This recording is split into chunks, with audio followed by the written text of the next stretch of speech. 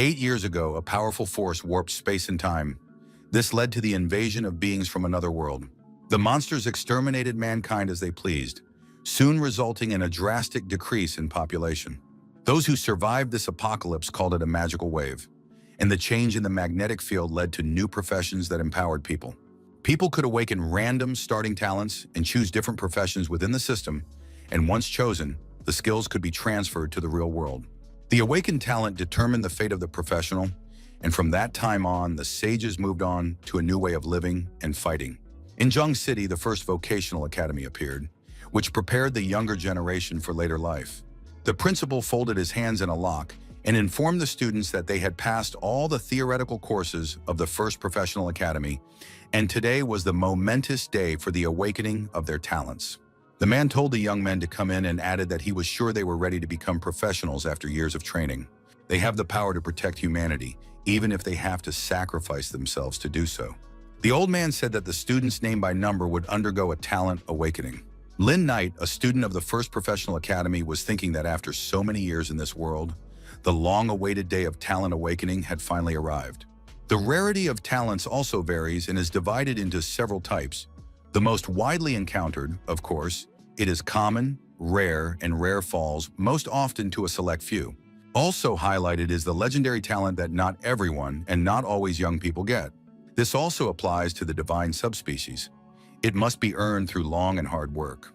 As for the fantastic, it hasn't existed since the awakening of humanity. The most coveted professions were swordsmen and mages, followed by assassins, summoners, and warriors. But priests were the most disrespected of all the professions. In extremely difficult copies, as long as there is an experienced player, mages and summoners can replace the role of the priest.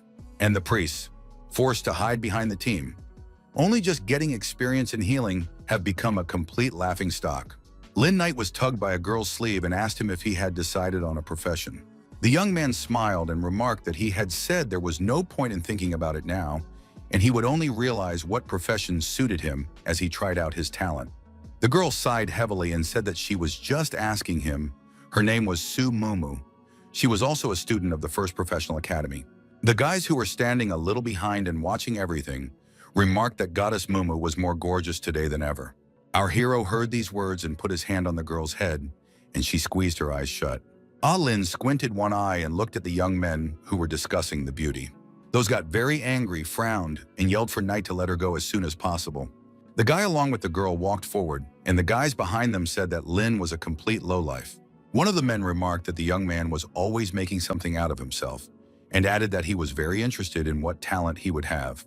Sue, who heard all this, folded her arms across her chest and shouted for the guys to slow down. Just as suddenly, someone reported that the 1,001st Wang Shuai had awakened a very rare talent, a powerful talent, and it gave a 50% increase in strength skills. Someone in the audience shouted that rare talent, it was perfect for the power warrior profession, and added that the handsome boy would definitely be the best in this challenge. Our hero listened to these words very intensely. He was thinking about something for a long time. And then he remarked that he really wanted to know why that guy was so loved by the gods. Lin put his hand on Mumu's shoulder and told the girl to ignore the guys. The girl blushed and wondered why the young man never paid attention to other people's opinions. She took a few steps forward, then stopped and turned to Knight.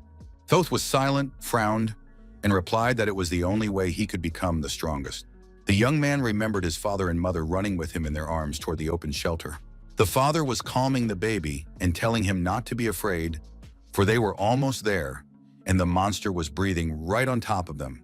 After a few seconds, the man fell to the ground, and the child started calling for him very loudly. The monster was already approaching his father, but he ordered the little boy to run faster inside. The mother, who was also put in his jaws by the monster, screamed for the child to survive. After a while, the kid heard someone talking about how there were survivors and they needed to be brought in quickly. The child called out for his parents, but a woman came up to him and said she was now his family and invited him to go home with them. The guy told Mumu that this was the only way he could protect himself, as suddenly his number and name popped up on the scoreboard.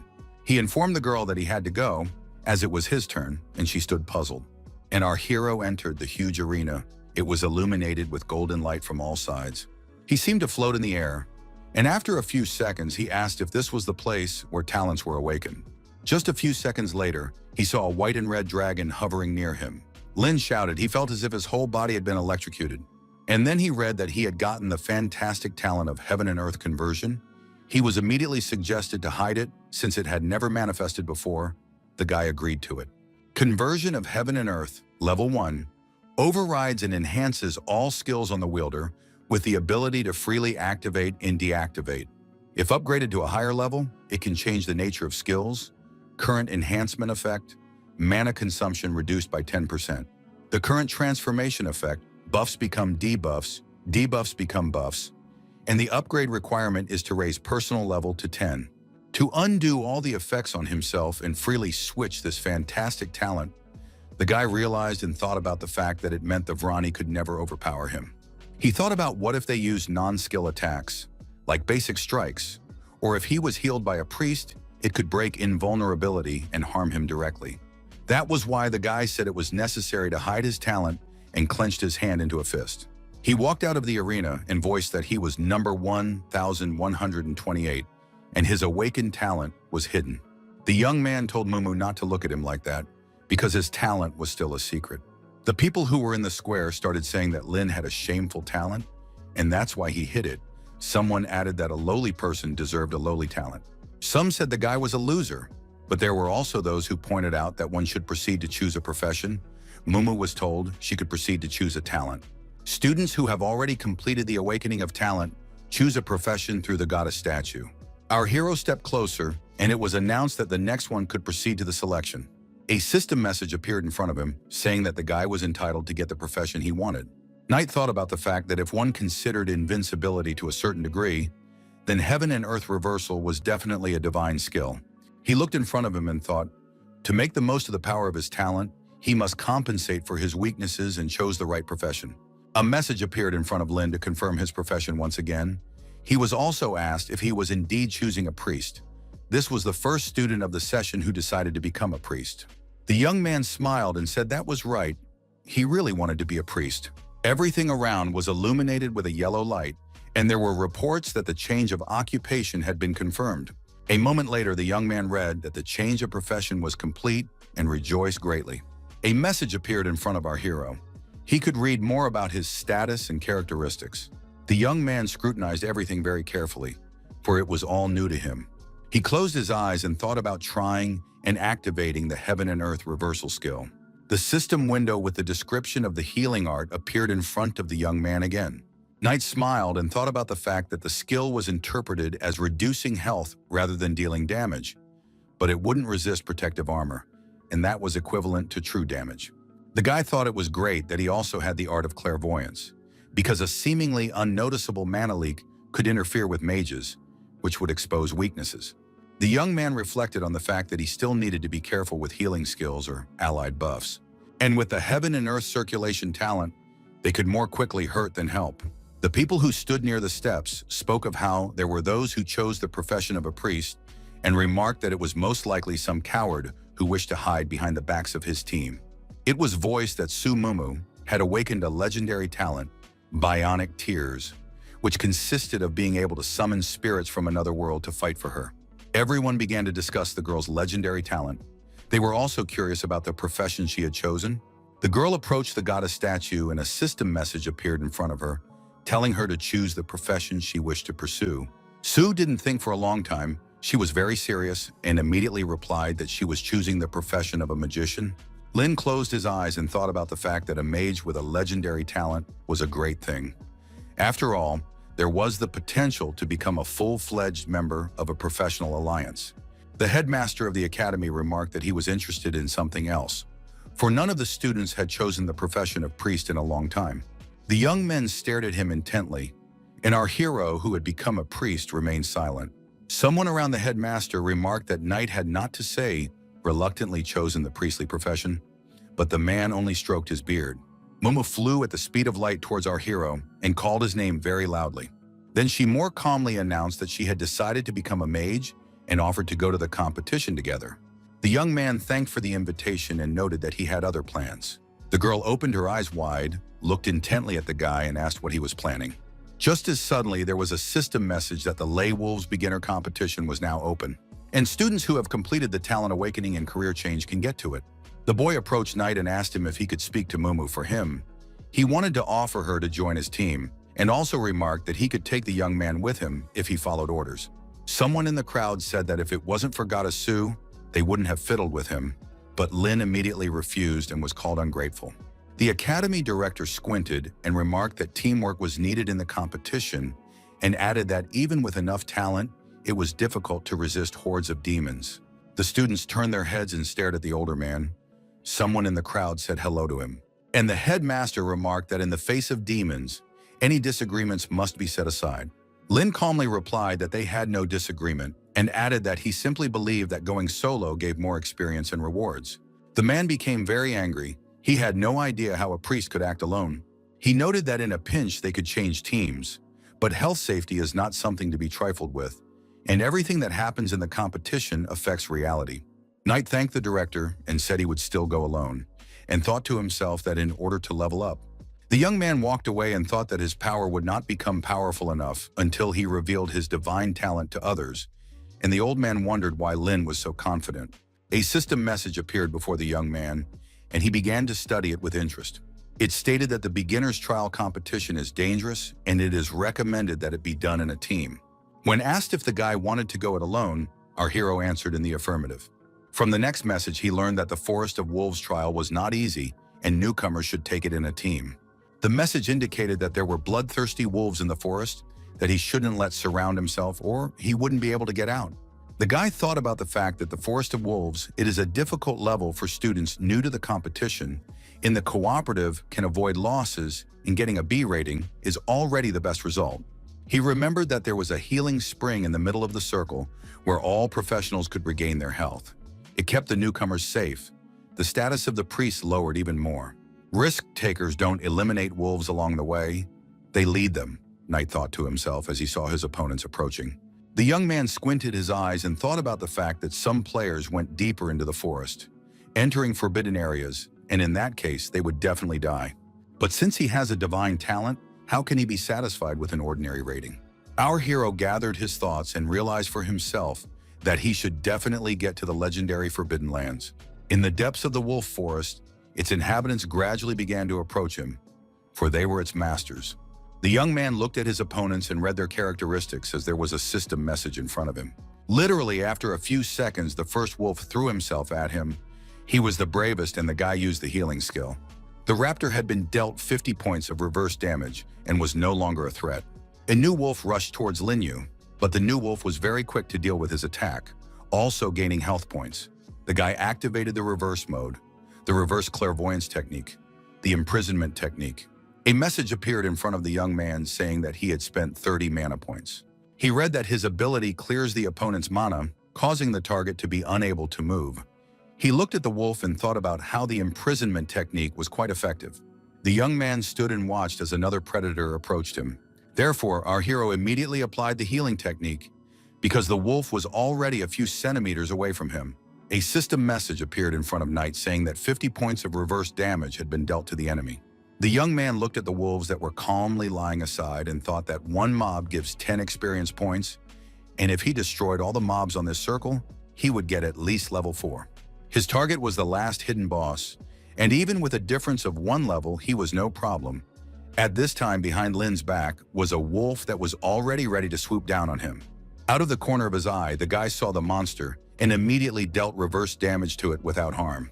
He wiped his face and thought about the fact that he had thoroughly prepared for this day. The young man was well aware that the enemy would not think about what level you were before killing you. A system message appeared in front of the young man that reverse mode had been disabled and decided to use the clairvoyance technique. From the next message, the player learned that he had been upgraded to level 2 and all stats had been increased. Lin got 2 free attributes and added all the intelligence points. The guy thought about his ability to heal without harm and constantly recover mana. The director of the academy talked about the fact that during schooling, a certain area is forbidden to explore. He was surprised that the player wants to fight the boss. He thought about our hero not purposefully seeking death and concluded that his hidden talent was of legendary level or even higher. The gray-haired man said if the player wasn't going to unleash his talent just yet, he would need to look at other worthy candidates. He really hoped Knight would come back alive. The guard who was near the principal said he was betting on this guy breaking the record and asked if the old man had said the girl was a worthy candidate.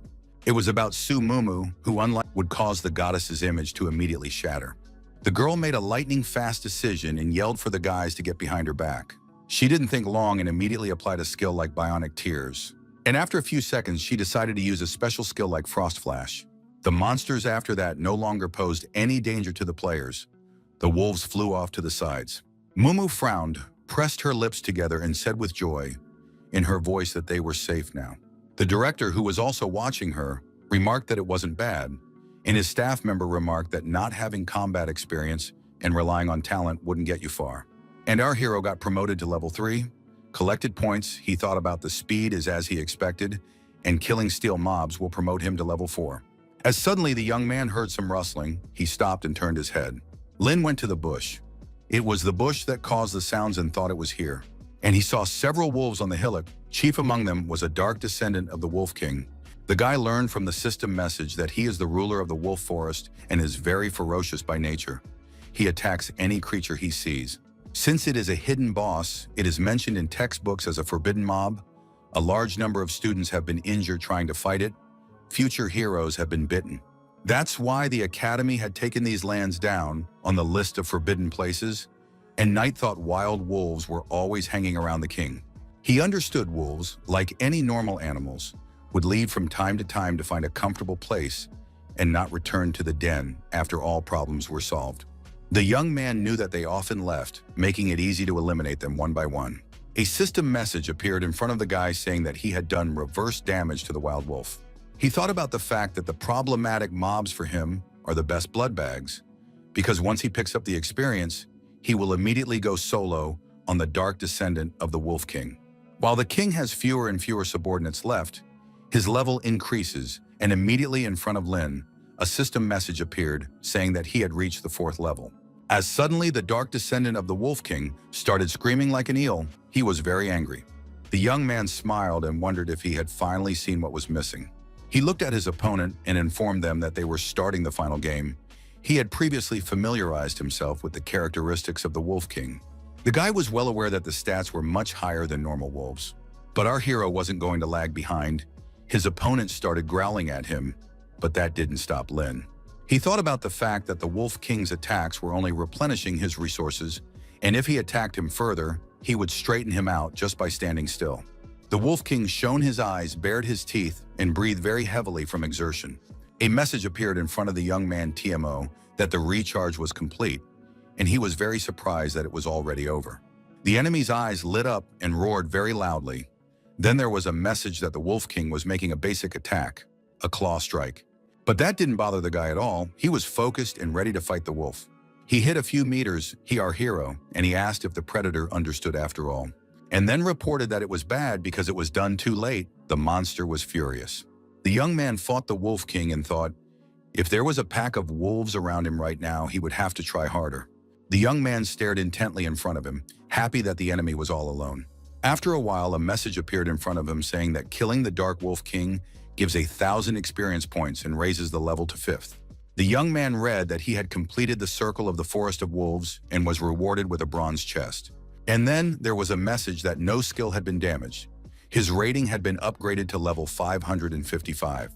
Our hero said if it wasn't for the fact that reverse healing isn't a damage-dealing skill, he might have gotten an SSS rating by now. All the students found out that someone had completed the Forest of Wolves challenge, completed all the hidden achievements, and got a high rating. This surprised them a lot. They began to talk about who it could be.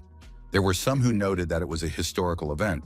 The principal said that that student was unrivaled and unique, and then remarked that as far as he could remember, Lin Knight had dared to enter those lands.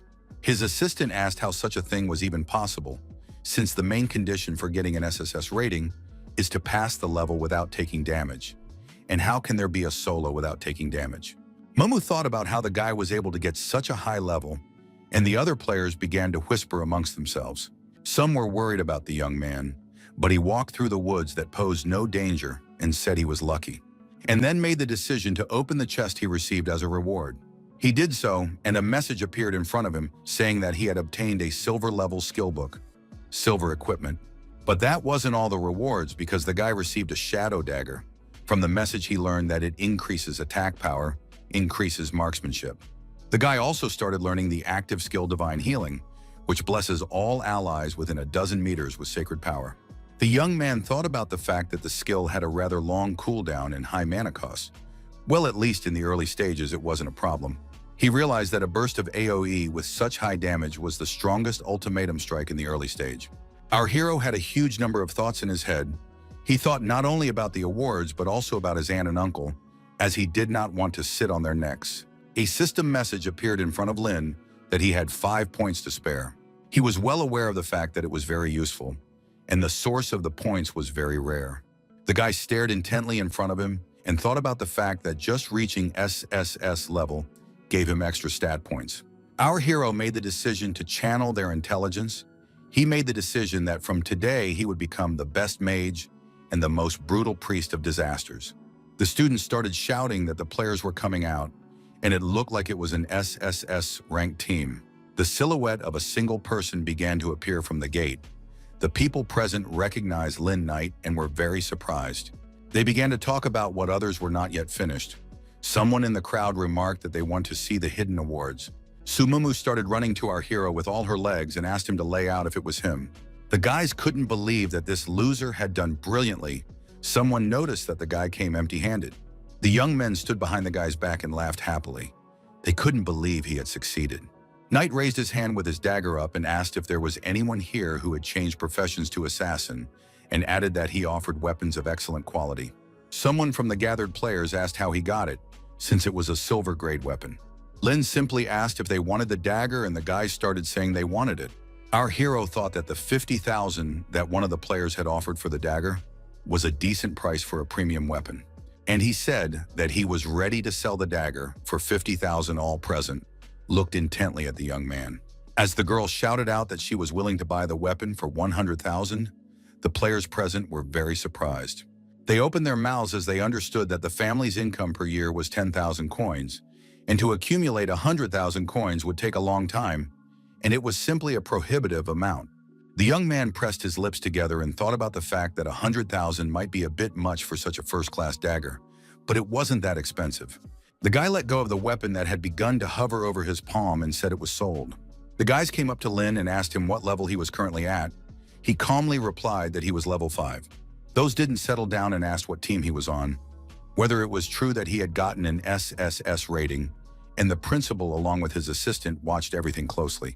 A gray-haired old man remarked that this student was not on any team.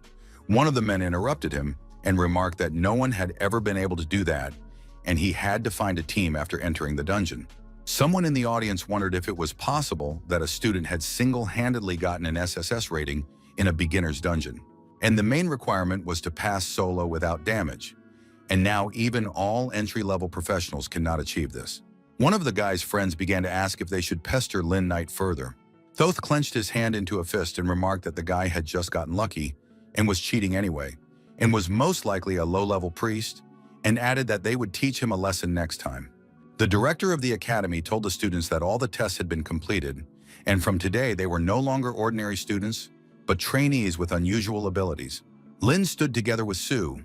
They listened to the fact that in 30 days, they would pass the most important stage in their lives, the professional test. The elderly man noted that in the future, they would return either as ordinary people or become heroes who would fight against demons. The gray-haired old man said that it would all depend on how they performed after 30 days, and within a month, they should visit the initial dungeons and reach at least level 10. Our hero thought that the professional test should be taken by a team because team coordination is one of the important evaluation criteria. The young man looked at Muma and thought about the fact that he had already identified his partner. He knew not to look at her perpetually cold image. In fact, she needed caring more than anyone. Simple-minded, clumsy, but trusting and extremely loyal. Sue is not always able to hide her true nature, but though she has awakened powerful talents, Knight has come to the conclusion that he must protect her. He remembered his aunt and uncle again, and of course remembered their arrangements and would never let that tragedy happen again. So he suggested the girl skip dinner tonight and go to a more dangerous dungeon. The young men went to a dungeon called the Stone Cave, which was home to a huge number of poisonous scorpions. A message appeared in front of the young people where they could select a difficulty level. Our hero did not think for a long time. but immediately chose a difficult level and pressed the button. The higher the level, the higher the monster stats.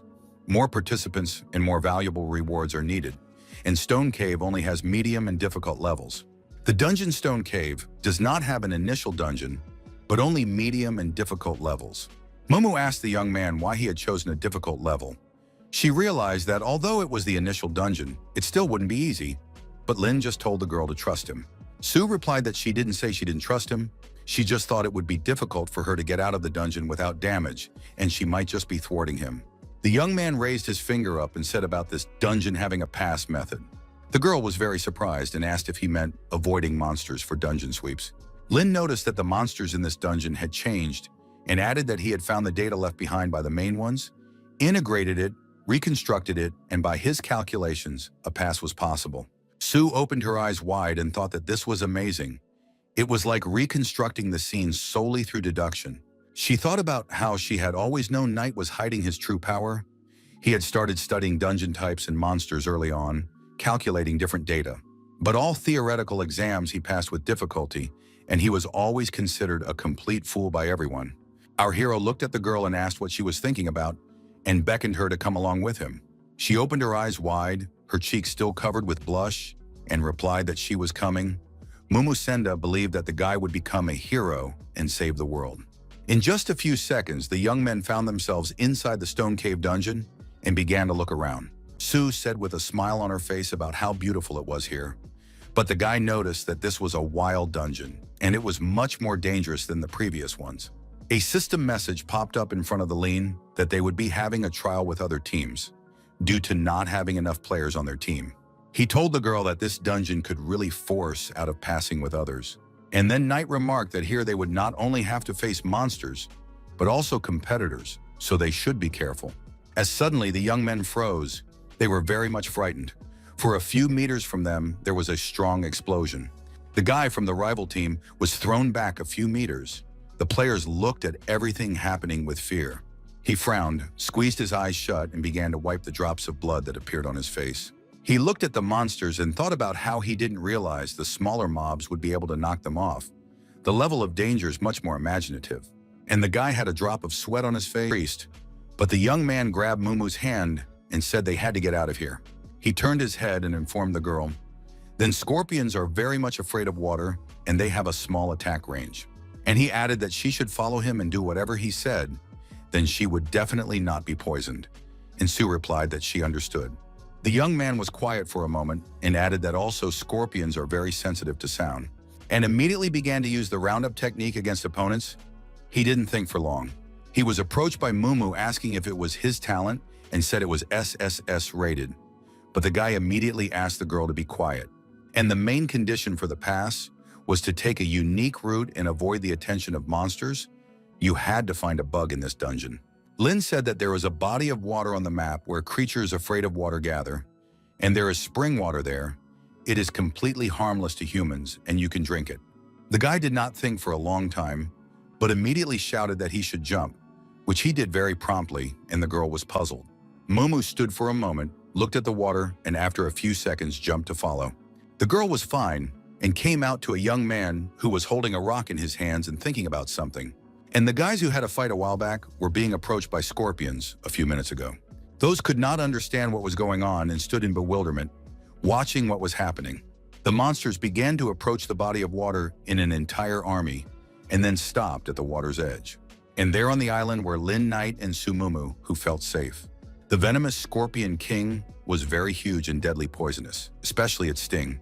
Our hero frowned and began to beckon the monster to him, for he remembered well that he was afraid of water.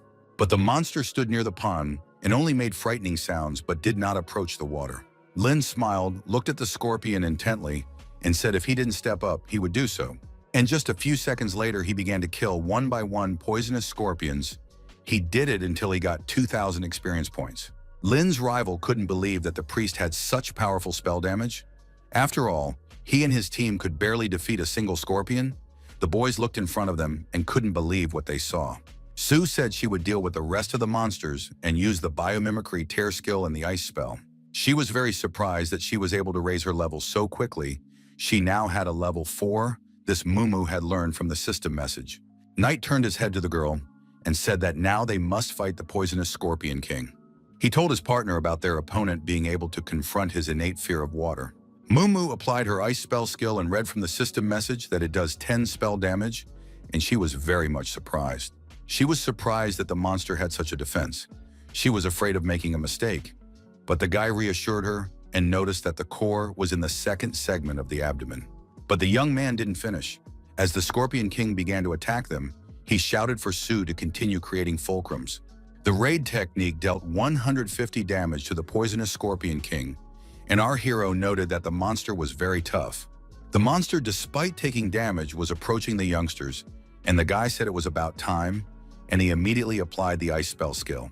Our hero fended off attacks and think that his opponent only raises his body at a certain movement and shows a weak spot on his belly. He gathered himself and delivered a crit strike to the weak point. Thanks to this, 1,000 damage was dealt to the poison Scorpion King. Mumu opened her mouth in surprise and shouted that it was awesome, and immediately a system message appeared, saying that the dungeon walkthrough had been completed and rewards were starting to be given out. The young man's level was raised to level 6, and a golden treasure chest and 5 free stat points were also obtained. A guy along with a girl were reading a system message, and players from the other team were running towards them. The boys fell to their knees and begged him to take them under his wing. Not to be angry, they were ready to serve him. But the young man didn't even turn to them and told them to just keep their mouths shut and not tell anyone about today's event. The guy looked at the players with hatred and added, not to even think of blabbing, and then added that otherwise they would face very serious consequences. The young men were in the teleportation space and decided to open the chest here.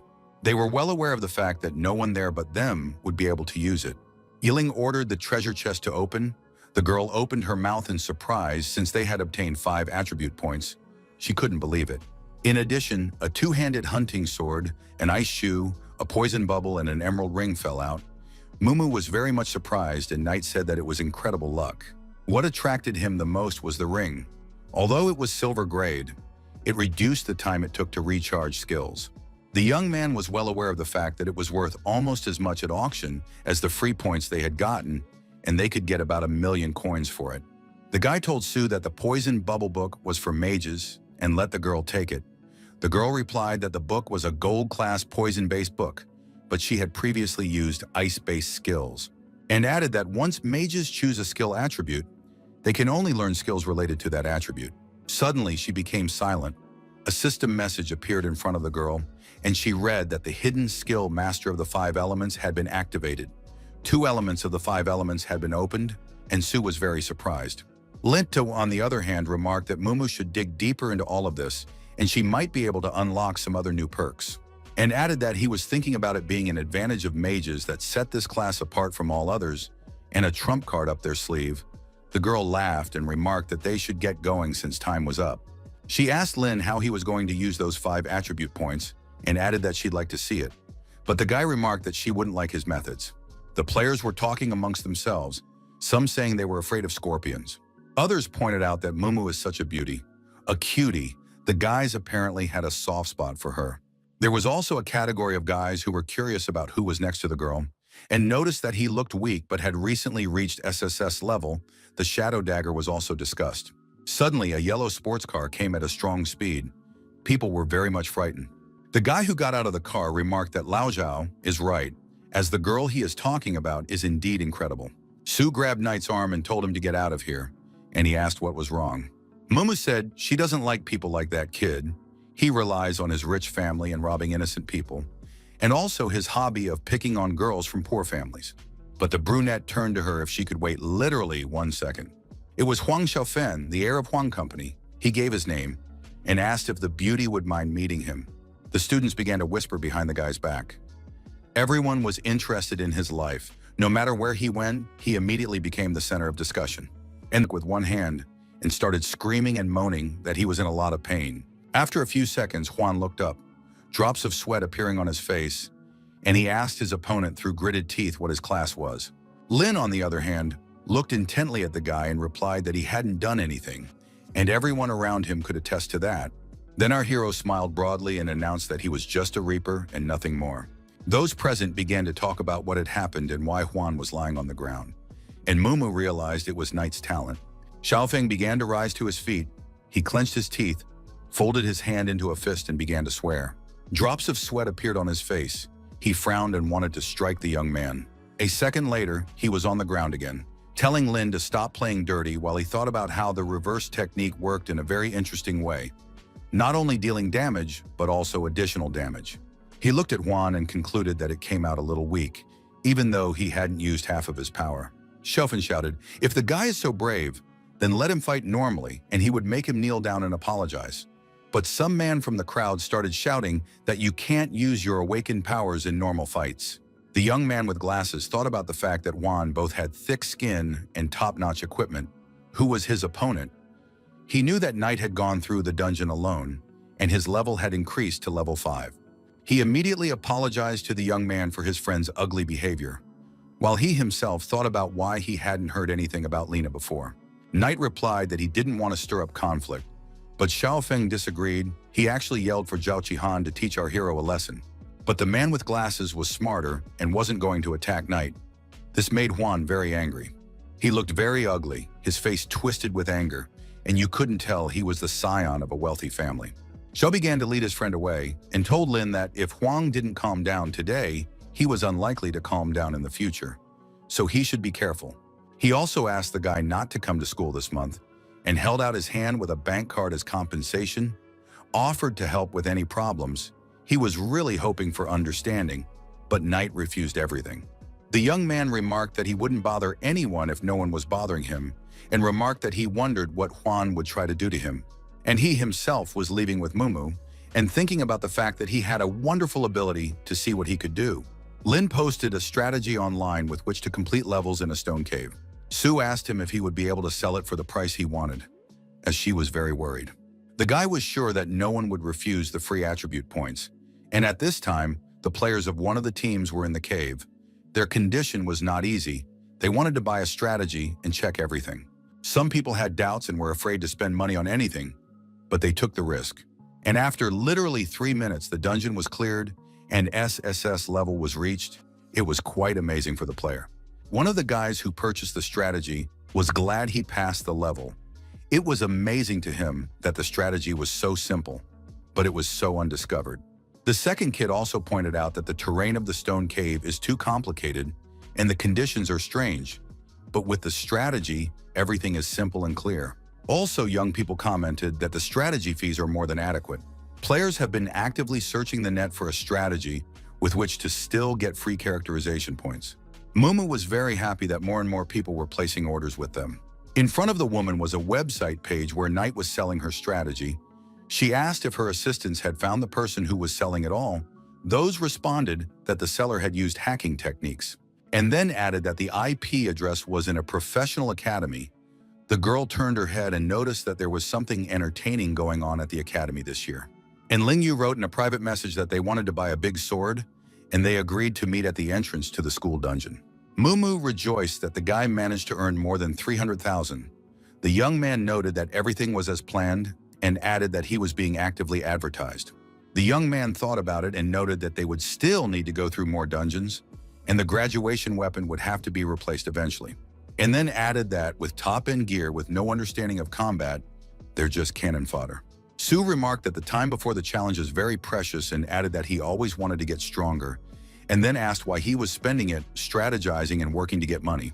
The young man smiled and said that he would need that money to protect the people he cared about, because after all, they were protecting him. Guy noted that in his past life, he had no family and could never feel warmth and support, and to be brought into this world was his greatest good fortune.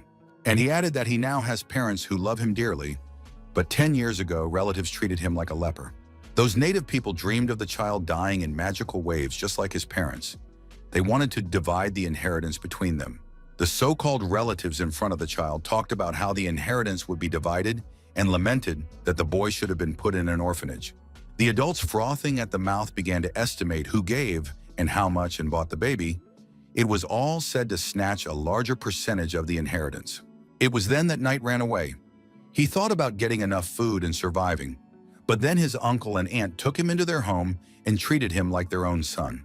These kind people treated the child well, and the child gradually relaxed, and later they helped him recover his parents' inheritance and cared for the boy wholeheartedly. The young man looked at the boys running out of the school and noticed that without his aunt and uncle, he would not be able to continue his studies. And he added that he was now earning money to repay the good relatives for his debt. The guy was well aware that getting stronger was also about using all his power to protect the important people of his life and not repeat past mistakes. The young man heard someone say hello to him and turned his head, bewilderment in his eyes. The girl asked if he was selling the hunting sword. It was Bai Ji, a student of the First Professional Academy. She introduced herself to the guy. And the one asked with surprise if she was a student or maybe a jock, and added that she doesn't do face-to-face conversations. But the one replied that she was, and her phone went dead just a few minutes ago. Our hero asked to confirm the purchase, and noticed that the hunting sword attribute was non-refundable. The young man frowned, he became and began to hand the girl the inventory. She glared at him and caught the hunting sword quite deftly. Bai then asked if it really only cost 80,000 and added that it cost 200 on the hunt. The guy asked if the teachers at school told him about market prices. The girl replied that she has always had trouble with math, so she has no idea what costs how much. Lin thought she was a rich fool and advised her to check the cost next time so she wouldn't be cheated. And Ji thanked him and paid for the weapon. From the system message, the young man learned that he had received 80,000 and his balance had exceeded 1 million, and he had received the status of a gold card user. The guy was glad he didn't have to spend money on shipping and said that if the girl needed anything, he was always at her service. A system message appeared in front of him that an unknown power had been assigned to him. He had received a special buff called the goddess Luck Gaze. Our hero was very much surprised and then asked the girl if it was her talent. Ta answered in the affirmative and then added that she could still improve it and asked if she could join his team. Knight looked at her and thought about how a talent like Ji's was very rare. The guy realized that the girl's talent was not only limited by the quality of the bounty boxes, because even those with weak talents could open legendary and divine boxes with such a buff. The young man opened his mouth in surprise and wondered if Bai had told anyone else about her skill. Ta replied that she hadn't told anyone about it, and Lin asked if the skill had limitations. Bai informed her that she could only use it 3 times a week and only on one person. Knight asked her not to tell anyone about the skill, and added that her buff is incredible and the potential of it is terrifying, but once people know about it, they will reach for her. The young man noted that they could also take away the girl's freedom to monopolize her abilities. Ji asked about the Alliance of Professionals, where they would eventually come to, and this organization leads humanity to fight the magic wave. But after all, within the Alliance, there are many factions with complex relationships. Overt and covert fighting, assassinations and betrayals happen all the time. That was why Lin offered Ji to join his team and remarked that they would take care of her. The latter was very surprised and asked if he was telling the truth. The young man smiled, introduced himself again, extended his hand and told the girl he was glad to have her on his team, and offered to go meet her comrades. Bai got excited and remarked that no one believed she could fight on the front lines, and the guy thought about how she handled a big sword. After a while, the young men approached Sue and she immediately asked if he was the jock and clarified. Now he was their comrade. The girl stammered and introduced herself. Mumu held out her hand and said her name, and Zhu noticed that the one was very pretty and her hand was so soft. Our hero thought about why that one was staring at him like that, and Sue hugged Bai and asked how Knight was acting towards her. The guy coughed and suggested we go to lunch and then discuss the dungeon. Mumu turned her head and clarified what they would be discussing. Ji opened her mouth and eyes wide with surprise. And somewhere out there, it was still very quiet in the goblin's dungeon until our hero visited there. Lin had determined that the nightmare level suited him, but in order for everyone to get free characterization points, the guy decided to go alone, and then he would make a guide for the girls. The nightmare level is the highest difficulty of the field dungeons during the beginner's period, but the rewards here are also the most generous, and the treasure chest will be gold ranked. But similarly, the characteristics of the monsters are enhanced, and if the professional is not careful, he may lose his life. So a difficulty such as money is more important than life is highly not recommended. Sue shouted that it was impossible. She asked Knight if he was going to kill himself and remarked that it was not reckless to challenge the nightmare level right now. The same replied that it was fine. He wondered if she doubted his abilities. Mumu replied that she trusted the guy, but the nightmare level of the goblin dungeon was too dangerous. Ji couldn't bear to watch the young men fight, remarked that she had business to attend to, informed her that she would go first, said goodbye and ran off. Lin told Sue that he knew she was worried and asked her not to worry, and said he would challenge the normal dungeon level and offered to go home to eat. The girl asked the young man to promise that he would do so, otherwise she would tell her parents, and she asked her daddy why he was being so blunt. Auntie started pouring food into his plate and said they wouldn't interfere with what he wanted to do, and added that they sometimes wished night was like Sue. And then she noticed that a stable and healthy life was enough for them and smiled. The young man smiled and said he would learn from his classmate Mumu and become a calm saltwater fish. The girl had drops of sweat on her face and was thinking about how she felt about being ridiculed, and the guy noticed he was joking and asked her uncle and aunt not to worry. And adding that he would not do what he was not capable of doing, Uncle informed Lin to always remember that this house would always be his support, and handed the guy a bank card. Knight informed him that he had already made some money and asked to keep the card. The aunt, however, said that the young man was going on trials and would need to spend more, and then added that if the young man didn't take the card, she would be angry, and he agreed. Our hero put the card in his inside pocket and thought about whether his parents could all see it and mentally let them know he was doing fine. The young man thought about how he would treasure the life he had now, for even it had come to him with difficulty. The young man stood in front of the monsters and said that he had to become stronger for their sake, and added that the dungeon-level nightmares would greet him. People's voices could be heard coming from Huang Xiaofeng's house, speaking in raised tones. Zhang Jihan talked about trying to save his brother and even reimbursed him for some of the money. Without him, he would have been in the hospital, but the man yelled that it was all lies, and remarked that he didn't need any help, and his Zhan was just a piece of scum. He wished he was wearing equipment, but his brother interrupted him and informed him that he needed a rest. Xiaofeng couldn't listen to these words. He picked up the glass that was on the bedside table. He threw it at Jihan and shouted that he had disgraced himself because of him. A coward, Huang yelled for the young man to get out. The man looked at his angry brother and asked him if he thought he would do whatever he wanted just because he was the youngest son of the Huan group, and remarked that he shouldn't agree to his uncle's request to take care of him. And then he added that Xiaofeng should be beaten so badly that his own mother wouldn't recognize him. And then he laughed and pointed out that he didn't even have a mother. The angry guy yelled that they were done talking, and if Zhan left so he wouldn't come back, and started beating up the young man. The man with the glasses thinking about how Huan had no idea who he was messing with. A newcomer appearing out of nowhere who can seriously injure him without even using any active skills. And although he himself never admitted it, but he goes through dungeons alone, Jihan thought about it. Xiaofeng did not think of calming down. He took out his cell phone and asked the man to help him deal with someone. Invite the brothers with equipment and weapons. The boy frowned and through his teeth remarked that everything would be taken care of. But that ignorant boy needs to be taught a lesson. He needs to understand who makes the decisions at the academy. And our hero was already near the goblin dungeon. The first stage, the mystical forest, was waiting for him. There was a system message in front of the guy that listed the difficulty and description of the dungeon, but the most important thing was that no rewards would drop unless the last level was completed. There were monsters walking around somewhere, and Lin thought about how this dungeon was one of the most difficult dungeons. Because of the long mop-up time, unclear requirements, players don't come here to farm equipment and points. What attracted the young man was the fact that gold-level chests could be opened here, and with the blessing of the luck buff, even platinum-level chests could be opened. Goblins appeared in front of the guy, as well as a system message describing these monsters. Our hero smiled and thought about the timer being started. He was completely calm. He was well aware of the fact that in 5 minutes, the monsters would be gathering at the entrance. This time, his main goal was to test his optimized monster gathering and quick kill method. Knight realized that he not only needed to kill all the goblins and their king, but also the mopping up time for each level should not exceed 10 minutes. The young man knew that killing the boss should be done on the 5th level of the dungeon, and you need to withstand the attacks of monsters. In 30 seconds, monsters were to appear, and when this happened, our hero promptly began to destroy them. 2 minutes and 5 seconds had passed since the first level started, and the guy had met the goblin leaders. The guy was smiling, running away from monsters, and shouting that everything approximately what he had previously evaluated.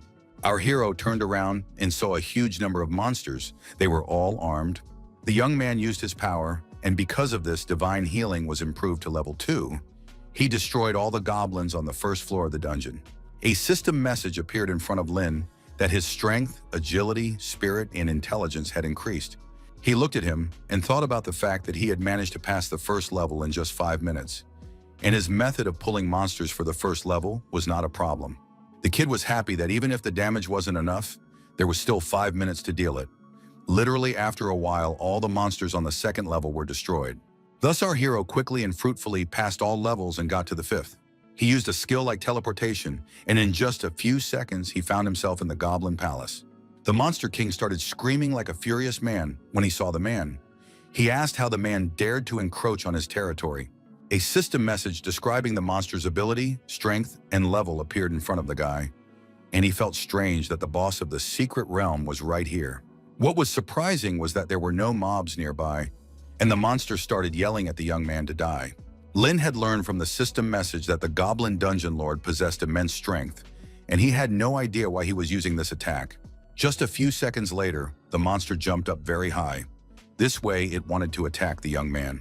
Thoth thought about immediately dodging to the side to avoid the point of impact and lying on the ground to lessen the damage from the second wave of airstrikes. But the young man made a different decision. He canceled the damage from the earthquake impact and the air shock wave from afar of the earthquake. The beast clenched its teeth. It was not prepared for this development, its eyes burning with hatred. At the same time, our hero's life points increased significantly, which could not help but please. The goblin's life points gradually decreased. He was yelling very loudly and wheezing with hopelessness. The guy read from the system message that the Goblin King was using the Dragon Spear ability, canceling the effect of the ability, allowing him to recover 200 health points. Lin smiled and learned from the next message that the monster was using the Flight Summon ability, canceling the effect of the ability, allowing the party to recover 40 health points and avoid being thrown back. The monster was very angry, and then asked the young man if his abilities were useless against him. The young man looked at the monster in surprise, for it wanted to say something. The Goblin King became enraged and yelled that he had found our hero's weakness, and began to call for his people to come here and kill the enemy. Knight thought that was to be expected from a nightmare-level sneak boss. He was certainly hard to deal with. The boy clenched the weapon he had in his hand harder and thought about the fact that now was not the time to use the most powerful spell. The young man covered his mouth with his hand and frowned. His pupils became like dots. He looked in front of him with surprise. The Goblin King shouted to his underlings to attack the man, but not to use any abilities, and added to die faster. A huge number of monsters began to approach Lin, and their boss remarked that if the abilities didn't work on him, would he be able to withstand hundreds of normal attacks. And the monsters started advancing on the young man, and he used a skill such as dodging. The monsters realized that the man was going to run away from them and started firing their bows. Some arrows still hit our hero, and his health points are minus. Lin turned his head to the side, saw the arrows sticking out, and thought about what to make of their arrows. The young man applied his special skills and regained health points. Then the guy ran his hand over the wounds that came from the impact of the arrows, and those healed. The Goblin King's eyes glowed with hatred, and he shouted that the young man was unkillable, calling him a bloody human. But our hero calmly looked at the enemy. You could see from his face that the guy hated the monster. The monsters didn't like Lin's gaze, but he began to attack them, their health decreasing. The Goblin King shouted that the young man didn't have any warrior spirit. Then he shouted for the young man to stop running and fight him in a fair fight. Knight wondered if that was what he called warrior spirit, and thought to himself that it was time to clash. The monster shouted that perhaps there was demonic power in front of them, for how could it come from an insignificant race like him? Our hero was completely calm and remarked that this time should be the end of it. The castle the monsters were in was like being struck by lightning, and it began to burn. The monsters didn't stand a chance, and just a few seconds later, a message appeared saying that the Goblin Legion had been destroyed and the player received 1,000 experience points.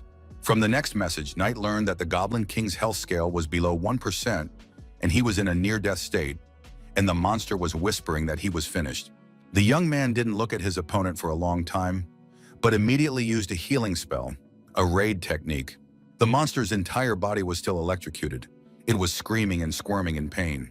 Literally seconds later, system messages appeared saying that the Goblin King had been defeated and the guy had gotten 5,000 experience points and leveled up to level 7, and that he would be getting a platinum chest.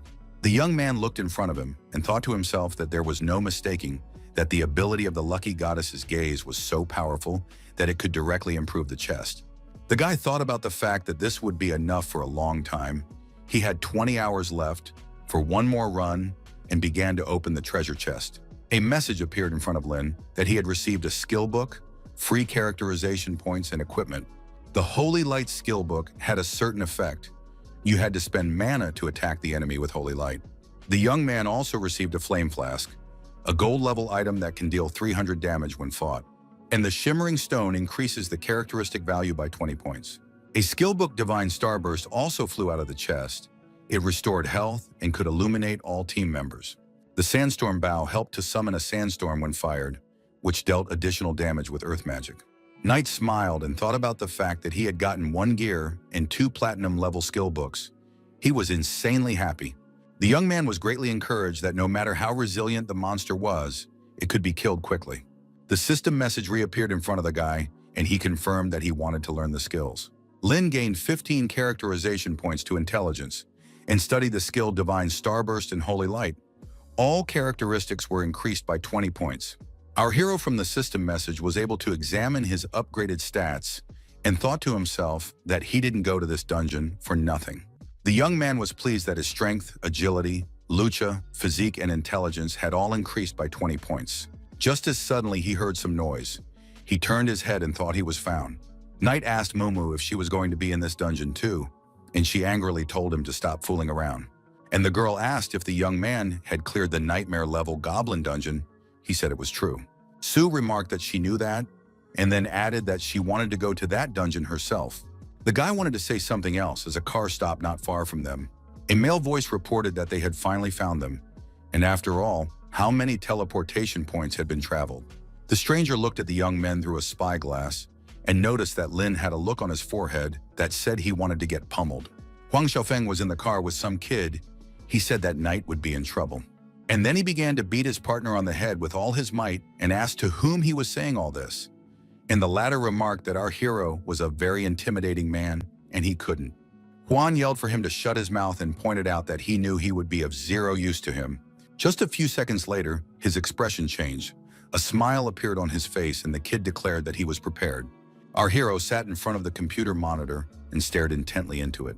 On the web, he posted a strategy with the help of which you could easily pass the nightmarish dungeon. The young man was very serious. He pressed his lips together and read the messages carefully. Then he found an article that posted pictures of him and information that he was selling strategies and went through the SSS level himself. Users left a huge number of messages under the photos, few believing what they saw in front of them. In front of the young man began to appear one after another system messages that he had received coins, including for buying the strategy. And after a few more minutes, he familiarized himself with the fact that he had received 500 coins, and now his balance was 1.5 million coins. Lin looked carefully at the monitor and thought about how this was much more than he had expected. As the system message reappeared in front of him, he learned that the koi effect was still in effect for 15 hours. The young man thought about the fact that he still had time to rest and recuperate and made the decision to go for a run. Our hero was walking quietly near the coast, and there were also people strolling around. As a sports car stopped a few meters away from him, the guy stopped to see what it was all about. In the car, he saw Huang Xiaofeng.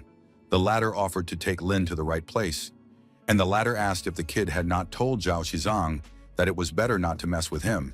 The guy told Knight not to mention his brother's name because Titi's a traitor, and the stranger who was in the car laughed and told our hero to listen to Xiaofeng, for he would punch him in the face. Then the kid added that otherwise they might pay a visit to his family. The young man thought they had already found his home address. He started to walk to the car and noticed that Juan would act like a man and not cry and ask for help if he failed. He got very angry. He shouted to his partner that he forbade helping him and would challenge Lin himself to a fight, and added that he had excellent equipment, the likes of which the young man had never dreamed of. Our hero frowned, watching the boys closely, and thought about going for a run. Juan, however, quietly told his partner that they would go ahead with the plan. The latter agreed. Lin had already gotten in the car and told the guys to move quickly, and added that he didn't care how many, and added that he had things to do and didn't want to waste his time on them. Xiaofeng got very angry when he heard this and shouted that the young man would still regret it. The one sat quietly in the auto, and Juan threatened to make Knight crawl on the ground like a dog. Knight glared at his opponent, squinted his eyes, and thought about making his life worse than death. And the car at breakneck speed went forward, for our hero into the unknown. After a while, he stopped near the forest. There was a great number of boys there, who immediately began to call out to Mr. Huan. Lin got out of the car and quietly noted that there were many of them here, and then asked if they would be one-on-one or a group. Xiaofeng quietly replied that there would be a duel, then turned his head to our hero and replied with a snide smile on his face that Knight would fight their gang, and the kid's wind shadow blade appeared in his hand. The young man laughed and calmly replied to his opponent that he didn't care. Huang frowned. He continued to smile and noticed that Lin was about to die. He immediately pointed his hand at the guy and shouted to the boys to attack him. They did not hesitate to rush into battle. In the hands of our hero appeared weapons, and he calmly began to confront opponents, although there were a lot of them. The young man was attacked by a huge number of boys, but he easily dodged.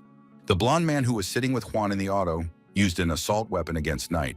The guy bounced to the side and thought about how much power his opponents had, and then thought about the fact that he would have to use the inversion talent. The opponent began to laugh backwardly and told Lin that he was still a child, that's all. But in just a second, his expression changed very much, his entire body shaking with fear and terror. Not only him, but the other attackers became very sick, shaking, covered in drops of sweat and vomiting blood. The blonde wiped drops of sweat from his face and wondered what kind of trick Knight had used. He was well aware that they hadn't been attacked and wondered what this ability was. It instantly overcame the gold-level defense. The boys began to ask each other if they were all right. Someone remarked that Lin was a simple reaper, but they were much more numerous and had gold-level equipment. Together, they would be able to win. They surrounded our hero, and each of them began to use their special powers. Suddenly, they opened their mouths and eyes wide with terror as they saw the divine radiance of the stars. The young man attacked his opponents in this manner. He was using the Fallen Hell skill. The blonde man shook with fear and said there was no way that could happen, and added that they lost in an instant. Knight turned his head as he heard a voice saying that it was better to rely on money than people. Huang said with a smile that he had purchased a diamond-level suit worth tens of millions at the Quick Wealth auction. The system message stated that the diamond-level suit had no level, and all stat values plus 100. Some kid remarked that Quick Wealth is the best auction, and the ticket alone is worth several million, and added that the guy should be the sole heir to Huang's company. And Xiaofeng smiled and told Knight that he would make him kneel this time. Then inquired of our hero if he was afraid, but Lin answered nothing to this question. Huan, on the other hand, didn't stop sarcastic. He informed him that it wasn't too late to start begging for mercy. And the guy answered him that no matter how powerful his equipment was, it wouldn't help hide the weakness of his spirit. The young man's opponent became very angry, started running towards him, shouting for him to die, and used the shadow jerk skill. But Knight was completely unaffected by his attack and bounced away. Xiaofeng couldn't believe it. He didn't understand the technique Lin used, but he was able to dodge. He even caught himself thinking that the priest was not entirely unlike a human, and that he reeked of demonic energy. Huan yelled that there was no such thing, and asked if the guy was pouring everything into agility, and added that his stats were clearly better. He used the Wind Shadow Strike skill and yelled that he was about to finish the guy off. And our hero, with a smile on his face, told his opponent that his stats were too bad since he even missed. His opponent clenched his teeth, frowned, and sweat drops appeared on his face. He didn't know what to say. Knight, on the other hand, gave him a hard look and informed him that it was now his turn and used the looting technique. Xiaofeng wasn't prepared for such a development. The guy was very confused, and this played into Lin's hands. After a while, a system message appeared saying that Huan had taken 1,000 damage and the top of his armor was damaged. The full set bonus was gone. The kid couldn't believe it. He was covered in drops of sweat and began to feel the armor with his hands. Literally a second later, he gathered himself, clutched his weapon harder, and wondered if the guy thought to overpower him with it, and began to run towards our hero at a frantic pace, applying on the way such skills as chopping blow, triple decapitation. But he didn't plan to stop there either. At last, he applied the Horde Annihilation skill. But Knight was able to dodge all the otakas easily and safely. He was completely unharmed. He used the skill and flew away from the opponent a few meters away as he was highly enraged. Huan was covered in drops of sweat, frowning, shaking, but he said everything just over his dead body. As suddenly he fell to the ground and began to sway from side to side while yelling what his new trick was. The young man noticed that even his normal basic attack could break through the defense of a scum like Xiaofeng and gained a health plus. Knight sat down and said that Huan could just give up and offer compensation, something like donating gear, apologizing. But Huang interrupted him, frowned, and began to shout that Lin was dreaming and began to swear at him. Our hero didn't listen to this, But as well as looting, the enemy began to scream like a ravening man. Knight smiled and told Juan not to worry as his health had replenished, and he could continue. The guy who was standing off to the side and watching everything that was going on screamed in terror. Xiaofeng was still floating in the air. He was coughing, his entire body was covered in wounds and abrasions. Juan's friends remarked that it was just torture. They talked amongst themselves about not provoking Lin anymore. But the one was no longer going to stop and used a skill called meteor shower. One of the friends started tearing the hair on his head and shouted if Xiaofeng was alive after such intense attacks. And at the same time, there was a video camera in the bushes, which recorded everything that was happening. As it turned out, the viewers could see everything that was happening. They actively discussed what was happening on the air. Juan's friend looked very badly frightened. His pupils became like dots and he shouted what kind of skill it was. The viewers who watched the live broadcast marveled at Knight's strength. They also wondered where Xiaofeng drew his courage from. They also noted that the rich man was a very unpleasant man, and there were some who wondered about the value of his armor. The number of spectators increased, and Juan did not calm down. He decided to use force to intimidate others. They watched the fight closely and commented. Most of them supported Lin, some even wanted to become his disciples. Someone in the chat noted that the brunette looked a lot like his classmate and had a conflict with Xiaofeng. The viewers were very active in the chat room, telling information about our hero. They talked about how the young man had previously sold SSS-level equipment on the forum. The girl with the nickname I'm Not a Seal wrote that it wasn't Lin Knight, as the latter is very modest. It was Sue who didn't know what to do. She was well aware that the guy couldn't hide anymore. She was also worried that many people would want to be on the same team as him. And in Lin's fan group, members wrote good comments in support of him. As for Juan, he got no support. The audience wanted this upstart to be caught and punished. It got to the point where people were demanding that the bandit's father step down. The company was on the verge of bankruptcy. Mumu spoke to her parents about Huang Xiaofeng going too far and asked that they teach him a lesson. But those refused to do it. My mom remarked that the bandit will get what he deserves. And if you use power that doesn't belong to you, then you'll never become a great professional. Sue was very much surprised by her mother's words. The girl opened her mouth and eyes wide with surprise, and then added that if they didn't take action, they'd undermine Knight's reputation, and the parents replied that the kid could handle things on his own. The man sat in a deep chair and asked if Lin had passed the professional test, and then added that it was amazing. He pressed the remote button to pause the recording and added that the young man's talent must be above legendary level, and remarked that it was very surprising that he had become a priest, and then added that such a once-in-a-century genius should be in the professional league without question. The blonde looked around and asked what those present thought about it, if the guys should be brought in beforehand. One of the women replied that she agreed with such a proposal. The other remarked that the young man should be recruited by him as soon as possible. The bald man smiled and asked Lao Huang why he was still here. Didn't he need to rush to his son? The red-haired guy laughed and said it was no problem for the minister. Huang Tanzio, the branch head of the Alliance of Influential People, Han Company, had been thinking about something for a very long time. He covered with drops of sweat and said that he is still the head of the company. For now added that compensation for Mr. Lin Knight has already been planned. He also apologized for his son. But while the struggle between the young men continued, suddenly a voice was heard asking them to stop. Someone flew in a helicopter and spoke into the loudspeaker for Lin Knight to move away from his opponent. A man with glasses was approaching him, yelling that the head of the company, Juan, wanted to talk to the guy. Xiaofeng cheerfully said that his father had found out everything, and now the young man was finished. There was not much left. Knight, however, asked what the matter was, whether the chairman was trying to intimidate him, and added that he should come himself. The man in glasses bowed, handed our hero a phone, where the head of the company, Juan, was on the line, and said that they were ready to compensate for the damage and personally apologize. Xiaofeng shouted as if frantic, "How does a guy even dare to bow down in front of this bastard?" and asked if he was crazy. He yelled and asked to repeat the sentence again, and wondered if his father wanted to kneel in front of Knight, and added that it was nonsense. After a while, Lin Knight was approached by a man. It was Xiaofeng's father.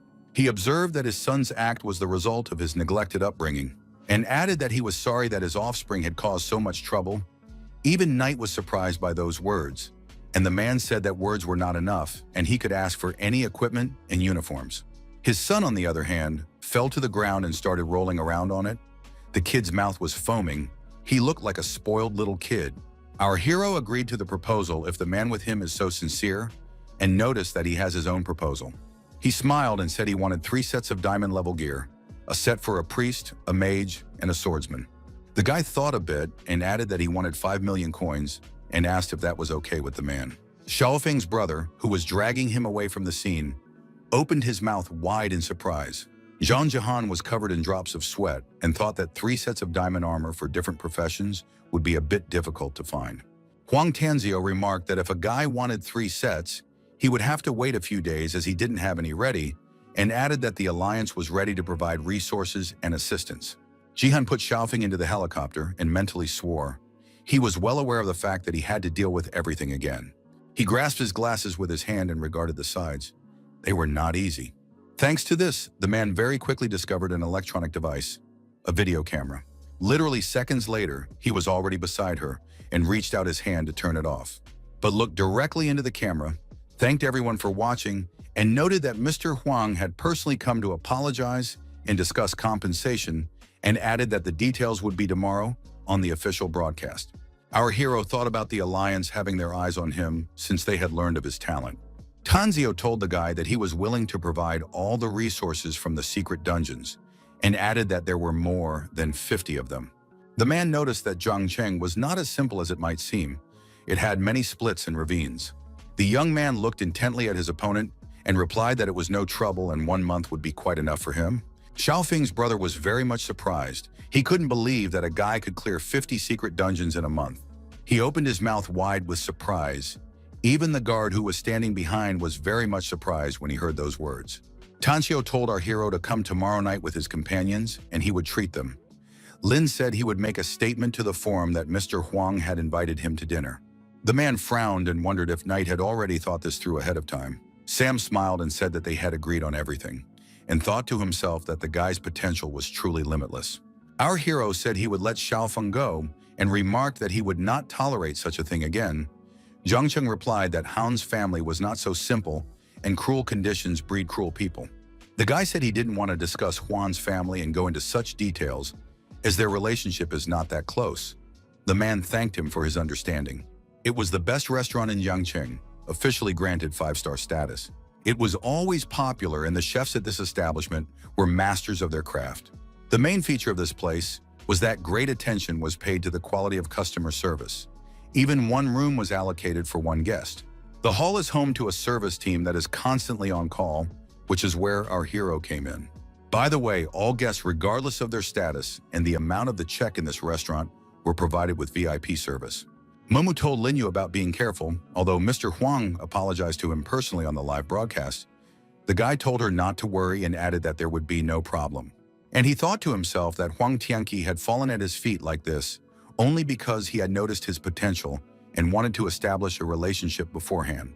The restaurant employee opened the door in front of the young men and invited them to enter the room numbered 888. Mr. Huan was already seated at the table. He smiled, asked Knight if he had come, and immediately invited him to sit down. Then he asked if the girls were his friends and also invited them to sit at the table and asked the waiter to serve the specialties. Then raised his glass and asked to be allowed to apologize first for his force's misconduct, and added that it was his fault for raising him to be a vicious troublemaker. Mumu opened her eyes wide and thought about the fact that there was no ostentation or arrogance in the man, while Bai thought that reasonableness, politeness, and friendliness emanated from the gentleman. The girls also raised their glasses and reflected on the fact that Mr. Huang, a leading figure in their city, was really acting like this. Lin thought the man was sacrificing his heir and thanked him for his sincerity. And he added, if his son realizes his mistakes and learns to restrain himself, he will forget about this situation, and he shook hands. The guard told Mr. Huan that all preparations were finished, and he allowed them to bring in what was ready. The huge security guard replied that everything would be done, and just a few seconds later, a system message appeared in front of him. It detailed a piece of equipment called the Devil King's armor. The young man thought about the fact that it was sort of like diamond armor, but not much different from his. And after all, from the outside, it might seem like a crude way to profit, but he realized that it was better with it than without it. Our hero smiled back at Mr. Huan and informed him that he was happy with everything and was satisfied with everything. Baidi was very much overjoyed. She opened her eyes wide with surprise and her mouth stammering her thanks. Sue thought about the fact that 3 diamond level sets at once, it was very expensive, and despite the Huang family's wealth, it couldn't be done just for the sake of preserving reputation. But the girl said the gear was great and thanked the gentleman for it. The entire meeting was broadcast on the air, with viewers marveling at the fact that the company executive had so much respect for this newcomer knight. The company had a lovely evening at the restaurant, and they had a fruitful conversation. Bai enjoyed eating the delicious dishes, the likes of which she had never eaten before. Lin suggested to the gentleman to proceed with the main question. The latter agreed, and noticed that there were a lot of reporters gathered outside and said he would escort them out. The man also provided a pass to the nightmare-level dungeon Kingdom of Bones and said that the promised resources would be added later. The young man took the pass in his hand, squeezed it harder, and replied that everything was fine. As soon as people began to leave the restaurant, a huge number of reporters shouted that Lin was out and began to take pictures of him. The guy walked forward, and journalists one by one began to ask him questions. And Huang Xiaofeng was lying in his room all bandaged up, huge drops of sweat appearing on his face. After a few seconds, he opened his eyes, saw the silhouette in front of him, and wondered who else it was. The creature laughed merrily and said that it was him, his supremacy Meigao from the abyss, a supreme demon with pure blood and great strength. The kid slanted his eyes to the side and answered through his teeth that he guessed who was in front of him, and asked if demons come to everyone in the form of bedbugs. And Mego thought of the town laughingstock in front of him who was beaten by the priest. He was curious how he could be so proud, and himself told Huan about what is called a strategic retreat and asked if he was clear. His eyes glowed with red fire. He smiled caustically and asked if Huang Xiaofeng wanted this. And he added that ignorant and foolish people were laughing at him instead of helping him, and his friends and family had chosen to side with the enemy who were mocking him. And then he offered to make a deal with him and said that he would give him a terrifying power. Thanks to this kid will be able to take revenge on all those who humiliate him. But Huang shouted for Mei Guo to get out as soon as possible. The supreme demon said that he would show mercy this time. Xiaofan stood on the bed and declared that he didn't want the favor of a low-level bug and shouted to give the terrifying power to the poor and losers. Mei Guo paused for a while and pondered over whether to just kill this idiot on the spot. And then he said if Huan would sort it all out and make up his mind, you just have to say his name. He smiled and declared that he would hear the call and give the lad the great power of the abyss, and then he would become fearless. It was a secret dungeon, the Land of Bones, level 6 to 10. Its difficulty was nightmarish. Our hero asked Bai how many more chances she has left this week to bring out her talent. Before the young men appeared system messages that the Land of Bones is an abandoned place shrouded in death and surrounded by an army of sleeping skeletons. Those who enter here awaken the monsters with their blood. Ji raised her index finger up and replied that one, since she had already gone to the dungeon twice and used it once, the guy asked her not to rush to use it, but to save it for later. Lin noticed that although the dungeon was a nightmare level, they had a set of diamond armor, but ordinary platinum drops wouldn't do them much good. The young man said about Mr. Huang promising them better resources this week and added that they had a disaster difficulty level open to them. Knight reported that the only thing they are missing right now is weapons, so if something happens, they will sell everything unnecessary. The guy started telling the girls that they had 3 goals for this dungeon. Firstly, to get free characterization points. Secondly, to get weapons, and thirdly, to strategize to mop up the dungeon. Sue squeezed one eye shut, smiled, and said that they would wait for the young man's instructions. A message appeared in front of players that the difficulty level of this dungeon among professionals and players is called Bone Soup. From the following message, they learned that in order to get the SSS pass level, 4 conditions must be met. Firstly, you need to kill the final boss Ghost Rider. Secondly, destroy all the skeletons. The third condition is that you can't use weapons that can suppress all evil things. Also, players had to retain no more than 60% health. Such was the 4th condition. Bai said that it was now clear why this place was called Bone Soup, since the normal and nightmare levels were identical, and added that it shouldn't be so scary with the Holy Sword. Sue smiled and noticed that with 300% deterrent damage, one could still call this level nightmarish. Mumu hugged Ji and told her not to worry, because after they left here, they would buy snacks with the money from the sale, and the blonde agreed. Lin laughed and said that he understood, and added that he worked here for free. The guy looked around and said that now they were starting to look around. He took his finger into his mouth and bit it with such force that it bled, which is what he needed. The young man lowered his hand down, and drops of blood began to drip from the small wound directly onto the ground. The young man thought about using blood to lure all those skeletons out and make them suffer the most hated thing, the holy sword. Lin clenched his teeth and applied a skill such as reverse healing, as well as a state of constant bleeding. But this was not all. Our hero, in order to consolidate the result, applied the skill state of decay. And as if out of nowhere, a whole horde of skeletons started appearing. They smelled blood. The guy yelled that they had to leave. Momo put her arm around Bai's shoulders and shouted to the young man to continue onward. Before night, there was a report that the anesthetic pill is taken for injuries to the body. It greatly reduces pain and has no ability to heal or treat wounds. Our hero did not think for a long time, but immediately accepted it because his wounds made his whole body ache. Lin rapidly ran forward, his health level rapidly decreasing. He thought about the fact that the bloodlust of skeletons surpassed the hatred of the holy light. Bai's cheeks turned pink, drops of sweat appeared on her face, and she wondered if they should go to help. Mumu, on the other hand, assured the girl that they should trust Night completely and remarked that he would not let them down. And the young man cut his hand again. This he did to make new fresh blood appear. The guy's health level was critically decreasing and was already less than 10%. A system message appeared in front of the young man, stating that the dungeon boundary of the Land of Bones dungeon was in front of him. Our hero ran to her with his last strength and thought about the fact that he had finally gotten to her. Immediately, Lin's health points were added, and a system message alerted him that divine healing had occurred. The skeletons stopped and stared in front of them, bewildered. They began to guess about something.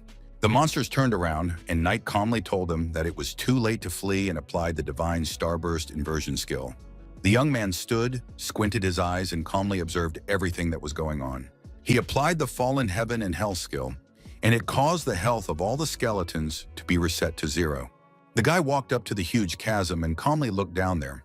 The danger had passed. And there at the other end stood the girls and looked at our hero intently. They looked frightened. It was easy to tell by the wide open eyes and mouths. Night pressed his lips tightly together and glared at the girls, but he, unlike them, looked completely calm. After a while, he joined Bai and Su, and then he heard a voice come from the cave. It was the skeleton boss asking who had awakened him. He appeared riding a horse skeleton and shouted that he would make bowls out of their skulls and drink their blood from them. A system message with the characteristics of the Ghost Rider appeared in front of the young men. The monster was angry beyond belief, and our hero saw a system message with the word Ognchar. Lin's eyes burned with the fire of hatred. He clenched his teeth and said that it was all an inversion. He didn't think for a long time and decided to immediately use the roundup technique so that the monster wouldn't stand a chance. The boss screamed after such intense attacks, and his health level gradually decreased. The monster was very surprised as it completely unexpectedly lost 500 health points. And our hero got very excited, smiled, and noticed a strong crunch that came from the monster. He saw a message that the boss had a life force inversion, a cataclysm, and the level had been increased by another 50%. The next message informed that the Skeleton King did not have critically low HP left. A message appeared again, from which Lin learned that the Undead Wrath passive skill had triggered, and the boss's attributes had been strengthened. The monster's skull illuminated with turquoise light, and he screamed in a terrifying voice for his brothers to rise up. A message appeared in front of Night that all undead were being resurrected, increasing the boss's XP by 100 per second. The young man watched as a huge number of monsters around him were being resurrected, and the boss started shouting very loudly that the stupid people would soon be finished and asked if there were any last words. But the young man was not frightened at all by these words and began to laugh very loudly. Bai noticed that Lin is so strong, and Su said that monsters are so stupid, they don't understand basic math. The boss increases XP by 100 units per second, and Night doesn't need the forbidden healing power of the Holy Sword. Momo said with confidence that 3 seconds was enough to finish off the monsters. Health was slowly being added but used much more, and the undead began to die. The monster opened its mouth in surprise, unable to understand what was going on. And the guy told him he'd better think about those last words and looked at him hatefully. A message appeared in front of our hero that the boss Ghost Rider of the secret dungeon had been killed, and he received 6,000 experience and treasure chests. The young man had already reached the 8th level, which couldn't be happier. He had done what he had planned. And from the system message, he learned that he had gotten extra points and activated the gear. The girls started shouting to Linyu about how cool it was. A message appeared in front of them that they were not being rewarded as they had not produced any activity. After a few minutes, Mumu opened her eyes and mouth wide. She was very much surprised. A system message appeared that the final quest in the secret dungeon Land of Bones has been completed and the stone sword key reward has been received. It opens a portal to a one-time secret dungeon. Bai shouted and then asked if she had read it correctly that it was a cataclysm-level dungeon key.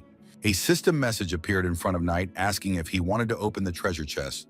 And Sue asked with surprise if there was a one-time secret key hidden in the Bone Soup dungeon that hadn't been opened yet. Lin began to examine it and noticed that it was different from the usual one that came out in the rewards. And then noted that once used, the key, like the rewards inside, disappeared. Ji opened her eyes wide and asked if it was true that at this level, the one-time dungeon rewards were much better than the normal ones. Mumu replied that they were several times more powerful. In addition, unique rewards were sure to appear in them. And boy was I surprised, none of the professionals who passed earlier on Sasesum were able to stay 100% healthy. Sue replied, "Who cares?" and asked her to open the chest faster. Bai was echoing her. The girls were curious about what Lin could do without the luck skill. The young man squinted his eyes. A drop of sweat appeared on his face from the experience. He was curious about it himself. A message appeared saying that the gold-level treasure chest had been opened, and the gold-level skills Great Assassination and Black Iron Fist had been obtained. From the next message, it could be learned that the platinum chest had also been opened, and free characterization points and platinum-level gear, Zoo Hound and Meteor Staff had been obtained. Our hero said there was nothing for a priest, but this Meteor Staff would suit Mumu and asked if she needed a new weapon. The girls laughed. Sue said it was no big deal, after all. 10 characterization points were good too. A message appeared in front of the guy saying that he had gotten extra points to his intelligence. He also approached Mumu and said that this staff should match her Earth attribute of Master of the Five Elements. And she asked where they were going next. Lin said that their team was already leading in equipment and results, and he would go through one more time to accumulate experience and reach the 10th level. He asked the girls if they could clear the dungeon. Bandon held Bai down and yelled, if the young man had any brains at all, he'd better give up the key nicely. Our hero and Mumu stared at the enemy. The girl was very much frightened and drops of sweat appeared on her face. And the bald man was pleased with himself. He put a knife to Ji's throat and remarked that otherwise she would die. But the girl was not frightened by these words at all, but rather, on the contrary, she became very angry. She started attacking the villain while yelling why Lin should give him the key. The hooded man at the attacker's side frowned, clenched his teeth, and stared intently in front of him. He didn't think for a long time and started attacking Bai. The girl saw it. Drops of sweat appeared on her face. She was scared. Ji held her huge sword in her hands and was about to confront her opponent. But her skills level were not as great as her opponent's, and she fell at the bald man's feet. The hooded bandit noticing that she couldn't be relied upon at all. Our hero looked intently in front of him and told the bandits to let the girl go if they value their lives. And his opponent only laughed and admonished the guy not to be so rude. But his joyful tone changed very quickly. He couldn't understand what was happening to him. The young man used his strength and began to attack him. The man screamed in terror and Bai was able to bounce aside. Baldy, on the other hand, yelled for the hooded man to stay out of it, as he could figure it all out himself. Another bandit who was lying on the ground was calling Knight a lousy guy and yelling how he could do that when he didn't even have level 10. At the same time, an unknown force grabbed the girl who was in the company of the villains. Lin laughed and replied to the bandit that he would regret his arrogance very soon and added that he would send him straight to hell. The hooded villain frowned, smiled evasively, and wished that no one from Knight's group was left alive. He added that he would kill the boy first, and there was no point in taking on the girls at all. Baldy started laughing like a lunatic and noticed that the guy didn't care about the lives of his comrades at all. Sue was covered in drops of sweat. She opened her eyes and mouth wide with fear. She didn't know what to do. But Knight calmly told Mumu and Bai to step back and added that the aura of the opponents had become demonic, and then stated that those had already finished their deal with the devil. He thought of the fact that they had given up their original gift for the power of the abyss, which was many times stronger than themselves, and decided to apply divine healing, an indulgence of catastrophe. The young man attacked the villains, and there were several of them, as they were not going to back down. The man started laughing and called Lin a scum who doesn't even know how to use his skills, and informed his brother that their opponents were probably well-equipped, and cheerfully added that they would take all the loot for themselves. But Knight approached the bald villain with burning eyes and attacked him with all his might. His hooded partner frowned, his face covered in drops of sweat, and he shouted loudly. He went over to another kid and yelled for him to heal faster, but the kid replied that he couldn't do it since he was dead. The man frowned and couldn't understand how a priest who hadn't even reached level 10 could have such a powerful attack power. He even contemplated the fact that the kid had most likely made a deal with the Abyss Devil, and then realized that Lin wasn't exactly an ordinary priest. The bandit thought the bastard didn't even look human, then yelled to run away. Our hero opened his mouth in astonishment and shouted, if the opponents had thought of running away, and noted that he would not let the devil's henchman go just like that, and immediately applied the skill Divine Starburst. Falling into hell, the villains fled and screamed in terror and fear. Lin thought that by increasing the damage of all the skills, one could deal with a nightmare-level boss with high defense in a matter of seconds, and concluded that they should all die. Sue said if they didn't take action, they would get hurt, and Bai asked if she wanted to destroy the corpses and cover her tracks, then wondered what would happen if the Alliance found them. Guy noticed that no Alliance would admit that traitors were crowding in among them, and added that they were working on their own. They didn't care about their organization. He looked in the bald man's bag and said there was a locked mix of platinum and gold gear. He sighed heavily, and noting that only the fallen could use it, he closed his eyes and thought about something. Just as suddenly, there was a system message that the giant gibbering forest was open. Our hero smiled and thought about the fact that this was a Doom-level dungeon. This made him very happy. The 10th level dungeon, 10th level giant gibbering forest, was once used on a test for a profession. No team has cleared this dungeon in years. Boss Dark Caster has become a nightmare in reality for all students, and an obstacle in the path of professionals. Many warriors united to challenge him. Their goal was not to gain experience or first-class equipment, but the key from the Forgotten Lair. It was a drop for the first passage of the level perdition. The young men walked forward, and Sue noted that there was a giant gibbering forest in front of them. She clenched her fists, opened her eyes and mouth wide, then gasped and asked if they were going to go there. Knight turned his head to her, smiled, and replied that they would do so once Baiji's skills recovered, and informed them that their goal was not only to reach level 10, but also the key to the Forgotten Lair. Bai asked what they would do with the dead, because even if they burned them, there would still be traces. Sue suggested burying them.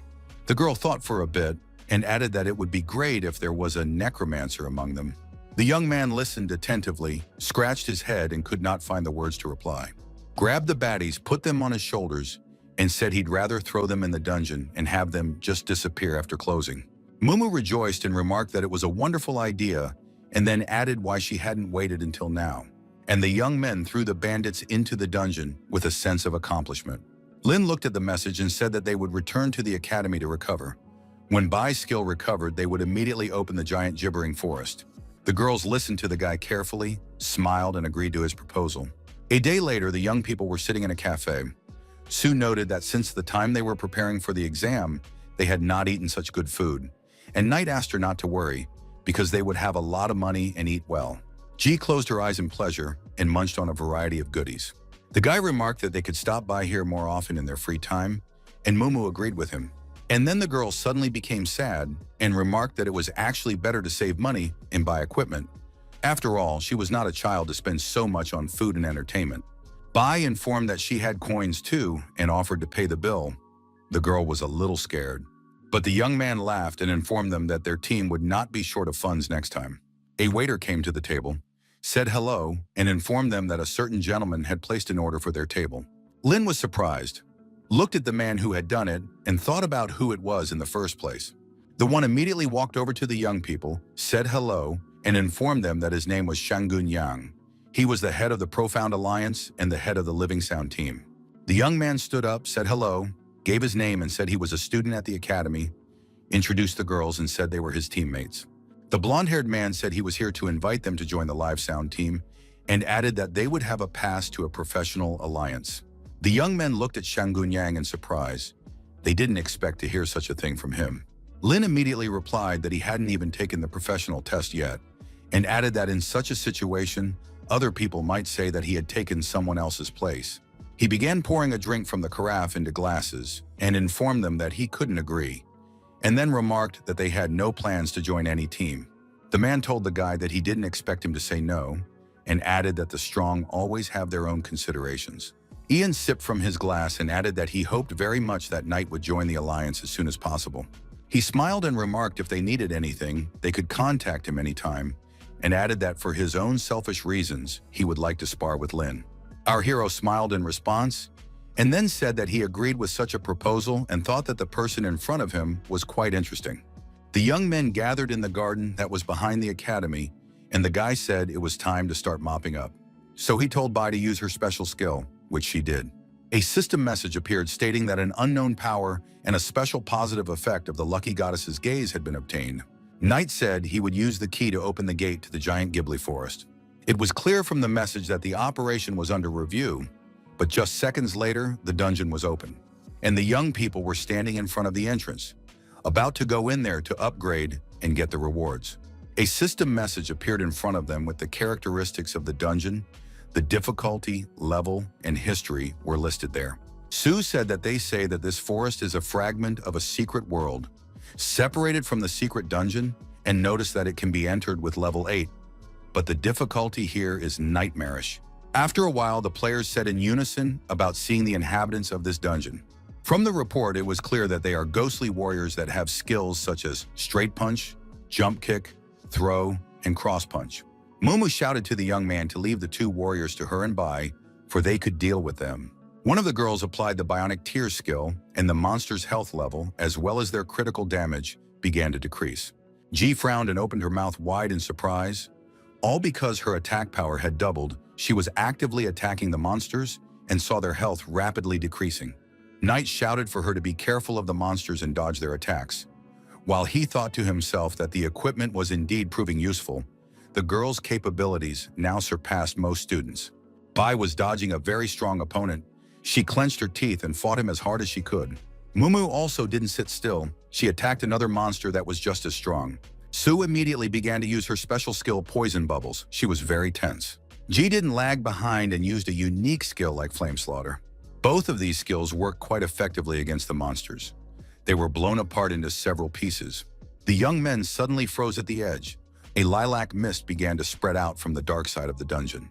Lin shouted for everyone to get ready and then announced that the boss was already here. A plaque appeared in front of them describing a white spirit rider monster that was quite powerful. The beast was indeed very strong and tall. It was several times larger than its warriors. Knight used the skills of inverting the divine starburst and falling into hell. Mumu watched everything carefully and asked in a stammering voice if it was already over. The guy looked intently in front of him and replied that he hadn't yet, and asked that the girls hold their positions as they needed to increase the damage done by the bleeding. Bai, who was standing off to the side and carefully watching everything that was going on. And the monster was whole and unharmed. It was approaching the young men who were uninvited guests to it. Ji immediately applied skills such as bionic tears, poison bubbles, deciding that it wasn't enough, added more flame slaughter. The enemy's health began to gradually decrease. A system message appeared that the enemy was poisoned and was under the bleeding debuff. But the monster wasn't simple at all. It was recovering lost resources. All the attacks from Bai with her weapon were nothing to the monster. It appeared that his XP had been increased and his characteristic values had been greatly improved. Mumu asked if this was a passive skill of the White Spirit Rider and noted that it became super defensive when the health scale dropped to 1/4. Ji had droplets of sweat on her face and noticed that this was the first boss, but it was already so difficult. The guy used the clairvoyance technique and said that it was an exceptional skill of the monster, and then said that he would distract him and ask the girls to be careful so that the enemy wouldn't switch to them. The young man hid behind the branches and shouted for the rider to start attacking him, and himself thought about the fact that the position is visible, but the view is clear and the distance is suitable. Knight concluded that a professional knight would clearly not use ranged attacks such as spear throwing. A system message appeared saying that the boss had used the Lion Barrier skill. It was a special shield that could withstand 300 units of physical damage and magic. And just a few seconds later, he used the Light Thrower skill against our hero. But despite such a strong effort, the guy stood his ground, even though the attack was quite strong. The message that the monster had an inversion of strength appeared again. Its attack power, speed, and defense were greatly increased, and he stood in bewilderment looking at the guy, as his attack was going to do some serious damage to him. The young man used the reverse healing skill and began to attack the enemy. The attack failed, and he wondered what to do next in such a situation, and made the decision to use attacking skills against the boss, grab a weapon, and switch to combat mode. Our hero did not think for a long time, gathered his strength and used the skill flash against his opponent. The boss didn't stand still, but used a reverse clarity technique called grabbing. A message appeared that after using the shimmering stone, all of Lin's characteristic points had been increased by 20 points. The guy got an active skill flicker. With it, you can teleport 10 meters in a specified direction. Our hero smiled and thought about how it was a shame he had already planned this. He began to attack the enemy, and his health level began to decrease very actively. The young man thought about the fact that after the attacks, the boss's skills were over, and now he would need to use melee and attack power. The monster that realized that the time of the Holy Light skill was out for a few seconds froze in place. And then he turned and started to run away. Mumu shouted if it was too late for him to run away. Knight, on the other hand, happily shouted that his skill had recovered just in time. The inversion of the life force cataclysm had also occurred. After a few seconds, there was a message that a divine starburst inversion had happened, a fall into hell. And from the following, the players read that the White Spirit Rider had been defeated and 8,600 experience points had been gained. Lin's level had been raised to 9th and Sue's level to 7th. Lin said he didn't think the first boss would be so difficult and added that the dungeon lived up to its name, Perdition. And Mumu understood that without the guy, it would be difficult for them to pass this dungeon even with diamond armor. The young man noticed that there must be a second boss somewhere. He wondered why there was no signage, how suddenly they were captured by a liana plant, and were very much surprised. But the young man immediately realized that it was a special way of teleportation. Knight immediately shouted to the girls to remember to land smoothly or they would take damage. All turned out well, and the young man announced that they would finally meet the legendary Master of Curses. Suddenly, our hero shouted very loudly to his team members to be careful. Mumu opened her eyes and mouth wide and started frantically calling the guy's name. She was really scared. As for Bai, drops of sweat came out from her fear, and she screamed loudly. The team members saw a message in front of them that a curse master was in front of them. Judging from the characteristics, this monster was several times stronger than the previous boss. Lin stood a few meters away from him and calmly informed him that he had wished to meet him for a long time. Drops of sweat appeared on the guy's face, and he thought about the fact that it was just as he expected. The monster could attack without even appearing, and if he didn't dodge, there would be a disaster. A system message appeared, revealing that the monster was entering a combat state, automatically enchanting its weapon, which would deal magical damage when it attacked. The Curse Master stood in front of our hero and realized that all of his characteristics were greatly improved. From the next post, players learned that a spell had been used that allowed them to dominate even the tank class.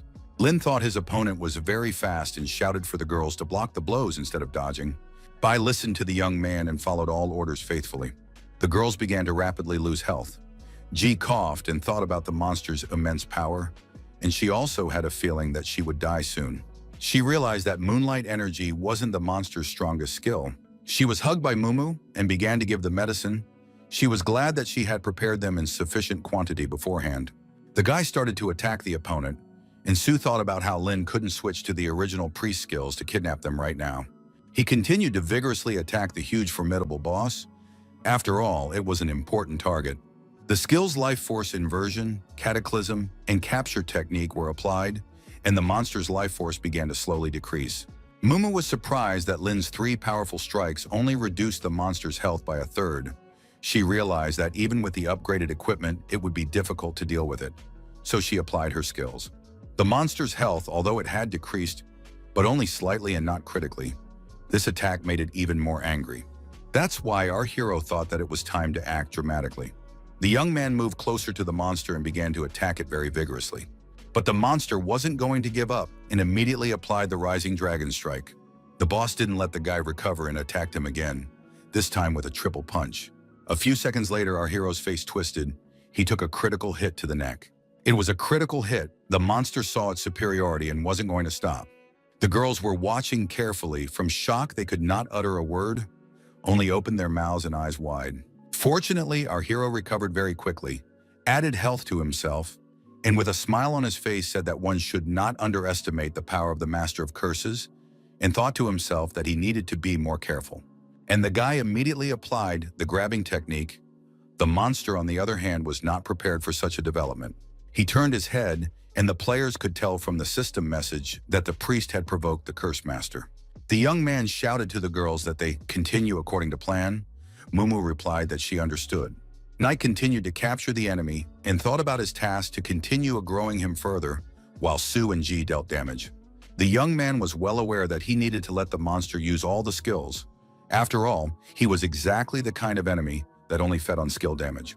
A smile appeared on Lin's face, and he thought about the fact that even at the perdition level, the health value and defense were greatly increased, so they needed some time. The monster looked confused. There was a report that it had shifted its attention. His health gradually decreased, and the cursed master himself walked towards Bai, who was hiding behind a tree. Like that there was a life force inversion, a cataclysm, and the monster lost a lot of health points. Knight stepped forward and shouted for the Master of Curses to remember that he was the one who was his opponent.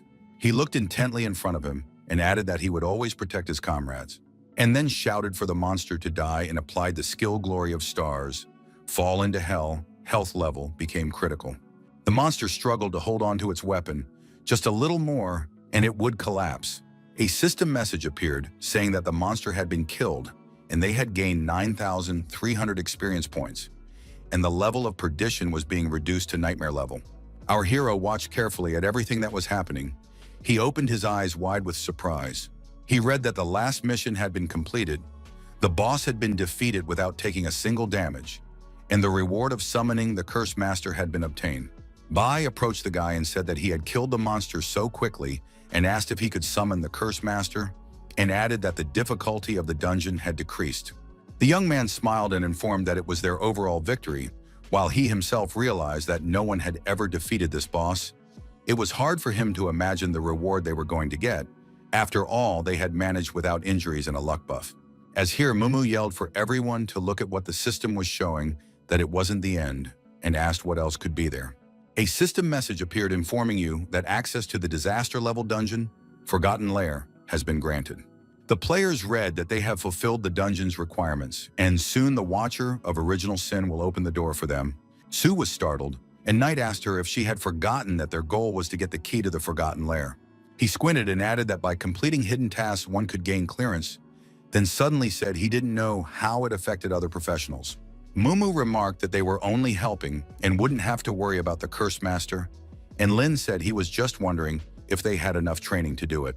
The young man said that the remaining enemy was the last giant deep in the forest, and he thought to himself that the scenery of this forest was really amazing, and the second monster was the strongest monster in the entire dungeon, and this one, though big, but the stupidest with weak techniques. It was the last giant. No one knew the reason it was here, and there were other characteristics in the description as well. Bai screamed that the monster was so huge and then asked what they should do. Lin informed that the most important thing was not to panic. The guy said that the monster has a slow attack speed and can only walk by swinging back and forth, and added that the enemy might try to step on them. Ji already wanted to attack him, but Knight asked her not to.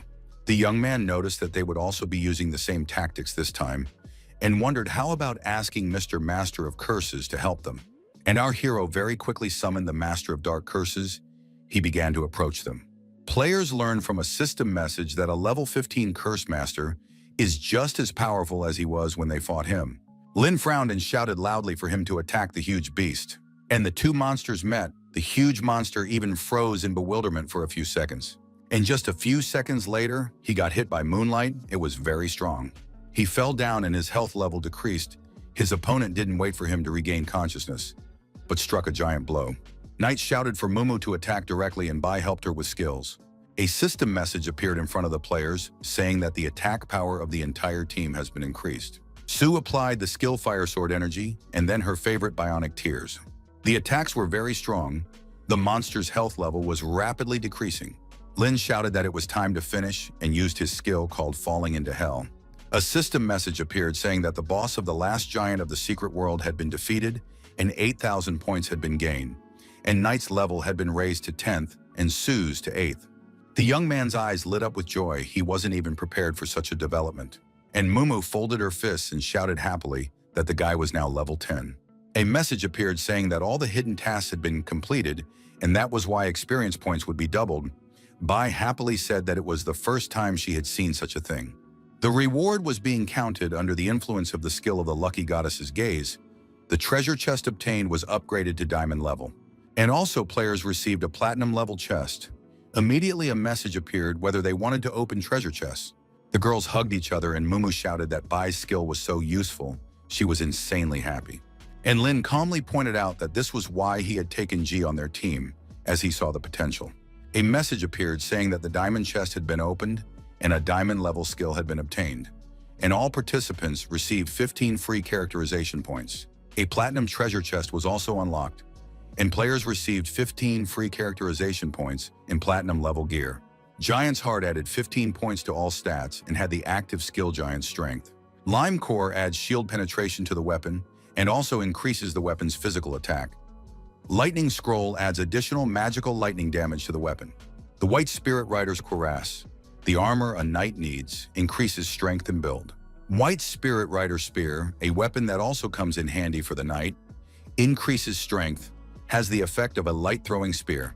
Tide of the Blue Sea is an exclusive pre-skill that restores health to all allies. Our hero rubbed his beard and reported that the last skill was quite good. He liked it. Suddenly a strong wind came up from an unknown source, but the young man stood still and thought about something. A system message about the Blue Sea Tide inversion has appeared. It causes a wave of death to sweep across the field. The young man thought about the fact that his inversion talent didn't improve any of the skills that originally benefited the team. He realized that he was losing control after the inversion, but he increased his speed. After Tide of Blue Sea transformed into a skill that dealt damage, the debuff status would only increase the enemy's debuff. The young man looked intently in front of him and thought about the fact that it could be a decrease in characteristics, health, as well as dizziness and such. From the message, the guy learned that the Blue Sea Tide skill had been learned, which he couldn't help but be excited about. I thought to myself, let it be a reminder to pay attention to learning Dispel skills for the sake of developing control. Knight thought about what had been said about how if a talent reached an advanced level, it could change its nature. He smiled and made the decision that he would have the last word, and he would change it as he wished. And Lin told the girls that they would sort out the rest of the drops as they left and added that he would like to inform Chang Yuan Yishang Guanyan about the disappearance of the Dark Curse Master and the dungeon level decrease. And then our hero pointed out that it would most likely cause a huge stir again. The next day, the academy principal couldn't believe that Lin Knight had killed a curse master in the giant perishing forest. He asked his opponent if he understood correctly about the perdition level dungeon. He noted that the guy contacted him after the sweep and the alliance confirmed it all. Ian noticed that only 73 professionals had set foot in this forgotten lair. 24 of them died inside. All the rest chose to give up halfway through. No one made it past the halfway point. The man added that no one took it up a second time. It wasn't even a matter of wanting to, but that they simply couldn't handle the onslaught. Mr. Huang remarked that they would wait until the guy was stuck at level 15, and the Alliance would do everything to help such a talented pro, but it would all depend on the guy after entering the dungeon. The principal remarked that everything is just fine, and then added that all students owe Knight a debt of gratitude. The old man said that they should hold a meeting and reward the guy, and then mentioned that he had already brought up the topic of sealing the entrance to the dungeon, but all parties were against it. The man in glasses remarked that students who cannot face such challenges should be weeded out and added that the Alliance will not raise garbage who are not fit to be professionals. The principal said he was just pondering and then said they had already expelled several students because of him. Ian waved his fan, clucked, smiled, and said it wouldn't happen again. Mumu burst into the principal's office, apologized, held out her cell phone, and said they had some problems. There was a post on the pro forum about Lena. The girl said that the news they broke to the Alliance had spread all over the forum.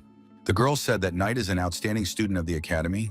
He is a future professional who was chosen by the Alliance, and added that he is the future of the Academy. She was shaking all over and begged the principal to do something about it. He replied that they understood her worries. Ian frowned and said that he would verify all the information provided.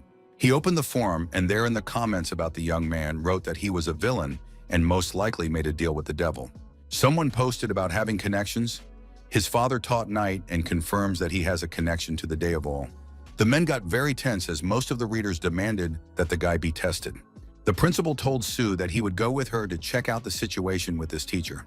Mr. Huang laughed and remarked that it was hard to tell if that teacher even existed. Ian squinted his eyes and said that it was most likely a fabrication of the Alliance opponents and added that they needed to issue a joint statement and then added that it probably wouldn't be enough. Suddenly, Knight walked into the room and said he wanted to take a test for the presence of demonic energy. It was reported on television that the Alliance has strongly criticized the rumors and that what the Academy teachers were saying was a brazen lie. The men said the rumor monger had pleaded guilty and Lin had no connection to the devil. In the headquarters of the Alliance gathered a huge number of journalists. A huge number asked questions to our hero. He stared intently in front of him and heard the question of whether he had come to take the initiative to conduct a demonic energy test. The journalists were covered with drops of sweat. They were very nervous and anxious. The young man began to walk away from them and calmly said that you can't be a reporter with such timidity. The journalists started arguing among themselves, asking why they were suddenly so frightened. Someone noticed that a colleague doubted the Alliance. They were asked to calm down as they were on air. Lin entered the places where demonic energy detection is conducted. The man told the guy to enter the sacred judgment circle and wait. The young man obeyed the man and began to remove his outer clothing. A system message appeared that the demonic energy check had begun. A man who was standing a few meters away from our hero noted that Knight doesn't have to do that and added that some people just don't want to acknowledge his superiority. And then added that most professionals just believe in the young man's strength. The young man smiled and said that he had also thought about it, remarked that he was also very interested, and then added that he doesn't really care about the allegations and remarked that he just wants the people around him to stop being afraid and worried about him. The man said they hoped the results would be good or they would have to arrest him. Lin agreed. Our hero closed his eyes and waited for his testing to finally be over. The men watched the process closely, drops of sweat on their faces from overexertion. A message appeared saying that the check was successful and the value of demonic energy in Knight's body was 0%. No agreement with the devil was detected. The young men got very excited, and the oldest among them said that was excellent and added that he would print out the report now. The people who were watching the live broadcast shouted that such a thing couldn't happen, that Lin didn't have demonic energy. Others started posting comments about what the haters were going to do next. Knight said he is now going to publish his specs and gear, and if anyone doubts it, they can join him in battle and check it out in person. Juan was freaking out and yelling why everyone believed it. Because the guy was scum and he was bewitched by black magic, he was running somewhere and muttering to himself that he had to warn them. Our hero was walking down the street, a calm smile on his face, and there was someone watching him around the corner. It was Xiaofan, who was thinking about how Knight had fallen so low that he was buying tea and not paying the bills. After a minute, he started talking about where Lin had gone and swearing he was at a loss. The boy hit him and asked if he was a criminal on the run, and Juan shouted that it was insidious. The young man remarked that it was far more insidious to pursue. Xiaofan turned to the young man and said, "It is not for Knight to say what is good and what is bad." And then he came closer and asked if the guy had met any similarly possessed demons of the abysses or something. Our hero was surprised and replied that he hadn't.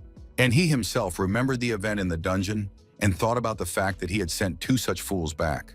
Huang started shouting for Lin not to be rude to him. After all, he was the one who let the young man enter the dungeon, and then the abyss came after him and added that he wanted to tell the Alliance about it to evict the demon. The guy was surprised and asked if he wanted to say that the demon of the abyss had taken a fancy to him, and he had not only resisted the temptation, but had done it on purpose. Xiaofan hummed and remarked that some rats that dare not even appear in the human world could make him surrender. He screamed that he was born to be the main character. He had money, beauty, strength, and didn't need low-grade help. Lin looked at him and thought about the fact that he had knocked him out of first place, but what annoyed him the most was his opponent's characterization. The young man thought about the fact that Juan was able to resist the demon's temptation in spite of that, and he was very impressed by that. He went and said that he also hated the demons of the abyss and the talents he possessed were unavailable to them, and remarked that he hoped the kid would get that, but he yelled that he didn't believe it. Our hero thought of contacting Huang Tianqi again to put his son under house arrest again, as he is very annoying. Lin Yu received a message that the guy who was spreading untrue rumors about him had been caught. The club supporting Knight wrote about that liar even reselling the guy's leadership. The young man wondered who it was, and it turned out to be Chao Yuan from their class. Young ordered that the villain be blacklisted so he could sell and buy gear, and asked that the evidence be scanned for him so he could publish a post on the forum. The man who wrote the message noticed that the boys wanted to teach him a lesson themselves. Lin, however, ordered him not to, and then added if Cao was caught, He would tell the secret strategy for passing the secret dungeon locations, and with that, any dungeon could be passed. And recorded voiceover that a dungeon walkthrough guide for the Land of Bones dungeon will be released soon, and said you can check out a preview. A huge message appeared. Classmates were shocked that the dungeon could be passed with health. Knight posted that he needs students to be notified that anyone who buys or distributes pirated copies will no longer be able to get his manuals. It was posted online that all pirated copies of Lin's manuals would be removed. Bai had read that anyone who wanted to distribute them again would be blacklisted and unable to receive any future guidance, and accomplices would also be blocked. The young man gritted his teeth reading such a message and thought that now there was no way to save money. But there were some users who agreed with Cao Yuan and considered him a hero. A dispute started between users, for most believed that the labor was stolen from Lin by a thief and profited from his gigantic labor. There were some students who thought that everyone twisted as they could. This was the case for Yuan. Those on our hero's side rejoiced that they would have a trial version of the new manual. Some users wanted to join Knight's team so they could also get the guides first. The girls who read the chat were very surprised as they read that the new guide would only be available for purchase and copies would be deleted. A young man was walking up the steps, and the chat was writing about getting other users to join the group, as new guides would be coming out. And the number of subscribers increased rapidly because it wasn't just a fan group for Lin. Guy, on the other hand, thought about why the number of subscribers had increased so dramatically and came to the conclusion that sometimes a point is more effective than a fist. He was happy that this way he could stabilize his source of income and said it was time to sort out the stats. A system message appeared in front of the guy, showing his characterization. He was very surprised as there was an exclamation mark next to the awakened talent, and he clicked on it. A message describing the skill opened in front of the young man. He began to read carefully and thought that he would postpone the question of improvement for now and deal with it after the professional test. He thought about the fact that after overcoming the 10th level, his intelligence approached 150, and he set a goal to reach the same amount but without bonuses to pump dexterity, spirit, physique, and strength. So he started chatting to Zhao Jihan about needing weapons, necklaces, and greaves. The man wrote about how he can't fulfill all the requirements, but he will still try. 10 minutes later, the young man sent the inventory and wrote that Lin could choose anything he had at his discretion, and he thought that the weapons could be sold and the greaves were not suitable. So he wrote that he needed a priest weapon and added that he needed stones to forge level 10 gear. Zhao asked that he couldn't get it all right now, and there was a pause in the chat for a while. Knight thought about the fact that he couldn't tell the man that he was going to the Deadlands. But the one wrote that he would try to organize everything as soon as possible and wrote the cost of forging and previous equipment. Our hero paid the required cost. A system message appeared with a description of the bone necklace. The young man was also able to familiarize himself with the characteristics of the white bird jade pendant. Knight had gotten the star staff of healing that he so desperately needed when traversing the dungeons. He was very happy to have his inventory replenished, and so he immediately decided to forge on. The young man was well aware that this required certain skills and strength, so he was focused. The forging was successful. His demonic emperor outfit, star healing staff were forged to level 10. As for the bone necklace and the white bird jade pendant he wore, he had also chained them to the 10th level. Knight looked intently in front of him and thought to himself that this should suit him for the moment. He thought about the fact that with this level of equipment, obtaining the SCCS rank in the Land of Death should be enough, because in such a dungeon, the loot was either very good or very bad. Suddenly, the young man heard some noise and became very tense. He couldn't understand what was going on. The guy went to the noise and saw the girl in front of him, scratched his head and called her name. Mumu got very scared and blushed and thought about why he came home without a sound. She was using his bathroom since hers didn't have working hot water. Knight blushed, scratched his head, said it was okay and whether he should turn away. Sue said it was fine and asked if he had a minute since she wanted to talk to him. The guy agreed, but asked to dry his hair and change his clothes first so the girl wouldn't catch cold, and she agreed. Mumu asked the young man to wait just a few minutes and he agreed. Lin asked what was the matter and why she was so serious. Sue remarked that Bai had complained that she didn't like the two-handed swordsman class and added that the one didn't suit her in many ways. He remarked that it was still difficult with Ji's new gear, and the young man said she hadn't said anything to him and added that he'd seen her handle a big sword pretty easily. The young man said that if he could find a hero certificate that allowed her to change classes, Bai would be able to choose something more suitable. Yi added that he will ask Huang Tianqi about it later. but G needs to be sure if she wants to change her class. Sue remarked that it's great and she feels better and will be back soon. Knight asked if there was anything else she wanted to say, and it wasn't just about bye. Mumu stopped, lowered her eyes, and didn't know what to say to the guy's direct question. The young man said he was asking about her. The woman shouted that he was a fool and then asked how he had figured her out. And then she asked him not to laugh after she said something to him. He started laughing, and the girl got even angrier. She calmed down a bit and noticed that he was level 11 now. And since he had awakened the talent, they had grown distant from each other. Sue thought she knew that, but she herself said that they had practically been together since they were kids. And she added that she thought that even after the talents were awakened, they would still be the most cohesive and reliable partners. Mumu noted that she felt like he didn't need her anymore. He could earn hidden rewards on his own and become the center of attention. The girl said she was just following his commands, doing little things he could easily do himself. Tears flowed from her eyes, and she went on to say that she was happy for him. But the gap between them was getting bigger and bigger, and when they were in the dungeon, she just felt like a burden and couldn't be a pillar of the team. The guy put his hand on Mumu's head and remarked that she was overthinking it, and she replied that he was stupid and didn't understand, and said he didn't know what it was like to try to keep up with someone, only to feel increasingly helpless. Sue was quiet for a while and stated that she no longer wanted to continue to depend on him. Lin raised a finger up and said, if that was the case, then she needed to become more disciplined, and she needed to start from today. Namely, no snacking and late dinners, but early rising and practicing. Mumu screamed. She wondered if agility wasn't just about accumulating points. The guy asked if she thought she had enough points. He held out his hand with some object and told her to take it. Sue was very surprised, as it was the heart of a giant. She could not believe that the young man was giving it to her.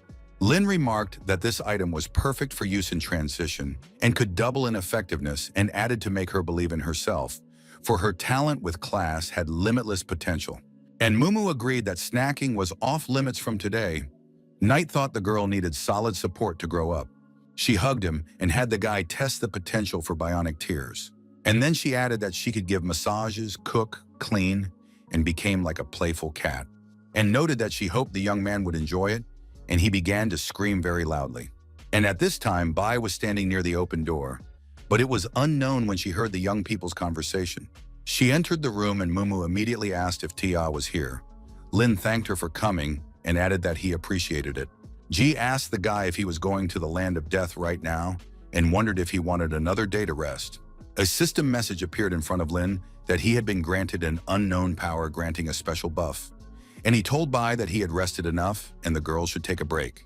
Added that they should watch the movie and use the stone key to summon a one-time secret realm and open a portal.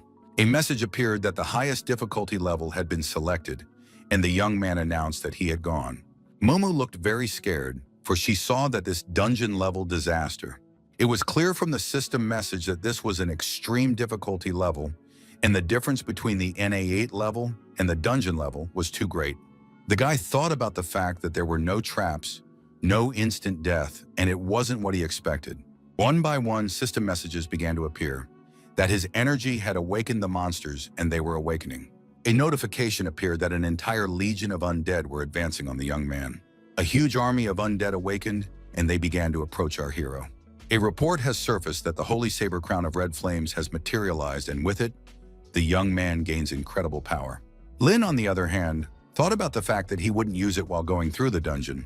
But the messages didn't end, and a list of special conditions for passing the Country of Death appeared before him.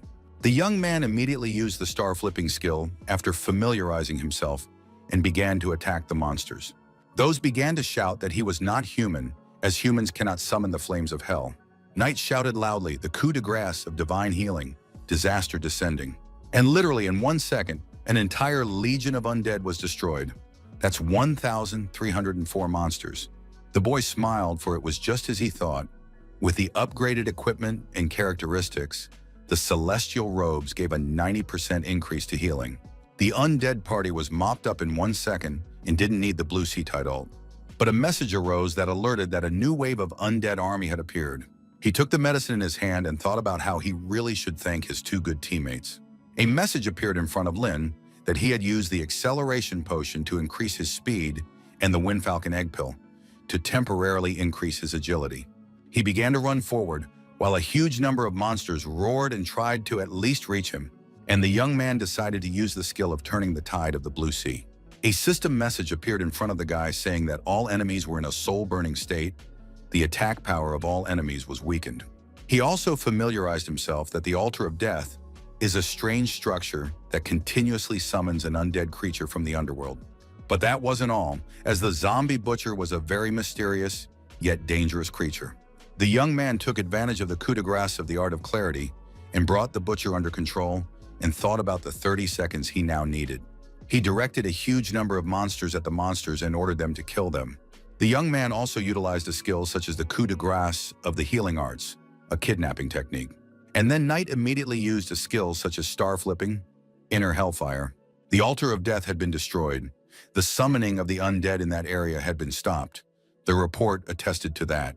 The young man immediately used a skill such as the abduction technique against the monsters. From the next system message, our hero learned that the divided zombie butchers had been defeated.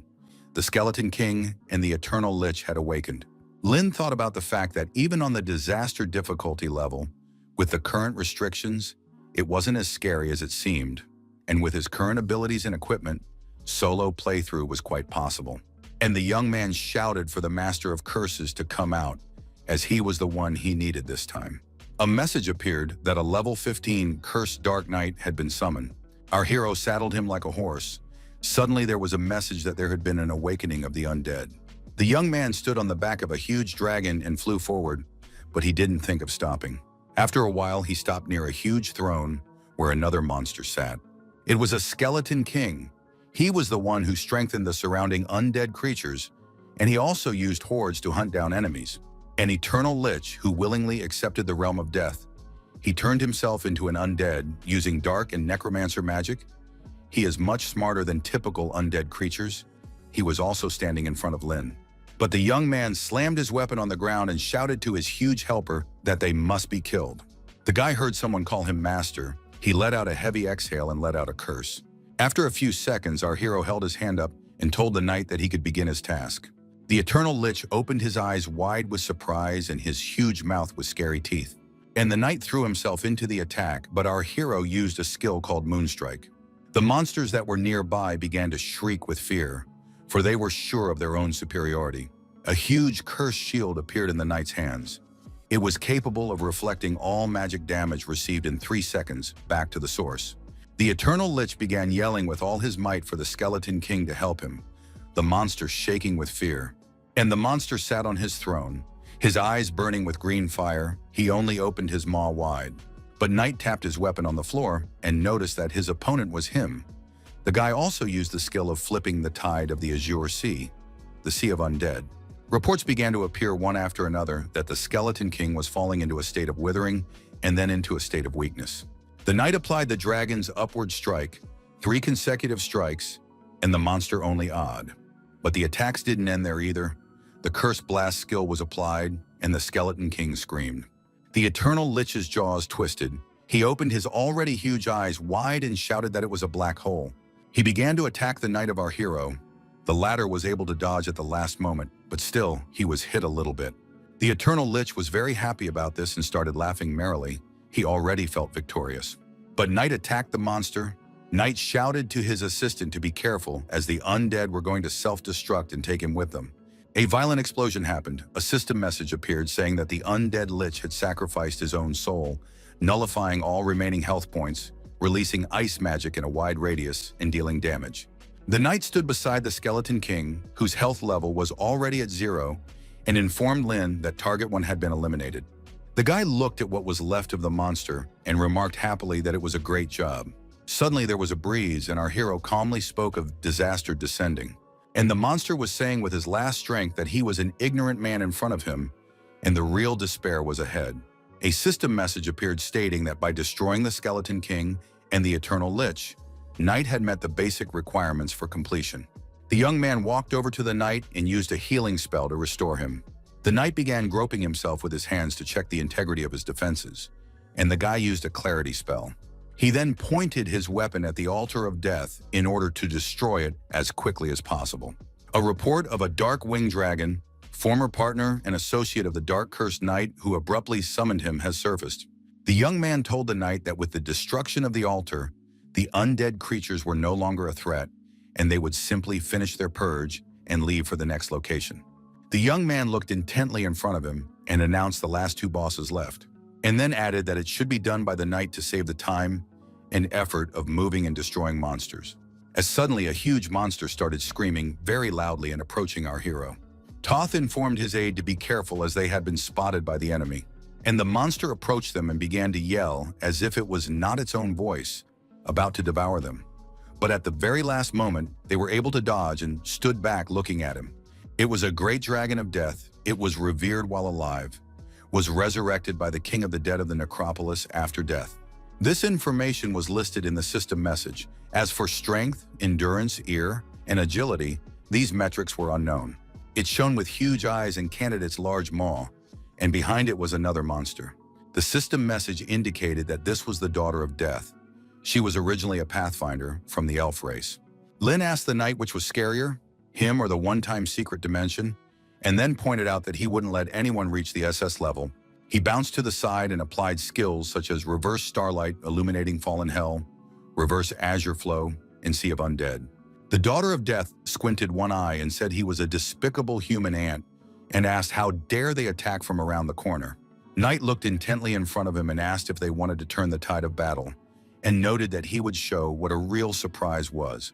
Our hero began to attack the opponents, and with such force that in different directions flew stones, dirt, and dust. The daughter of death laughed and remarked that the young man's attack wasn't bad. The guy, however, caught the arrow that she aimed at him with his hand, giving him a boost in health points. The monster shrieked and yelled that it was impossible. After all, her arrow had hit the young man exactly in the heart. How is it that the skill was ineffective? Is it really immune to submission? And she told the great dragon of death that the opponents had something strange and ordered him to attack first. The one immediately obeyed the daughter of death and began to attack the opponents. But to his great surprise, Lin's health points only increased. The young man stood calmly and looked at his opponents. He didn't even think of running away somewhere. The daughter of death drew the bowstring of her bow to fire, while a knight watched from the side. Literally seconds later, he was in front of her to intercept the arrow. The monster was really pissed off by this, and she thought about how this guy couldn't be allowed to get any closer, and shouted very loudly for all undead to listen to her orders, and they were to block the enemy. The monsters actually tried to grab the huge knight, but they failed. He threw himself at the daughter of death, and the latter screamed in a voice that was not her own. A skill such as silence magic was applied, and the monster's health level was rapidly decreasing. The monster stared intently in front of her, the vessels in her eyes popping from the strain, and then screamed that they were stupid traitors and could only fight in close combat. She grabbed a knight, attached some sort of object to his back, and screamed that she would make them kill themselves. It was a talisman that controlled a living being, and the weaker it was, the longer the control time. And through this device, a suicide command was sent for the creature to commit suicide. The daughter of death drew the bowstring and shouted that although it was only a second, it was enough. She started attacking the knight. The knight couldn't understand what was happening. His health level was decreasing. Knight saw all of this and yelled at him with all his might to switch into a protective stance as soon as possible. The knight began to summon a black shield, greatly reduced in speed due to its weight. Damage was reduced by 70%. The daughter of death resented the fact that her opponent had taken so many attacks and remained alive, but promised to bypass the shield and finish him off. She put that into practice very quickly and began to attack the knight, his health level rapidly decreasing. The monster noted that the enemy had no more health and she would deal with him very soon, then take on the companion. Literally seconds later, the daughter of death cringed as she was affected by the reverse ghost binding spell. Our hero looked at her intently and wondered what she had just said. He unblocked the negative effect. The knight began to regain health, and the guy asked who was going to deal with who here. The daughter of death, who couldn't disentangle herself from her bindings, cried out that this was happening. She looked at our hero and couldn't understand why he was still alive, but he wasn't going to answer that question. The young man applied interruption skills as well as a growing dragon strike. The boy looked intently at the dragon daughter and said that all the stars were shining. Before he could finish, there was a huge explosion and only shreds flew in different directions. After a few seconds, a message appeared in front of the young man saying that he had killed the dragon of death. The Daughter of Death began to call out to him very loudly. She was so confused she couldn't find the words, and then screamed as much as she could that the opponents had no fighting ethics at all. Our hero was completely calm. He summoned the Spirit Reversal Cure skill and Descending Calamity. There was a very strong explosion. Pieces of rocks, dust, and dirt flew in different directions. This was Lin's way of dealing with the Daughter of Death. He told the knight that he would deal with the northwest, but he himself chose the southeast and ordered that it should be cleared quickly. The guy thought about the fact that if they completely cleared the altar, it would be over quickly, because although the dungeon was special, it wasn't as difficult as expected. He applied the skill Reversing the Tides of Azure Sea, Sea of Undead, and reflected on the fact that they could clear the dungeon in less than 10 minutes, and they had more than enough time. After a while, the young man stood on a mountain of skeletons that no longer posed any danger. Guy received a notification that he had destroyed the remaining undead creatures in the Land of Death and completed the first 4 quests. He stared intently in front of him, and the thought that something was wrong here gave him no peace of mind. A notification appeared that the avatar of the 2-winged angel Kuro was about to descend, and that the 5th specific quest, Choosing Destiny, had been unlocked. And a few seconds later, Knight saw huge white wings that were rapidly approaching. A system message appeared saying that he had the choice to accept divine favor, accept the reward from the 2-winged angel Kuro, and give his souls to the undead, and then leave the earth. After a while, the notification appeared again. It was suggested to kill Kuro's shadow avatar. Our hero thought about what it all could mean. If there is another hidden boss in this dungeon, and in front of him appeared again a notice to make a choice. The guy had read that if he successfully killed the angel avatar Kuro, he would get a Q-level rating. He was surprised that the SSS rating, it wasn't the highest rating in the dungeon. The young man wondered if this information was known to the other adventurers or if they were hiding it. The young man looked in front of him and had a lot of thoughts in his head. Suddenly, the system message that the Dark Cursed Knight had left the battlefield appeared in front of him again. A summoning recharge had occurred. Knight thought about how overwhelming the pressure was, but according to the notice, he wouldn't have to face the creature. The young man began to look around to see Kuro's avatar, and he succeeded. A characterization notice for the 2-winged angel Kuro appeared. It was not recommended to fight it, and the abilities were hidden. He smiled at our hero and told him that he had done well, and added that he represented the Holy Realm to show his gratitude, and the undead should rest in the ground forever.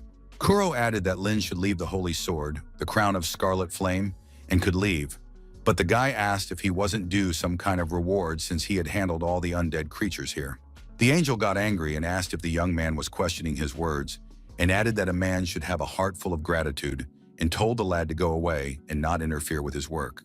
Knight didn't think the angels here were so lofty and used humans as cannon fodder, so he asked if there was anything else here that needed mopping up, and then added that the credit belongs to him. Why then it should be Kuro, and use the universe flip skill. The angel called the young man an insignificant ant, and added that serving the great holy kingdom is the highest reward for mankind, and the guy is full of greed and defying the divine decree. The expression on the angel's face changed very quickly, all because our hero had applied the loot skill. The young man frowned, glared at Kuro, and shouted at him to shut up. These words made the angel very angry, and he shouted very loudly for the divine power to fall. There was an explosion of such force that huge stones sprinkled in different directions. But our hero remained unharmed. Only his hair stirred from the force of the shockwave. Kuro's eyes burned with hatred, and he shouted that he had revealed our hero's weaknesses. He attacked Knight with all his might, using the skill crown of Scarlet Flame, Direct Strike. A huge sword pierced through the young man's body, and he used the Heaven and Earth flip skill. It would seem that our hero's days are numbered, but no. His health level recovered very quickly. Angel was very angry. He furrowed his eyebrows and clenched his teeth so hard that drops of sweat appeared on his face, and then shouted for the young man to not even think of using sneaky tricks to avoid divine punishment. But our hero didn't listen at all to what Kuro was telling him, and carried out the lightning call. His health level increased significantly again. The guy through gritted teeth applied the star flipping skill. And the angel would not be appeased. He spoke of a creature like the ant seeking death, and shouted that Lin was about to see what happens when you defy a holy angel. Knight thought about how his opponent had seemed intimidating at first, but now he didn't seem so smart anymore, and he had the opinion that it was just a projection and not a real body. Kuro shouted, "How was this possible? Physical attacks or magic? ranged or short-range skills. He wondered why the man wasn't taking damage, but rather constantly healing. The guy had his health points added again, and thought about the fact that someone who had seen him defeat previous bosses wouldn't ask such a question. Angel asked if the young man was invulnerable, then shouted that there could be such a thing, that Linya had an invulnerability skill. Knight replied that he had the skill, and all Kuro could do was rip out a strand of his hair or rip out part of his clothes. The young man looked intently in front of him and decided to use the Blue Siku skill. But that wasn't all. He activated the Ku Divine Healing skill, and disaster began to descend. The angel fell from a height with all his might and hit very hard, and his health level was negligible. He frowned, clenched his teeth, drops of sweat on his face. He wanted to say something, but he couldn't. Our hero took advantage of a new skill. It was a coup of the healing arts. After a few seconds, a message appeared in front of Lin that he had killed the projection of the two-winged angel Kuro. The one-time Death Ground dungeon had been completed, and the reward calculation had begun, and he had received an additional diamond chest. The guy reached the top ranking. He read that the secret realm would soon disappear, and the accumulated power would materialize into an exclusive reward. A system message appeared stating that he had received an exclusive weapon of unknown quality, the shimmering moon shadow blade. The young man took it in his hands and began to examine it carefully, for he realized that it was unique. A notification with weapon characteristics appeared, as well as information that absorbing similar weapons improves quality, enhances blade characteristics. Also, Lin read that the weapon has a redemption form. Each strike gives redemption energy, and the destruction form turns the blade into a weapon that deals damage. But that wasn't all, as the Moonshadow form dealt physical damage and restored health in proportion to the damage dealt, and the blade also possessed the Death of the Sea moon characteristic. The Silent Destruction feature allowed you to create a powerful strike that would deal a huge blow to all enemies. It also had a characteristic such as the Moonshadow Rift. A notification appeared that the blade could heal or kill, and Knight thought about the fact that 3 forms and 3 ults was a near-perfect combination with his innate ults. He opened the diamond chest and got 20 free points, an ice bow, a diamond skill, a platinum equipment, and thought he was lucky. Our hero made the decision that he would invest all of his points in intelligence, and also said that his characteristics, based on the message data, were now roughly at the level of a level 20 professional. The young man reflected on the fact that this was only his first goal and climbed up. He stopped near the portal and thought that while the Goddess of Luck's gaze buff was active, he should clear a couple of level 10 dungeons. The kid's voice came from the bushes, saying through gritted teeth that he was waiting for Knight. The one turned his head in bewilderment at the sound and asked his opponent who he was. The kid started waving his weapon and shouted like a madman that today was Lin's death hour. Madman shouted that it was our hero who ruined his reputation and added that everyone wanted him dead. All because he took his guide and added that everyone turned their backs on him. The guy grabbed his weapon and asked if the kid was done, while he thought about the fact that he had warned the students not to waste time because of anger, and the students promised not to get involved. Lin originally wanted to teach a lesson, and himself hit the opponent and said that selling manuals was illegal and slander was also illegal. The kid dropped to the ground frowning, clenched his teeth, his whole body shaking with fine trembling and anger. But just a second later, he was already on his feet. He threw himself at the guy, his eyes going crazy and saliva flying in different directions. Our hero opened his eyes and mouth wide and then reported that it was a demonic aura. He looked at the kid and thought about whether Cao Yuan was really in front of him.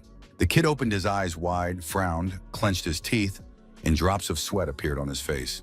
And the demon whispered to Cao about telling him that he was no equal to Knight and everyone despised him. The demon whispered to the young man that no one in this world cared about him.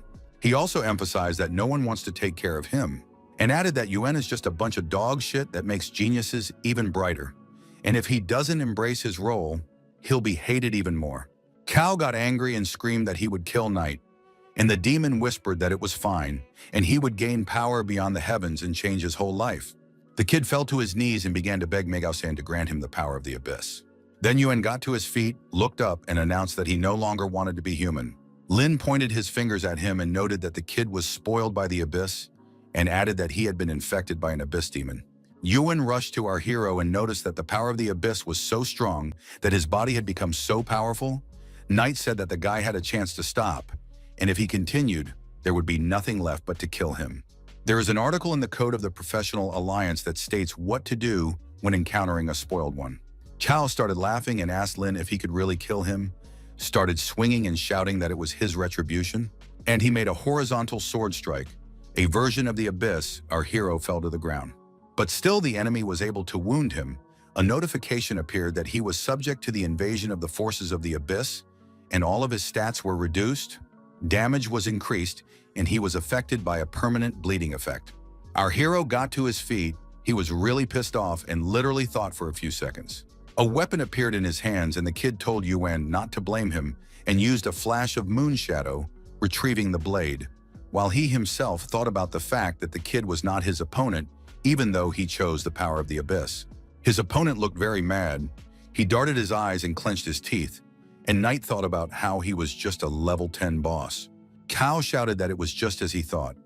Lin was just a priest who put everything into power and added that he was already a corpse and then started laughing merrily. The young man thought about the fact that in such a case, there was no need to use the heaven and earth coup at once. He realized that there were abyss demons nearby, and if they noticed that he had a skill like invulnerability and decided to report it to the others, it would be to his disadvantage. One looked at his weapon and questioned how this was possible. Even with all the daffs, he had no idea how Knight was able to deal so much damage to him with just one blow. Our hero looked at the opponent and thought that the kid had no theoretical knowledge or observation skills. Cao didn't notice the magic damage, and he should hurry up to lure out the demons.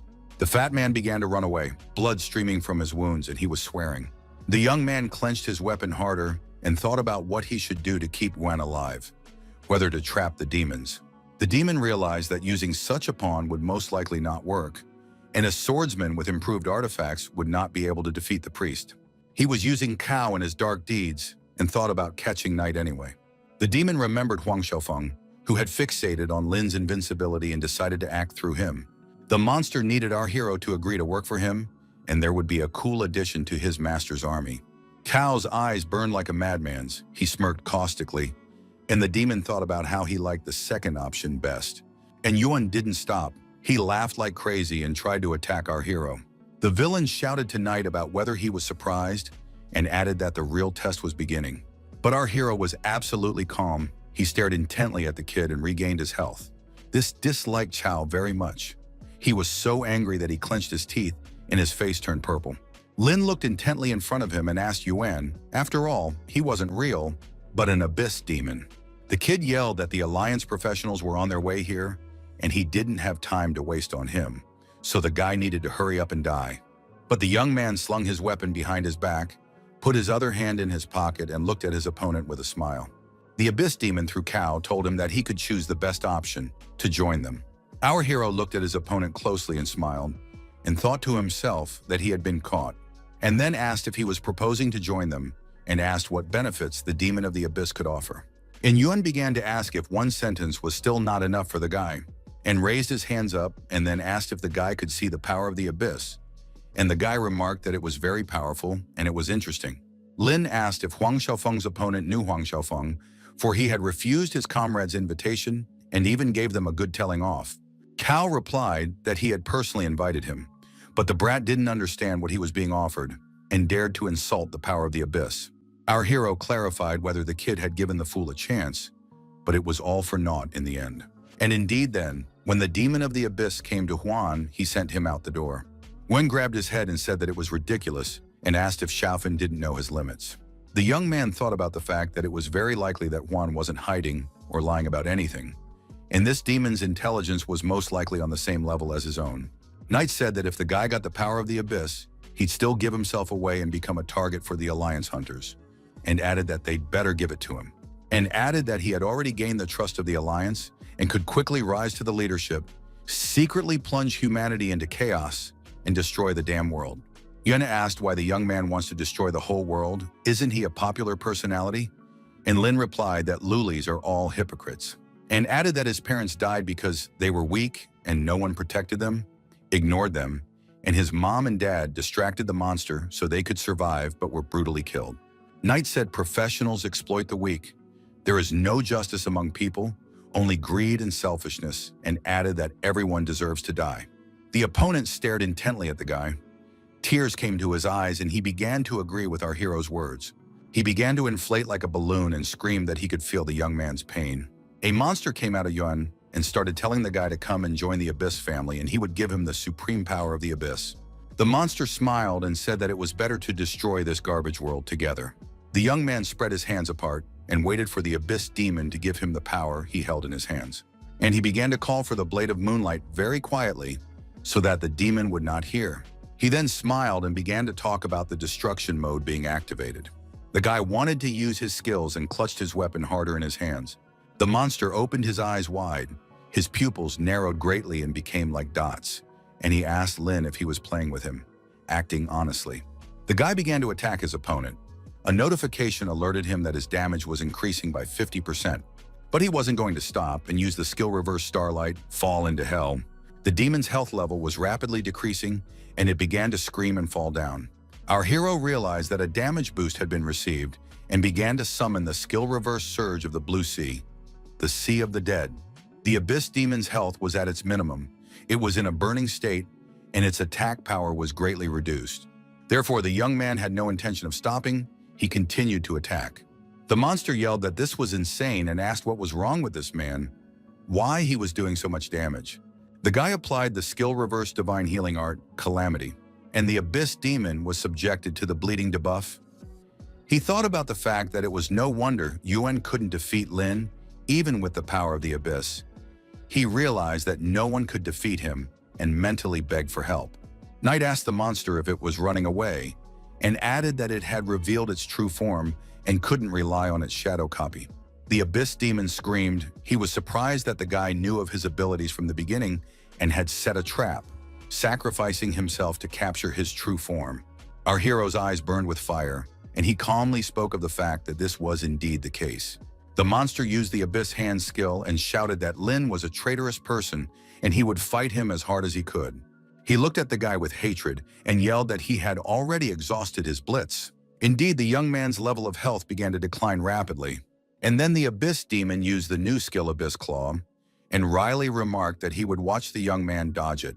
The monster got very excited, laughed merrily, and noticed that the guy had fallen into a trap. But Knight replied that it was the end, but only for the Abyss demon. His health level began to increase while the monsters rapidly decreased. Our hero used the reverse healing skill, but calmly glared at the enemy. And that one rapidly began to fall down, and his health level was already at 0. After a while, a system message appeared, notifying that the Abyss demon had been killed. Lin received a blade of moonlight, which begins to absorb the remaining soul of the Abyss demon.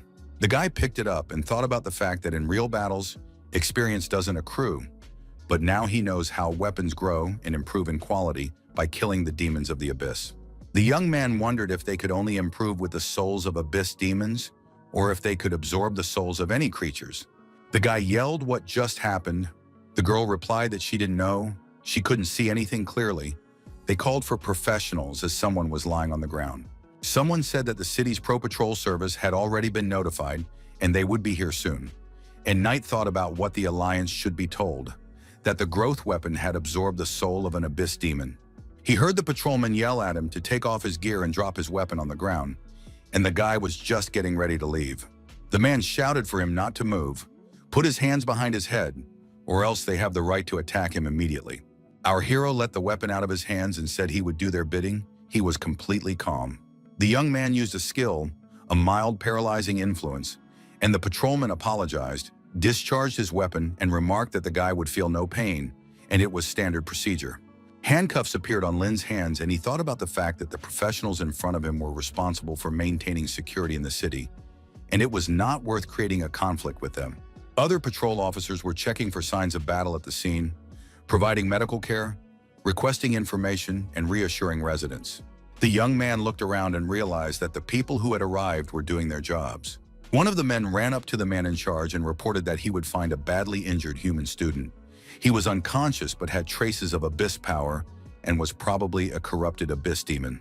The team leader couldn't understand anything as the corpse of the Abyss demon was found. The man noticed a level 20 Abyss demon covered in sword wounds, obviously killed by the long sword professional they had just apprehended. Patrolmen were watching camera footage and someone asked why only a skeleton was left. The young men frowned, droplets of sweat appearing on their faces, and they couldn't believe it was possible. A system message appeared above Knight with his name, level, and personality description. The patrolman couldn't believe he was the one who killed the Abyss Demon, but someone did recognize him and remarked that he was brilliant. A young man came over, said hello to Lin, and noticed that he was Wang Ma Chao, the captain of the first Abyss Demon Extermination Squad under the Professional Alliance. He immediately asked the guy if he had killed the Abyss Demon and clarified if that half-dead student had been influenced by that monster, becoming corrupted, and then the young man subdued it. Our hero replied that it was him and noticed that Yuan had turned corrupt before his eyes and tried to kill him. That's why he took action. Wang asked how he captured the demon since they hide their form. Knight remarked that he thought the demon was watching his victim from afar, and when he saw his failure, possessed him and pretended to offer power. That's when he manifested his true form to give him power as well. The young people opened their mouths wide in amazement and asked if this was all possible. Ma Chao thought about the fact that it was not easy to deceive such a cunning abyss demon, but after all, Lin, this was a student who was about to take a professional test. The man said Knight had single-handedly handled both the corrupted demon and its true form, and then offered our hero to cooperate and walk with them in the Alliance-Ill Alliance. One of the patrolmen noticed that it wasn't just a student in front of them and asked the captain if he hadn't heard about his reputation, then added that this guy was very famous. Wang frowned and said he didn't go online, but given the seriousness of the situation, they should follow standard procedure, and turned to the guy with words that he understood them and added that it might affect his upcoming plans for a professional test, but he couldn't make any exceptions. Our hero looked intently in front of him and thought about the effect of the goddess of luck's gaze disappearing. He sighed heavily and reflected on the fact that his advantage in the professional test was still huge. The output had exceeded the target even before reaching the mark, and the young man told the captain that he understood and fully supported his work to fight the demons of the abyss. The man in the white tunic told Wang Ma Chao that there was no need to bring Lin Knight back to the department to investigate or keep him under surveillance. It was the captain's boss, and added that they would handle the guy after the test. The man covered himself in drops of sweat and remarked that it was all part of standard procedure and they couldn't break it, and added that if he let the young man go, he would be punished right at headquarters. The boss pointed out that no one would bother Wang after all. It wasn't just his decision, it was a directive from the president and all the other department heads, including the famous curse master, and added that the young man had managed it alone without injury and qualified for the forgotten nest. Our hero scratched his head, but before he thought that the rumors on the internet were exaggerated. But the captain looked at the young man, and he was concerned about whether he really has unprecedented divine skill or talent. Knight asked his boss if he would be questioned. The boss said no, and informed him that the guy needed to focus on preparing for his cases. Also, the man in the white tunic remarked that if the guy needed anything, he could feel free to call the professionals for help. Wang, with his arms in his hands, began to apologize and said that he still had one question for Lin. The young man took the sword, and the capital asked if this matter had anything to do with the previous incident that Huang Xiaofeng had reported. Our hero said that this demon Magao, the same one that failed to bite Huang, after his plan failed, he turned to Xiao Yuan, and he himself thought of Wang as a professional as he connected the two events. The boss noticed that Xiaofeng's constitution after testing is confirmed as 1 in a million, the genius of the corrupt abyss demon. Knight noticed that he easily managed to fool the demon while Huan remained untouched. The man in the white tunic said that our hero was able to deal with the monster, catch the corrupt and collect valuable information, and he does it better than lazy, highly professional fighters. The boss allowed Lin to go, but he informed him that he wanted to talk about something, but not publicly, and asked him to clear the area. The man in the white tunic ordered the area cleared, and Wang Mashao said to take the team away and give the weapons to Knight. The captain advised that the first active squad pack up and leave the area. And then he asked our hero for forgiveness for his recklessness. The young man replied that it was all right. The guy activated confidential mode. The boss noticed the area was cleared. Our hero revealed an exclusive growing weapon. Noticed he got it when he cleared the land of death, the hidden light of the flashing moon, but after he killed the demon, the weapon absorbed its power. The man was very much surprised. He opened his eyes and mouth wide and couldn't believe it. And Knight said there is little information about the growing weapons. Even the best libraries don't have detailed descriptions. And added that he wanted to ask if a growing weapon could increase its level after killing an abyss demon in the real world. The man noted that finding such a weapon is comparable to finding a needle in a haystack, and 3 such weapons have been found since the Union. But this is classified information, and he doesn't know all the details. And then added that he could tell one thing. From what he knew, growing weapons could gain experience by defeating monsters in dungeons and raising their level that way. But no weapons gained the power of demons? Our hero looked intently in front of him and wondered if he was the first. The boss replied that it was true, and thanked the young man for confiding in him and sharing important information with the Union. Knight revealed that he thought that although the blinking moonlight was the first weapon that earned experience after killing dungeon demons, but there were likely other such weapons, and added that he was not the only one, and there might be more such weapons in the future, but they could be retaliation for the demons of the abyss, and it would be an advantage for humanity. The boss replied that it was good news, but it was best not to announce it to the public yet. An innocent person is in trouble because of their wealth. Such a rare, precious jade can start envy and jealousy. If the entire younger generation had the same viewpoint as Knight, the alliance would be much more stable and stronger. The man said that he would report the matter and the Union would take it seriously, but it was better for Lin Yu to focus on preparing for the professional trial right now, and added that after the test, the Union will contact the young man. Knight replied that he understood everything, and our hero went on his way. In a few minutes, he met the captain. The man saluted the lad and said he looked forward to joining the alliance and becoming one of them, and asked to be called Old Man Wang, and the young man agreed and went on his way. The boss asked Tian Qi what he thought about it. Our hero's file was on the table. The one replied that Knight not only had extraordinary strength, but he was also a calm person who thought big and planned ahead. Shang Guanyang was the same kind of person. Tian Qi smiled and added that he was thinking about the fact that it was Yang who was the leader of this generation. The man in the white tailcoat sipped from his glass and remarked that it was hard to say all this because young people have their own ways, and then added that the fact that Lin could get a growing weapon that targets monsters in the dungeon was very surprising. At this time, a black foulness was spreading under the table where the alliance members were sitting. Knight entered the room and said loudly that he was back, but no one answered him. Mumu heard that the guy was already home and even saw him, but she didn't go to greet him but hid behind the couch. The young man started looking around and scratching his head with his hand. He didn't say anything. Then he looked intently in front of him and said he could see Mumu sitting behind the couch. Su told Lin that he could at least pretend to be Nupagan, and he asked if the girl didn't say she would work hard, but she was resting and eating snacks at home. Mumu immediately became serious and showed the guy a system message that indicated she was level 10. Our hero opened his mouth wide with surprise. He couldn't believe the girl had it so quickly. Su wondered how it was to the guy, if it was surprising, and added that they could play together. The young man replied that it depended on her data because she had been working hard lately and most likely hadn't slept nights. The girl replied that it didn't. And Lin said Mumu stayed up all night and worked for him. He glared at her. And Su squeezed one eye shut and asked our hero if he hadn't realized yet, and replied that it was all biometric tears, and then informed that the new skill was only required to clear the dungeon alone, and she could directly receive rewards from the treasure chest from the secret realm dungeon. She tried them for a bit. The young man was surprised and asked if she meant to say that biometric tears had no time or distance limit and allowed them to clear the dungeons alone, unsupervised. Mumu answered in the affirmative, and then added that he was now in the nightmare of the Loch Ness monster, and added that judging from the system's hint, the final boss of the secret realm was badly injured, so it should be over soon. Knight said that's how her talent helps her level up, playing any time and still being able to monitor her progress in real time. Su replied that she can help everyone, and asked if the young man was jealous of her. He cheerfully replied that he would also like such a versatile assistant, and then asked if there was a limit to the fatigue of the skill, and also clarified if he could brush secret worlds without restriction. Mumu said that she wouldn't have been able to reach the 10th level otherwise and asked why Lin was so stupid today.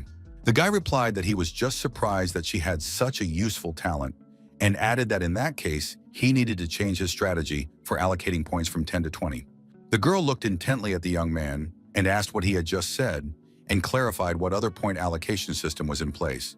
The young man replied that she has such a system in place and needs to adjust the best method of allocating points based on her talent, skills, and the equipment she has now. Su smiled, agreed, and said she would send it to our hero right away. The guy looked carefully at the cell phone screen and noticed that she should also include height, weight, and volumes. Mumu got very excited and asked what Lin Yu was all this for, He replied that it was to better assess her skill stage, and then added that her scores would directly affect the properties of the biometric tiers, from which she would have more advantages. The guy said that in low-level battles, it didn't matter if you won against a small monster, but in high-level battles, small details decided everything. Even a small difference in attributes could change the outcome. Sue said she knew all that, but what did her measurements have to do with it? And then asked that he forget the whole thing and wait a minute. Knight also asked if Bai wanted to change jobs and asked Mumu if she could provide the data, as he was uncomfortable asking such a thing, and added if she doesn't want to give them, that's a personal matter for each person. The girl frowned and asked the young man if he wanted to know other people's data.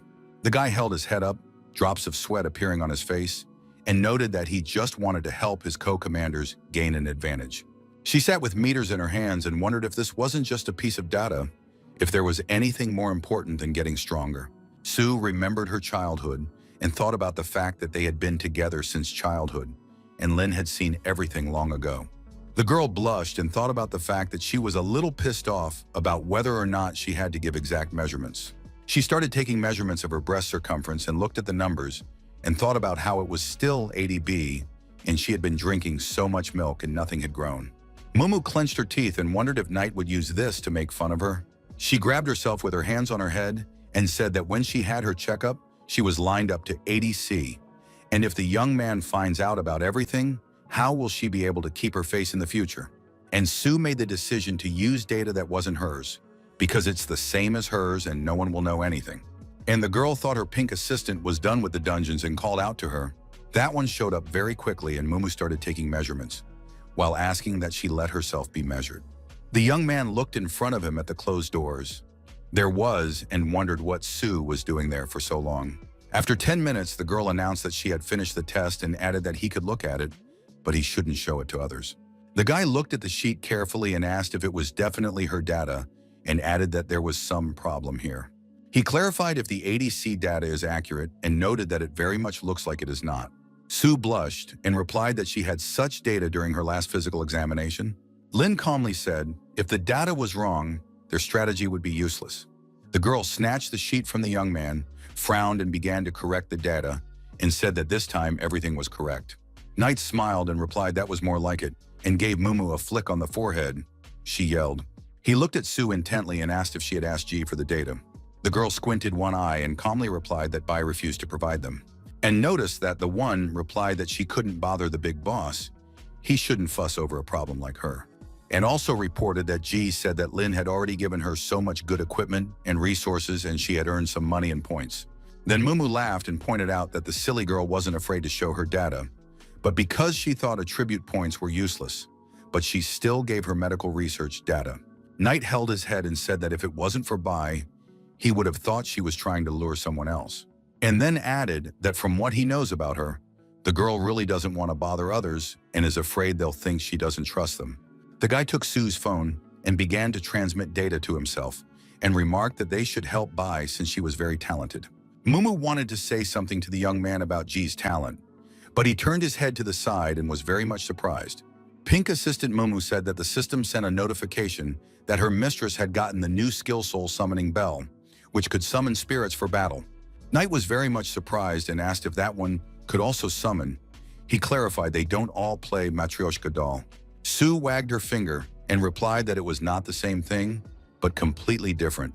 She stated that the ability to summon spirits can only be used in secret dungeons. Unlike Mumu, it cannot be summoned in reality. And if a spirit dies, Sue can be revived. The girl spread her hands apart and said she didn't know about the rest as she hadn't tried it yet. The guy replied that he understood her now. He snapped his fingers and remarked that the celestial system was unnecessary and suggested we go to the dungeon to check the effects. After a while, the young men were near a secret dungeon called the Lizard Men Tribe.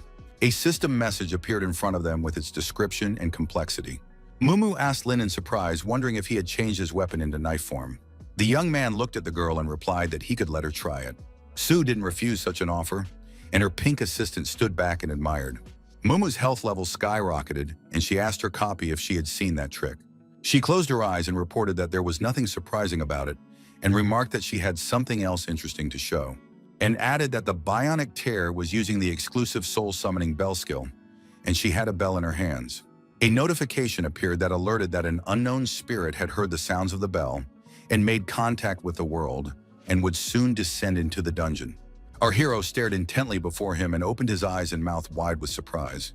It became very noisy. This is how the spirit began to approach them. Dust flew in different directions. A system message appeared, revealing that the spirit of the giant guardian tree had already descended. A huge monster appeared in front of the young men, shining its evil eyes. From the notification, one could know the spirit's level, skills, as well as its description. Lin thought about the fact that although the monster was of gold quality, it was obviously a top-level boss with characteristics beyond the gold level. He thought about it, if Mumu leveled up later, she would be able to summon bosses even stronger, of the appropriate level. The guy realized that the spirit summoning bell was similar to the item for summoning a curse master. Knight realized that the girl's talent allowed her to summon Big Brother from the start without any restrictions on recharge time. He looked at Sue and realized that this could be considered a half-divine level talent. The young man put his hand to his face and shouted for the girl to hurry up and check the spirit.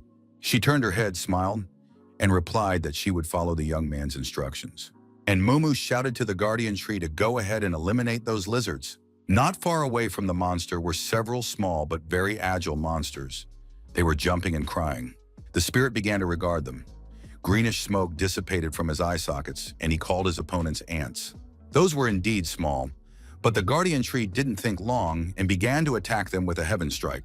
There was a very violent explosion, and a blaze appeared, which illuminated the whole area.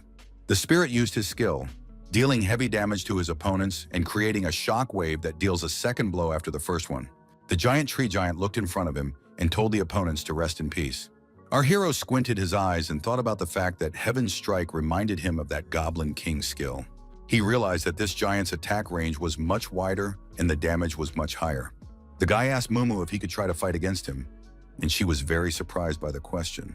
Ta replied that the giant is now his co-commander, and he can't just sit back and relax as there is another boss ahead, and this is a good opportunity to see the tree guardian fight alone. But the young man smiled and stated that it was just about bionic tears. Sue covered her pink assistant, who opened her eyes wide and declared that she was refusing. Knight opened his eyes wide and wondered if she couldn't be revived, and then said that it didn't matter and let the guardian tree be around until the next zone. The head of the lizard men would rather believe in the Wood Bro's skills and added that he would handle the rest himself. And our hero pushed himself off the ground, jumped so high that he jumped over the tree guardian, who was surprised. The guy attacking the lizard very hard, his health level was rapidly decreasing. Lin thought about the fact that there was no critical strike, and he couldn't kill his opponent with one basic strike. The young man couldn't think of anything better but drew his weapon. In a few seconds, he had killed the lizardman guardian. Sue opened her eyes wide and told Knight that the damage from his base strike was so high. The young man thought about how it looked like the spectral lunar hue had gotten a lot of bonuses. And because he used to strike at long range, changed the numbers on the healing skills. The guy was well aware that the advantage of the spectral moonshade was that the higher the attack speed, the greater the bonus. He concluded that this only applied to normal monsters, as the angelic ghost completely ignored physical damage and needed to rely on reverse healing skills to quickly defeat enemies. Lin clenched his weapon harder in his hands and a notification appeared in front of him that a moment of silent destruction had occurred. The lizardmen's health level was rapidly decreasing, and they tried to dodge the attack. And a few seconds later, a system message appeared that the group of lizardmen had been destroyed. Mumu watched everything carefully and thought about the fact that Lin had gotten even stronger, and she couldn't keep up with him. The bionic tears offered the guardian tree to destroy enemies together, and it agreed. Knight gripped the weapon harder in her hands and noticed that it was her time to show herself as well. Then he thought it was time to see the power of the moon's shadow between the crevices and the oath of the ocean and the moon. The young men walked forward and suddenly saw a message that they had arrived at a tribe of lizardmen, and 300 warriors would fight them to the death to protect their tribe and leader. Sue said that 310th level lizardmen guards would do enough damage, and Lin remarked that he would deal with the treatment and keep the guardian tree alive. The bionic tears told the giant to run towards the walls and destroy them. A system message appeared stating that the guardian tree bike had entered recharge mode and could accelerate afterward, and he began to attack his opponents, who came at him in great numbers. The mummies with bionic tears were also not standing on the sidelines, but fighting the lizardmen. Our hero used the Moonshadow formula and thought that invulnerability to any damage for 3 seconds, increased movement speed, and the ability to move hundreds of meters in an instant were very important. A notification appeared that the guy had summoned an illusionary moon jellyfish. He was informed that all debuffs would be removed from him and his target. From the next message, it was revealed that the skill made him and his target regenerate health every half second for 15 seconds. A few seconds later, the main boss of the lizardmen appeared at the edge of the forest. He was extremely angry. Bionic Tears asked the Great Guardian Tree to fight at full strength and show what it could do, and he immediately used a desperate strike. The monsters scattered in different directions and began to scream. Knight looked at everything that was happening and thought about the fact that the Bionic Tear was intelligent and didn't need any further instructions from Mumu, and the Great Guardian Tree obeyed only her. The guy realized that the giant was very strong, but his disadvantages were also very obvious. He had a lot of melee skills, and in the future he had a lot of advantages against classes with high agility. Our hero thought about the fact that he had seen enough and tested most of the skills that the spectral moonshade possessed. So the young man decided to apply the skills of reverse star power and reverse hell. Just a few seconds later, a system message appeared, stating that the young man had defeated the boss of the Lizardmen dungeon. The young man with a serious expression began to look around, but did not show his joy.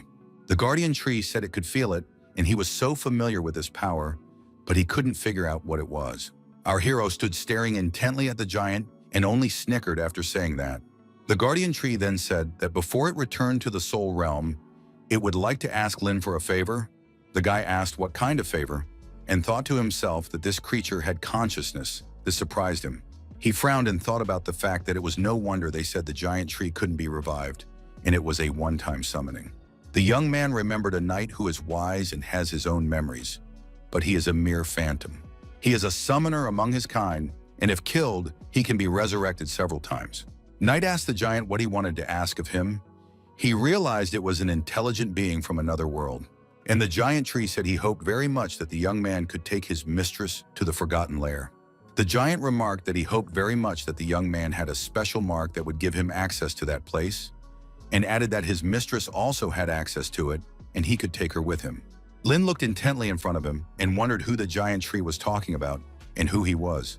His opponent was silent for a moment, and then said he was talking about Bionic Tears, and then added that he was just a simple guard with no name. Knight ordered the giant tree, which was bowed on one knee, to stand up to begin with. Suddenly, there was a system message that the Lizardmen tribe quest was completed, and a silver chest would be obtained, and whether or not to click on the button to open it. Our hero told the giant that he must first answer the notice before he could answer him. He started pushing something and told Mumu that they needed to get out of here first, and she agreed. Sue stared intently at the young man and thought about what had happened. And Lin thought that according to universal knowledge, the awakened adventurer's talents were always effective for the awakened adventurers.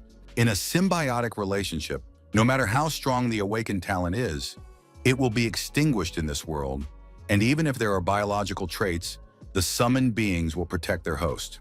But Bionic Tears can summon beings from other worlds, allowing them to be their own masters of themselves, and he even has a pass to enter a Forgotten Lair. Knight wondered what kind of creature she was. He was worried that Sumumu and even all of humanity might be in danger. He realized that they couldn't let the hidden threats to humanity go unpunished, and it had to be dealt with immediately. Lin told the girl that he had one thing to do, and she could return first or do other tasks. She agreed. The young man turned his head to the side and examined the Bionic Tears. Mumu saw all this, opened her eyes and mouth wide, and then asked if something was wrong. The guy looked at his cell phone screen and replied that he was fine, but he needed some time and wanted to warn her about it beforehand. He stepped back to the window, put the phone to his ear, and asked his opponent if he was free right now or not. After a while, he was at Huang Quan's place. The man asked what had happened so urgently that he needed to talk to him in person. Our hero said he was a high-ranking employee and must know he had enough qualifications to make it into the Forgotten Lair. Huan smiled and replied if the guy wanted to ask why no one had informed them about this dungeon. The young man remarked that this was one of the questions and clarified if the man was worried that it would affect his thinking and wanted our hero to take a professional test at the beginning. Quan sighed heavily and said that it was one of the reasons, but noted that he could tell him. The man was silent for a while and informed that Lin might not know how complicated that dungeon was, and added that it was a dozen times more difficult than the secret world dungeon Knight had encountered before. The levels of even the smallest monsters, starting at Diamond. Many participants unable to escape and eventually dying. Juan noticed that geniuses who have been granted the right of entry are still afraid to use it, and our hero noticed that it's because the equipment and skills are above diamond level. The man replied that it was indeed true, because only legendary level equipment could defeat the boss, and if someone went through it alone, they would receive mythic level equipment and skills. The young man thought about how everyone was worried about him getting cocky. He thought about it, if he was like Huang Feng, thinking that his talent and strength were invincible, and madly rushed over there, he would die immediately. The guy rested his beard in his hands and asked what level he needed to enter that dungeon. Quan replied that the 15th, and that was the minimum requirement, but he advised waiting until the 20th, synchronizing all equipment and skills before planning to go there. Knight smiled and told him to be sure. He wasn't that reckless, since the dungeon was so important. He would prepare himself properly and treat it like a professional test. The man remarked that there was another reason he wanted to talk about it, and said that most of the Alliance's forces had recently been focused on tracking down the demons of the abyss, and added that they had gotten cocky and Knight had almost gotten caught by them. Juan added that a fallen white jester had recently appeared, and they had also learned that the demons of the abyss had infiltrated the Alliance with many spies. Quan said that they would definitely do something about Zhengcheng, and the adventurers should not let the tragedies of the past happen again. The man advised that there may be some changes in future events and for Lin to follow up on their further notifications. Knight didn't understand anything, and his opponent talked about how the Alliance had announced that they might lock down the entire city just in case, and there would be a purge of internal personnel. They were looking for those with a penchant for corruption.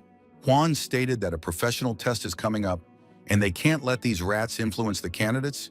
That's why they don't publish the news so as not to cause panic. And added for the young man not to worry about the demons of the abyss, but to focus on his studies, and pointed out that they were in control of the situation. Even if someone infiltrated the staff, they would handle it. The young man sipped from his glass and said he had another question. The guy thought about the fact that if the awakened talent of a professional belonged to the summoning type, and the summoned beings came from another world, was there a chance of betrayal? Suddenly, the man said calmly that no, there was no such chance, and there was a pause in the room. Our hero looked at his opponent and opened his eyes wide. He was very much surprised. And Juan said the young man knows that awakened talent is symbiotic with professionalism, and noticed that this power develops inside everyone. It is like the most important brain, living and dying with them. It is the most reliable ally. The man reported no matter what he calls for, or what world he is from, it would not be life-threatening to a professional. Juan emphasized to our hero that the creature still unconditionally obeyed its master. Quan revealed that they had tested this in battle. Even high-level control abilities that could influence the thoughts of others could not make the summoned attack the summoner. The boy thought for a moment and asked what would happen if an abyss demon was summoned. The man replied that it wouldn't happen, and said that there were such talents in the Alliance. The demons of the abyss summoned by him not only would not call people to join the abyss, but would join the forces of the abyss and become informants. The man fixed his glasses and asked if Knight had awakened such talent or someone else. The young man replied that it was his girlfriend and co-commander. Lin frowned and spoke of how the girl's talent had summoned a creature from another world, and it sensed that it had permission to enter the Forgotten Nest and asked to go there together. Juan rose from his seat and wondered with surprise if the creature also had permission to enter. The boy hesitated and replied that the spirit spoke of something that was there, but he wasn't quite sure about it. The man looked out the window and remarked that he would not betray his friend, and thus him, and said that the young man could have him, but it had to be reported to the Alliance. Quan reported that his friend, a promising big shot, and if the Alliance confirmed that the creature was summoned by an awakened talent, they would not restrict its actions in human-populated cities. He smiled and added to assure Knight that the Alliance would not investigate his girlfriend, but rather such people were valued and their development supported. Our hero clenched his hand into a fist and thought about being calm, while he thought about how he didn't like being tense and realizing he wasn't in control. The man looked at the young man and asked if he had asked everything he wanted to ask, and said he wanted Lin Yu to ask a question as well.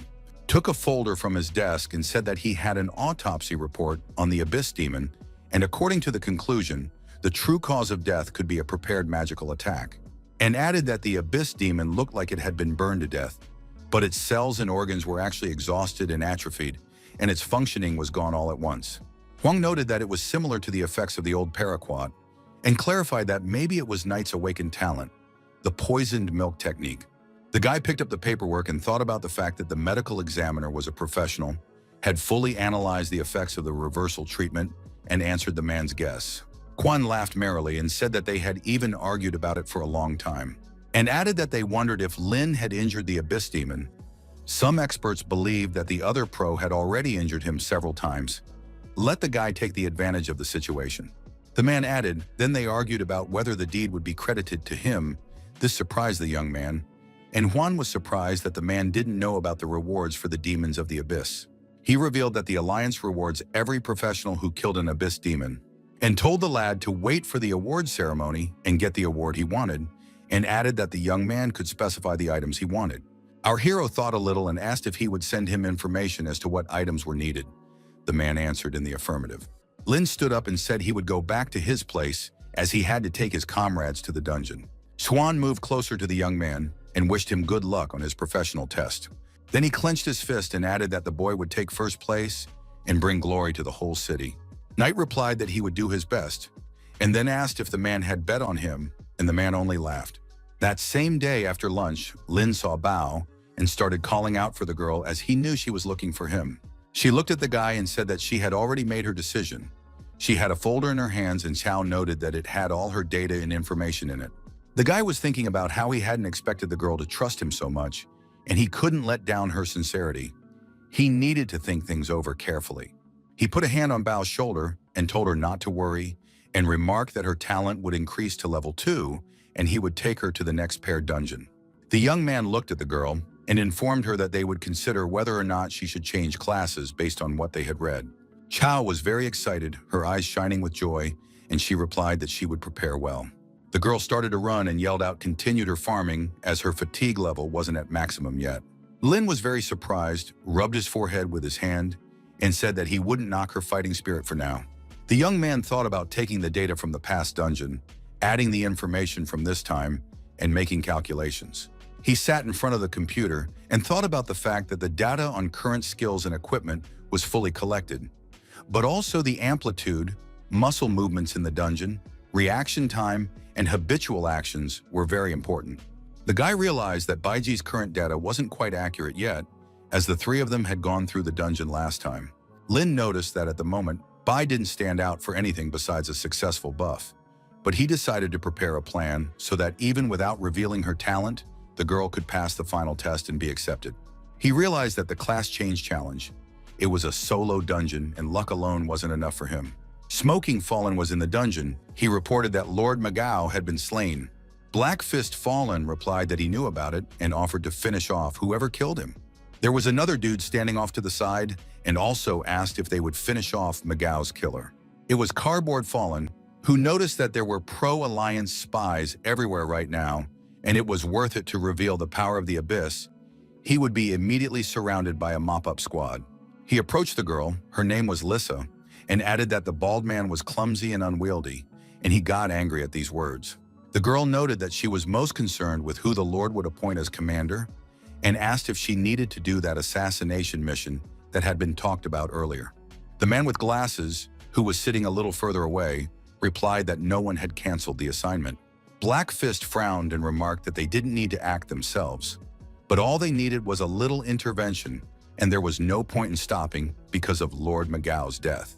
Smoker laughed and noted that they just need to add one perfect ingredient to the final challenge dungeon, the Inhuo incident, which when activated instantly raises the difficulty level to catastrophic and summons a boss. Baldy asked why the Lord was using such a valuable artifact and asked what would happen if they all attacked together. Would they fail? He was immediately called an idiot and informed that no one in the Alliance would just let him through to the target of the assassination. The young man stared at Black Fist and said that he was so eager to ruin himself. Lissa asked the guy not to get mad and asked the card player to understand this egghead. She frowned, squinted one eye, and added that the bald man had always been a little slow on the uptake and just liked to act out, and asked why he was always teasing him. The card player replied that he couldn't tolerate fools, especially if he had to work with them, and Lord Magao had dragged the bald man into their team, and it was going to backfire sooner or later. And the bald man suddenly rose from his seat, to the surprise of all present, bowed and asked for forgiveness. Smoker told him not to apologize and pointed out that he was stronger than Card Player and could do much more. As the green mist suddenly began to rise up, the fox looked at it in surprise, even opening her mouth in surprise. The young men immediately rose from their seats and all began to greet the gentlemen together. Thoth said that Matau was dead and he would appoint a new demon of the abyss to command them, as well as one fallen one for support. And noticing that they had already heard the name of the fallen man, he was quiet for a bit and said it was the White Jester. A smoker who was kneeling down and said they had certainly heard the name, and added that White Jester not only destroyed more than a dozen high-level professionals, but also massacred a club where there were ordinary people, more than 1,000 killed. These were his achievements. The gentleman was very much surprised, and then inquired if they were not glad to see him come. Smoker replied that he recognized White Jester's power, and remarked that what he was doing was endangering their lives, and added that he would refuse any operations if he arrived in Zhangcheng. The gentleman laughed and remarked that it was very good that they had an opinion, and added that his precious children had every right to refuse him, and said that White Jester had no power to command them and would not participate in their operations, and he would arrive in the city to take over their previous assignment to kill Shang Guanyant. And he also added that the Abyss Demon would also have their backs on their new assignment. The Lord said to bring Huang Xiaofeng to the dungeon, as he was an outstanding fallen and would be their trusted ally, and then remarked that after doing these things, one should deal with Lin, who killed Megao, and added that the young men should remember not to reveal their identity and presence. The master told the young men to do everything in a pattern to use Inzuo's adventuring in the final test, and added that the boss reinforced in rage will kill him, so no one will know anything, and let the professionals regret bitterly. Smoker informed the Lord that he knew Lin had killed Lord Megao, and asked if he was really worth spending an artifact that could permanently bring diamond-level gear for his sake. Black Fist laughed and remarked, "When they all get their diamond gear, the Lord will be able to kill anyone." The Lord listened as the guy with glasses said that even if Knight was able to kill Lord Megao, after all, he was only level 12. And then added that that guy's threat level was probably no higher than Shangguan Yan's. The spirit reported that the pathetic alliance of professionals was hiding everything, but he still got the information he needed and noticed that Lin had gained admission to the Forgotten Nest, and his life was more important to the top brass than the head of the sect. He smiled wryly and noted that everyone who was secretly guarding Shangguan Yan had now switched to protecting Knight, and remarked, if they all attacked that guy, it was unlikely that they would even be able to injure him. Some of the boys replied that they understood, and the Lord ordered them to complete the task, and he would take them to the abyss where they would be purified, and continued that after that, they would become true abyss warriors. But if they failed, they were not yet worthy of receiving the profound power of the abyss. The young men knelt before the master and said with one voice that they would not fail and would definitely carry out the order. The man announced that Lin's disciple had defeated the Abyss Demon and the Alliance was giving him a certificate of merit. One of the young men said that this guy was a terror, beat up Huang, made his father apologize, and also killed the Abyss Demon himself. Some kid remarked that Knight's characterizations were now the best in the whole school. Someone said the kid would be the first on the final trial, and Mumu sat back and smiled. Suddenly, the girl's expression changed as she listened to the various gossip voiced by the students. She suddenly realized that Lin was facing danger and hadn't told her anything. She hoped that the Alliance could protect the guy and hold the forces of the Abyss firmly in place. The school principal presented our hero with a diploma and told the boy that he was the pride of the school and the hope of the Alliance. The young man thanked him and remarked that he was not worthy of such words, for every professional is the hope of the Alliance to eradicate the forces of the Abyss. The old man pointed with his hand and noticed that there were platinum-level equipment and skill books here, and Lin could take everything if he wanted. The students who were behind him were very surprised. The young man replied that there was no need to take everything as much wouldn't be useful, but thought that the moon shadow and the ancient dragon necklace were important and couldn't be replaced. He also realized that the set of 4 items could not be separated, and the platinum ring had no key property. The guy knew that the gear they were wearing lacked the active skill, instantaneous movement, but it still didn't give him a boost. Lin mentally clenched his fists and understood that the characteristics of platinum items were so seductive. The young man scrutinized everything, calmed down a bit, and showed with his hand what he would take. It was the Belt of Inspiration, the Boots of Agility, and the Holy Radiance. The Belt of Enthusiasm, as was clear from the notice, had a unique effect, increasing the healing and shields received. Dexterity boots added percentages to agility, movement speed, and the resulting slowing effects were reduced by 25%. And the book Holy Radiance expends mana to heal one ally with a powerful flash of light, instantly restores a lot of health, and greatly enhances all stats. The guy smiled and thought about whether this wasn't the skill of a white sacred rider. He thought that if one reversed the effect of the skill, one could abruptly incarnate to rage mode and reduce all of the enemy's stats. Our hero reached out for the skill book to activate it in such a way. The young man thought that the dexterity boots coupled with the ancient dragon necklace were perfect against dexterous bosses and shut down his weakness in characteristics. The principal said that the award ceremony was over and everyone could go, but he did not forget to say that they had to study for the exam. And Ling Yu quietly said about how the Alliance had already allocated people to protect him, and today's speech was for everyone to pay attention to him and not give the Abyss forces a chance to attack him. The old man noticed that the final test for the class change was in 3 days and asked what his plans were. Knight smiled and said he wanted to pump the gear up to level 10 and put his comrades through the test. The director asked who exactly on his team would be taking the test, looked at the bracelet that glowed and told the guy to go with him as there was something to discuss. Already in the office, the old man began to look at the documents and asked Lin if Su Mumu and Bai Chi were his teammates. He answered in the affirmative and added that he was not worried about Mumu, but he was very worried about Ji. Then continued that the girl's talent was hard to use, and she herself was thinking of changing classes. The principal smiled and remarked that if a guy picked her for the team, then she definitely had strengths, laughed and informed them that they couldn't give them any indulgences in the exam, and then added if Bai passed it, there would be no problems with her future path, and she wouldn't have to worry about her studies. The older man summarized that Knight had nothing to worry about.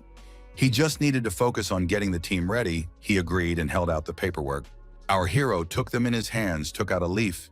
His pupils became like dots with astonishment. The director said that this is a real reward for them. He was quiet for a bit and added that it is also part of the professional alliance plan. After a while, Baiji was in the lizard dungeon. She had a 10th level. Lin shouted to her that the attack amplitude was normal and to trust her assessment of the situation, and added that the reaction time could still be improved. The huge monster didn't think of stopping. It began to attack the girl. She dodged the attacks as best she could. They were very strong and intense. Knight watched and yelled for her not to hesitate or dodge, as she chose a very precise angle of attack. So Bai gathered her strength and started attacking the huge monster that kept coming at her. After a few seconds, a message appeared, saying that the Goddess of Luck's gaze could be applied to a single target and gave a special buff. The girl smiled as she learned from the next notification that opening the final chest greatly increased the chance of dropping the rarest equipment or skills that suited her. Our hero looked at the girl and thought about the fact that this was a new skill Ji had gotten after upgrading her talent to level 2. He realized that this was very useful, as it reduced the number of attempts before a guaranteed drop, dramatically increased the chance of a platinum drop, and eliminated dropping the wrong class of items. The guy grabbed his head as it came to him that the girl had been hit with a personal passive effect that no one but her could use. The young man thought for a bit and came to the conclusion that he was thus on equal footing with Bai in this regard. The girl approached the young man and informed him that she had made this equipment build and new stat distribution on his advice. Lin replied that she was making tremendous progress, and if she didn't hesitate, listen to commands, she could take it easy on the final test. Ji took herself by the brush of her hand, closed her eyes, blushed, and then laughed softly. Our hero thought about how everything was as expected. Everything was a bit through the roof, but at first he had thoughts that Bai had been chosen for the heavy sword class because of her innate strength. The guy approached the girl to ask if she was really ready to change classes. She blushed again, put her hands to her chest and informed me that she was actually fine, and added that she really liked the heavy sword and asked if she was doing something wrong.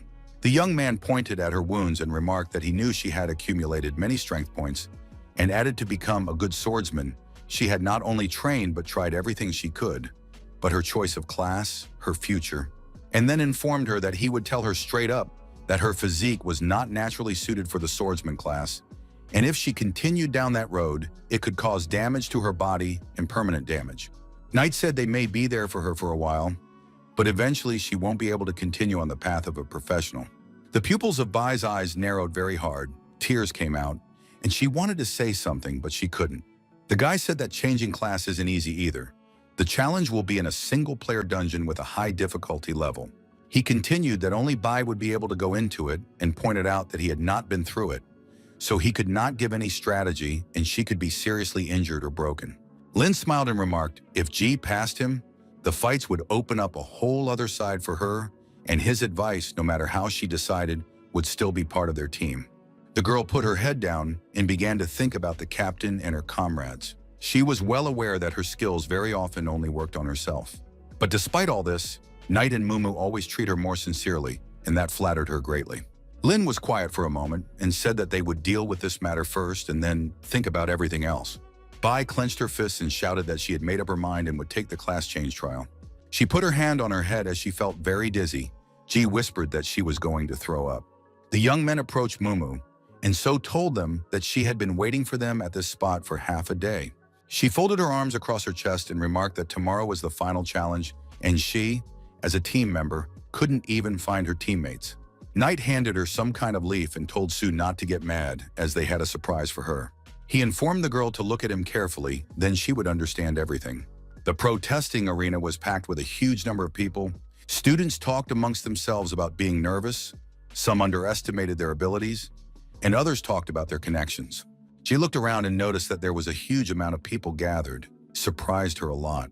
Mumu moved closer to the girl and asked if she was ready or not. Bai answered in the affirmative.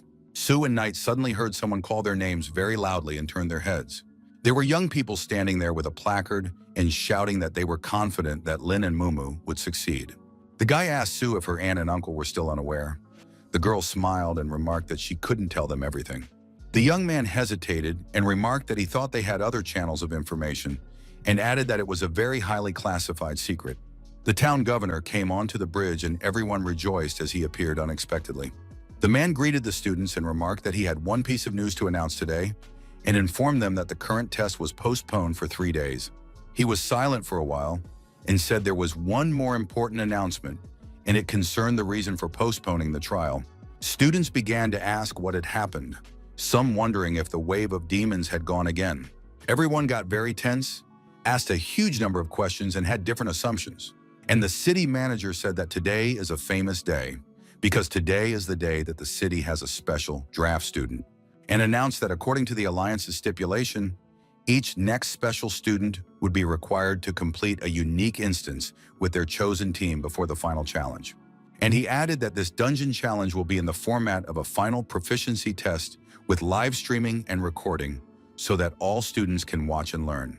The city manager said that Zhang Cheng's first special student becomes a student of the first Lin Professionals Academy. The man informed his opponent that Knight had suddenly been declared a special student. An instance, it was a dungeon that was originally meant to be a test. Smoker asked if he had embedded Yinghuo's arrival into it. The latter replied in the affirmative and remarked that everything was too coincidental since they hadn't changed instances, and he found it suspicious. The kid with the glasses interrupted him and remarked that it didn't matter, they just needed to complete the Lord's task, and the rest was none of their business. The card player frowned, and Smoker said that his job was simply to confirm that Lin himself had entered the dungeon with the embedded artifact, and if there were no malfunctions inside, one should immediately return to base. The guy replied that he wouldn't fail, as he activated that mechanism silently, and the town manager didn't notice anything at all. Smoker pointed out to his opponent that the patrol professionals could smell his aura of abyss. He also told Card Player that the guards could also notice that the difficulty of the dungeon had changed and blocked the entire hall, and then he would definitely be in trouble. But the kid calmly said he would leave as soon as he had to, as he was keeping a close eye on that side, and added that the target would be entering the dungeon soon and asked how his companions were doing. Smoker frowned and stated that the dumbass Hequan had handled Huang Xiaofeng, and they had the one. He thought for a bit and added that they still hadn't contacted Bai Ji yet. The card player said that the most important thing for them is to eliminate Shangguan Yan. They should not care whether he survives or not. The kid told the boss that he realized as soon as the news was announced that it was about Lena, because to become a special student, one had to make a huge contribution to the Alliance or awaken a divine talent. Kartenchik noticed that Xiaofen didn't have such a status, and Shangguan Yan didn't have one either. The town manager told Lin to just stand in front of him and asked if the principal had informed them everything in advance. The man reached forward and a purple smoke began to rise upward from his ring. The young men put their hands out in front of them, and after a while a portal appeared in front of them. A system message revealed that they would soon be entering an unknown dungeon of nightmarish levels. The team members heard that they had entered the dungeon and received the item bone of return. After a while, the young men were notified that the item was worth using to leave the dungeon immediately. Our hero frowned and saw the message that he was under attack, and the return bone was becoming inaccessible. The players were very scared, and the difficulty of the dungeon, under the influence of the tempter, was raised to disaster level, and the bone began to disappear. It meant that they could not leave the dungeon. Mumu turned to the young man asking if this was the one. Drops of sweat appeared on the guy's face. He was quiet for a bit and informed that the dungeon had mutated. These dungeons have mutated, new monsters and zones have appeared. The only task for the participants was that they need to survive. Lin turned to his friends, urging them to remember their training, take up defensive positions, and not panic. They found themselves in the Yanani forest. The initial bosses there were 3 intelligent humanoid monsters, each of the gold level. But the most difficult part was repelling coordinated attacks from 3 opponents at once. The key evaluation criteria were the time taken to complete the stage and certain details such as mistakes made, damage taken from skills, and so on. In fact, if it weren't for those stupid fallen with their traps, this dungeon wouldn't be that difficult, Su Mumu thought. Everyone agreed with her. Meanwhile, there was heated discussion on the streets of the city. The Yanani forest nearly cost the envious warrior his life. He considered humans to be fallen and disgusting creatures who wanted everyone who surrendered to die. The guy hoped that Lin's happy days were over and that this arrogant ignoramus, who thought himself a genius, would perish. It would be nice if it were at the hands of this same despicable crowd of nobodies. No one knew what the appearance of the tempter would do to the bosses. Apart from the flames, the ordinary mobs in the terrain remained almost unchanged. At that moment, a clan of half-snakes rushed toward the students. It was clear that they had been waiting for them. The monsters had gold-level abilities and were hybrids of snakes and humans. In battle, they used daggers and windpipes and preferred to hide in the foliage of trees. Poisonous arrows were immediately fired from all sides, and the students had a hard time because the arrows were extremely painful. Immediately after the arrow attack, Lin activated Azure Waves and then ordered the girls to use their most powerful skills to instantly destroy several half-snakes. Mumu attacked the monsters with Hurricane Butterfly, and 5 monsters were destroyed at once. Lin saw several more half-snakes approaching and ordered the use of Firestorm, followed by Ice Punishment. The whirlwind of flames hit its target, igniting it and spreading the fire to the other enemies. The Ice Punishment also had its effect, and some of the monsters were destroyed with its help. This was followed by another Hurricane Butterfly from Xiaobai, and a new portion of the fire attack hit the spot. The monsters caught fire and lost their life force. Lin continued to control the situation when, behind him, a villain with a bow and arrows in his hands appeared on a tree branch. But the young man was very attentive and sensed the danger. He activated destruction mode and used Heaven and Earth Turn. The situation was very dangerous.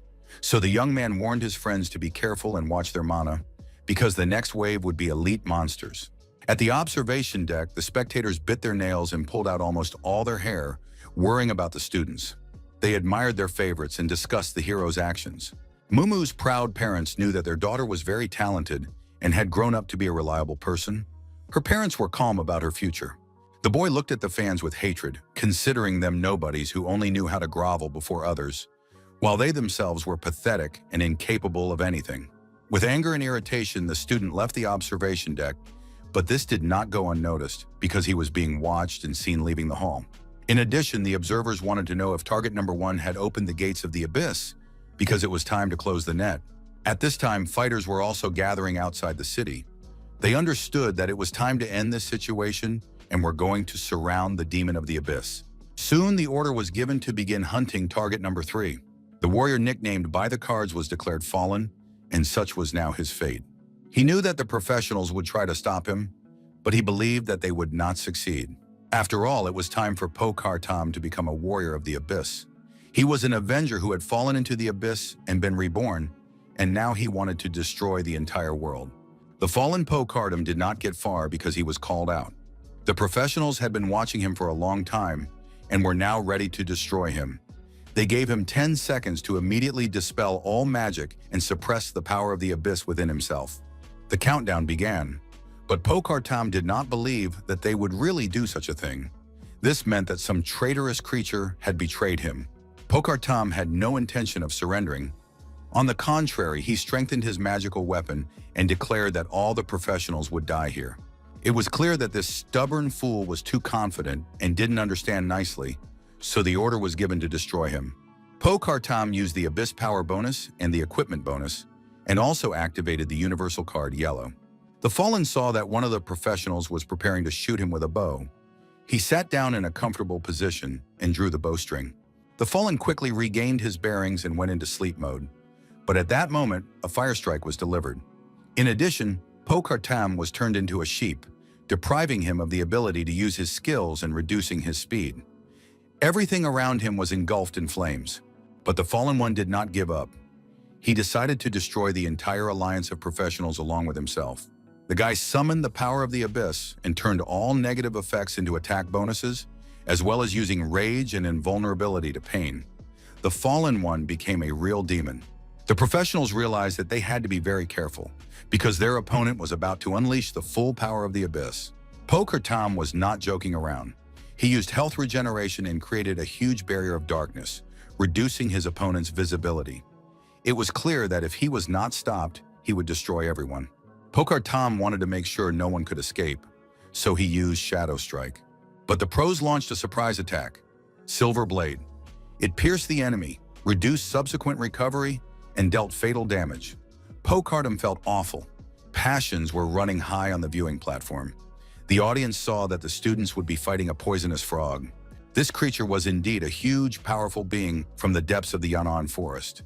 Its toxic skin turned the pond into a poisonous lake. Lin decided to use reverse healing to absorb the monster's energy. But then the nasty, huge toad launched its long, powerful tongue at the disciples. It had a gripping function, was prickly, and was saturated with corrosive poison. Everyone hoped that the poisonous frog's tongue would not reach Lin. Besides, he was wearing the wind god's boots. But to the spectators, it seemed as if the frog's tongue had pierced their favorite through and through, and they watched with horror and fear. From the outside, it seemed that the tongue had pierced the young man through and through, but Lin announced the opposite divine healing in the descent of disaster. It is unclear why there was not a single wound on the boy's body. Perhaps he healed himself instantly. Lin jumped back to avoid further contact. Lin increased the distance and maneuvered at high speed, avoiding contact with the tongue. He did all this alone. But then his assistants, the mage and the swordsman, who had been watching from the sidelines, also joined in. A hurricane and a fireball were released simultaneously. It soon became clear that the combined attack was enough, and despite the poisonous frog's enhanced defenses, the blow had a noticeable effect. As Lin had planned, the giant poisonous monster began to rapidly lose energy, and its health level dropped before their very eyes. In less than a minute, the poisonous frog was defeated, and as a result, the players received a secret enhancement of the poisonous blade. The girls were genuinely happy because they got a very cool buff, and all in just a measly 40 seconds.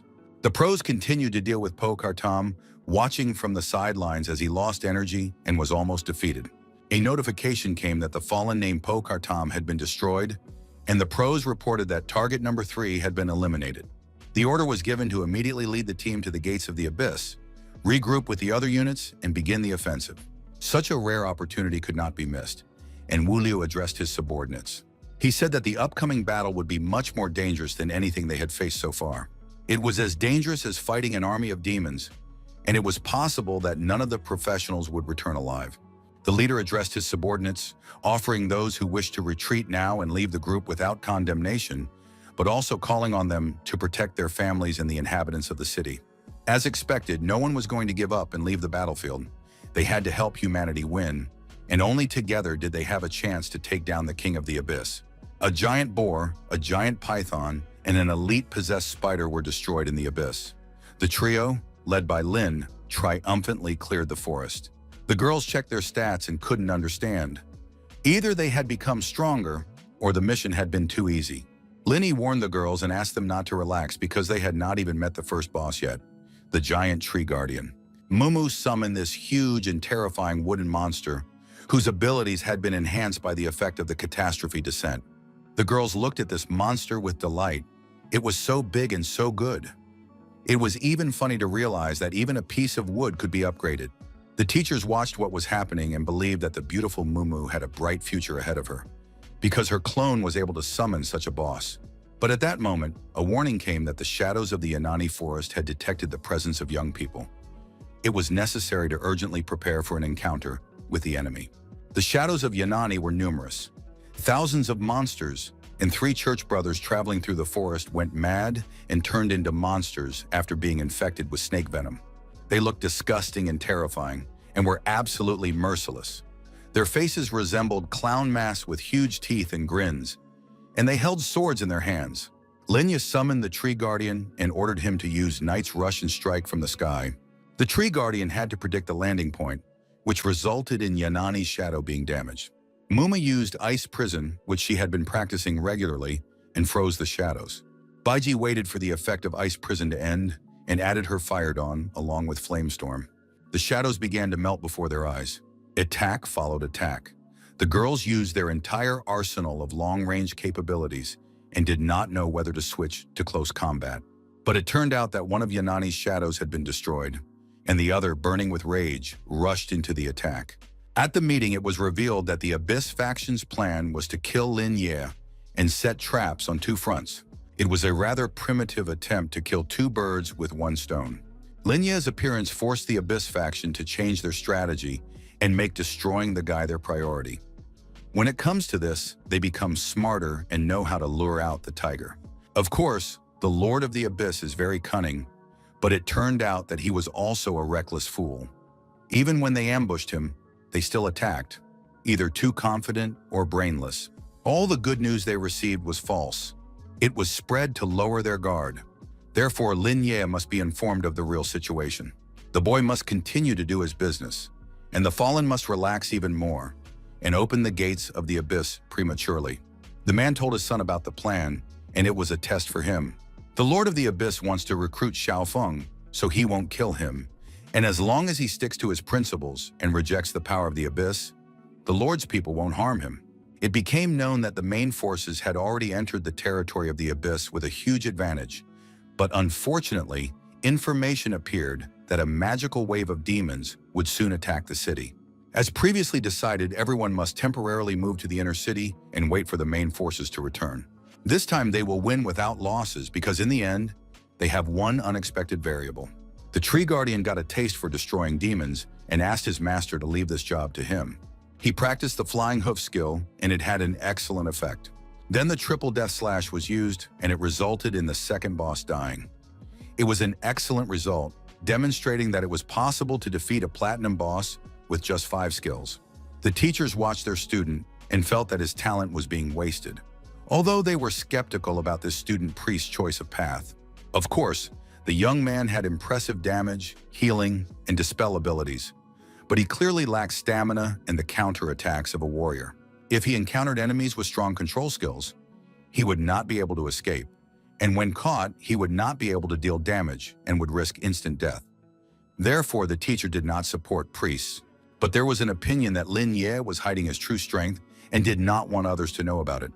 After all, he was a special student recommended by the Alliance of Professionals. The young man is unique because, despite his average skills, he has always excelled in certain areas at the highest level, and his scores on official exams are almost always perfect.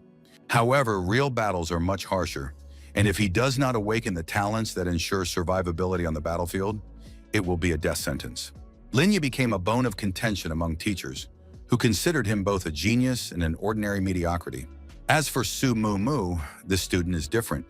Even her clones possess high intelligence and combat instincts, and they have the experience and strength of their master. In the future, she herself will be able to stay in a safe place, while her clones carry out combat tasks. In addition, they have the ability to resurrect. The mayor suddenly interrupted the viewing and addressed the people, informing them that a wave of demons would attack in a few minutes. So all viewers were asked to stop watching and calmly proceed to the underground shelter. The protective structures were very reliable, and there were many high-level professionals nearby.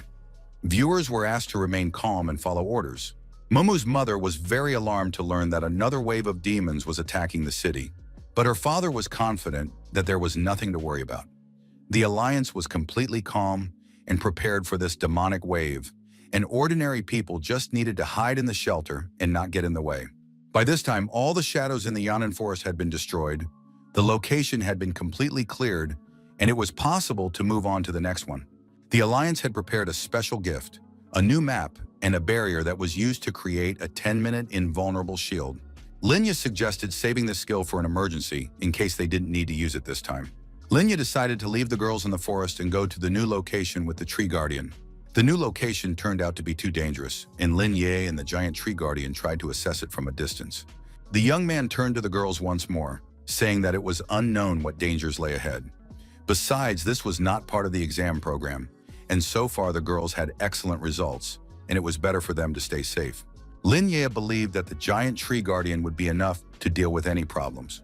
The girls realized that they couldn't persuade their friend, so they gathered all their skills and items and asked Lin Ye to use them. It was done very sincerely and at the right time, which greatly touched the young man. Lin Ye agreed to take it all with him. It was good that he had a giant Tree Guardian, which was perfect for storing everything, and all the items were thrown into its huge mouth. This action resulted in the giant Tree Guardian receiving a powerful upgrade. Its speed became simply brilliant, it became very powerful, gained the abilities of a fencer and archer, its body was strengthened, and it was able to make powerful breakthroughs. The giant Tree Guardian's normal attack now contained a triple strike. A huge and powerful general of black puppet armored fencers appeared in his path. He commanded an army of puppet soldiers, possessed an instinct for destroying enemies, and could call for help without restriction. The Tree Guardian asked his master for permission to deal with the enemy, confident that he could do so with ease. Linya saw something in the space ahead, and therefore decided not to rush into the attack. The young man realized that the real enemies were hiding in the darkness, so he decided to lure them out first. Soon he realized he was right. It turned out that the general of the Black Ninjas was hiding in the shadows. The young man ordered the Guardian to deal with the swordsman, while he took care of the ninjas.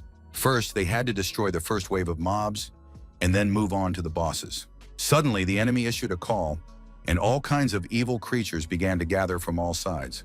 Linya understood that he had to use all his strength. He took the lightning-fast Blade of Destruction and activated Moon Opening, then added Star God's Radiance. The young man used a smoke bomb and a concealment effect to disorient the enemy. It was Mumu's turn to join the battle, and she used Hurricane Butterfly.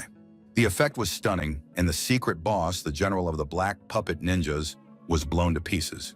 At this time, the giant Tree Guardian was fighting the general of the Puppet Fencers, who was already at the peak of his abilities and was entering a life-or-death state. Linya went to help his guardian, using healing and spell theft. As a result, the general of the Puppet Fencers was defeated. The spectators watched the battle with excitement, realizing that Lin Ye could deal damage from a distance. He damaged 2 summoned platinum-level bosses and instantly took away more than half of their health, something even the best students of the top schools couldn't do. The teacher understood that the boy most likely had legendary damage talent, or perhaps awakened divine talent. The man admitted that he had been harsh and unfair earlier. Linya truly lived up to his title as the only special student, a true genius. The audience agreed that the assessment of his awakened talent as fantastic was not an exaggeration. The boy's growth potential and strategic value were incredible. The young man understood that it was too early to rejoice and relax. He was determined to continue the fight and see it through to the end. The giant Tree Guardian warned his master that those who were approaching were very strong. They were not yet visible, but their enormous power could already be felt. Soon, the Witch of Absolute Destruction appeared with her entourage. Under the influence of the Temptation's appearance of skill, the enemy's strength instantly increased, and all of the witch's abilities and skills were kept secret.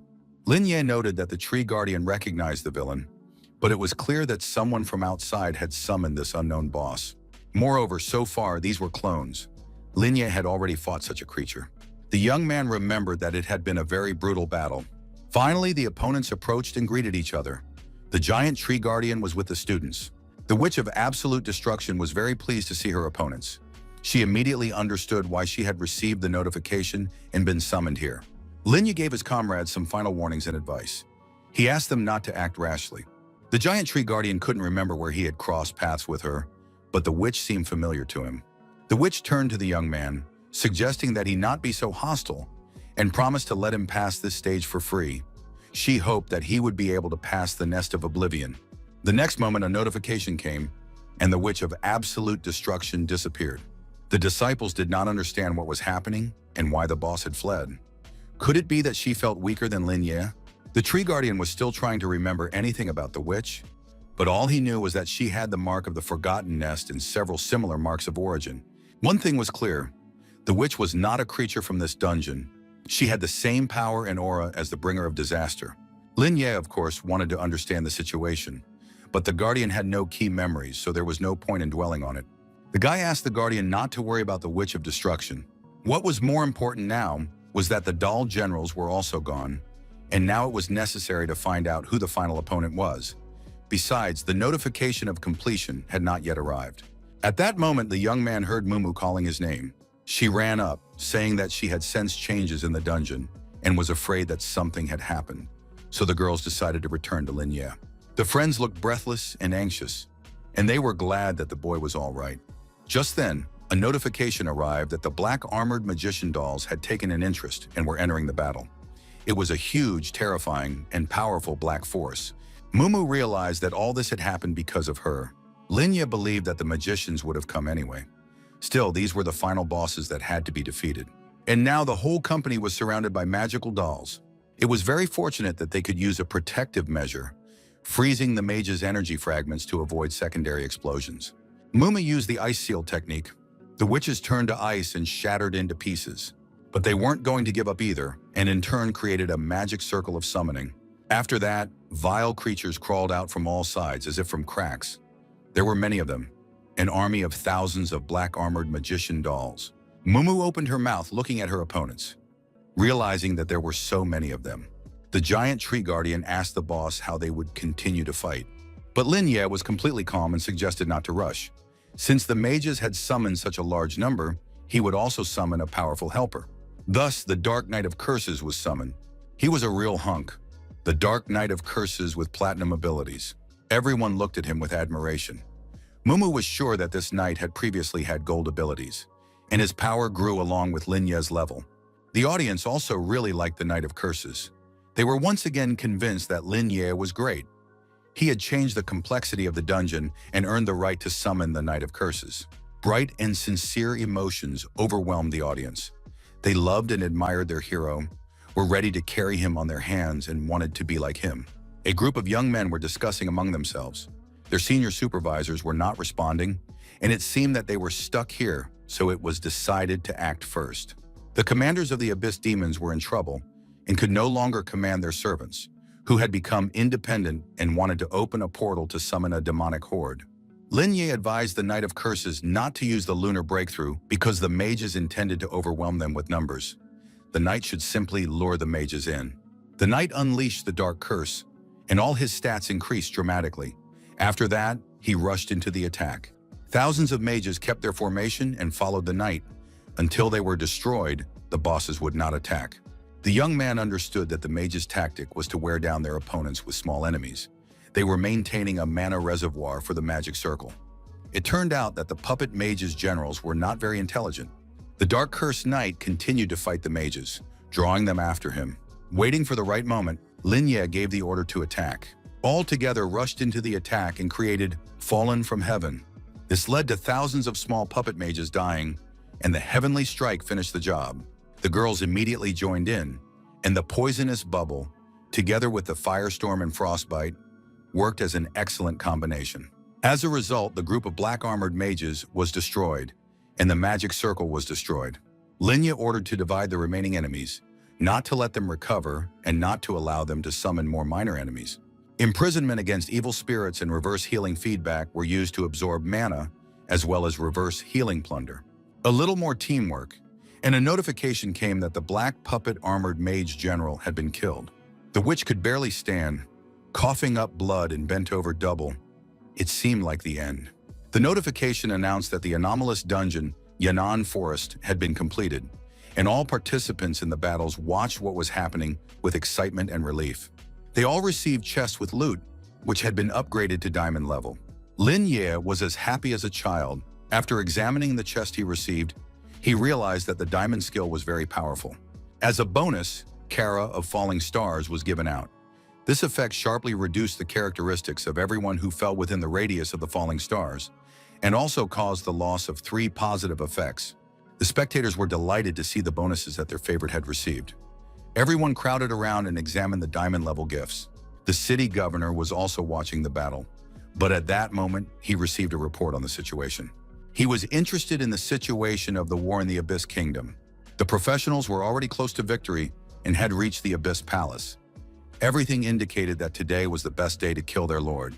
Today was the best day, and the demons of the Abyss were doomed to die.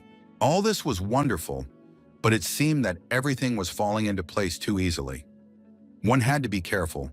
These demons of the Abyss would stop at nothing for the sake of evil. Finally, the students appeared before the people, and there was thunderous applause and joyful shouts from the fans and residents. The forest was cleared, and the guys returned to the shelter. It seemed that everything was going according to the Alliance's plan. Linya felt that this was not the case. It seemed that something had been overlooked. Sumumu waved happily to her parents, who watched their daughter's success with delight and pride.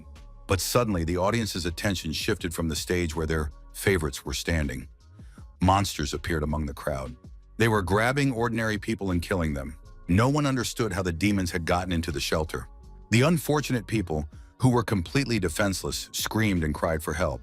People were ordered to retreat as far as possible and not to panic, while the professionals got to work. The demons found in the shelter said that teleportation had occurred from within. Immediate professional support was called in, and Lin Ye immediately rushed to help the people. He jumped at the nearest demon, who was holding a person in his claws, and punched him with all his might, realizing that he had to fight in close combat. While fighting off and destroying the demons, the young man analyzed the situation. The city guards outside were strong, and Wang Macau reported to the mayor that everything was fine. Linya had already concluded that these demons had been summoned by someone from within. People fled in terror from the huge demons, which were much stronger, as well as predatory and merciless. The city governor announced that everyone who knew how to fight should take up arms and defend the city. The city commander gave orders. His fighters rushed into the attack, but Lin Ye rushed in the opposite direction. It was a huge and terrifying wyvern, but there was no need to panic because its flames only damaged creatures from the abyss. The professionals tried to figure out who was the traitor who had summoned these demons from within. Mumu gave orders to her clone about which part she needed to fight the demons in, while she herself took care of another area together with Baiji. Lin Ye, killing demons, continued to think quickly, trying to figure out the right thing to do. Organize an evacuation from the shelter or find the traitor first. The traitor had to be here and hadn't left yet. The shelter was inside the city. There was heavy security outside. It was impossible to avoid it. But if the traitor wasn't found, the wave of demons would not stop. At that moment, the doors to the refuge opened, and the guards reported that demons had appeared on the streets of the inner city. Their level was about 30 or 40. The city governor was interested in why the support from the inner city was so weak. He did not understand where the professional fighters who were stationed around the refuge had gone. But then one of the guards reached the city leader and reported that multiple demonic tide portals had appeared around the inner city shelter, and their power exceeded all expectations. The monsters from the portals were not low level, and the security team was not fully staffed, so they could not provide support to those inside the shelter. Linya understood that things were bad. If this continued, the outer tide and the inner tide of demons would trap the people in a vice and press down on them until they were completely destroyed. And they would attack from all sides until they completely depleted the reserves to the last man. Mumu noted that her attacks were particularly effective against insect monsters, which meant that they had low magical resistance. The girl was interested in whether Linye had enough mana, and she asked the girls to monitor their stats. This was easier said than done, because if the tide creatures continued to attack, there would be a shortage in any case. And all the warriors inside and outside the shelter would need a large number of healing items. Fortunately, the observers and professional fighters from prestigious schools, as well as the city governor, were participating in the battle. Linye reported that these demons were of a low level, which meant that the higher level portals were located elsewhere. All student mages could be asked to help from a safe distance. The city governor addressed the students, urging them to be strong and contribute. The students connected, and soon the results began to pour in. The health of all creatures began to decrease significantly, and their attributes weaken. Linya used the new diamond-level skill he had just obtained, and the effect was simply amazing. The students, who were not yet professional players, believed that they would learn from their hero, Linya, and were ready to contribute.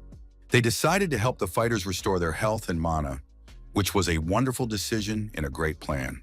Linya was still worried that the mana recovery skills and items would not be able to support the fighters until reinforcements arrived. If the fighters reached their limits and couldn't find a source to stop the tide, everyone would be destroyed.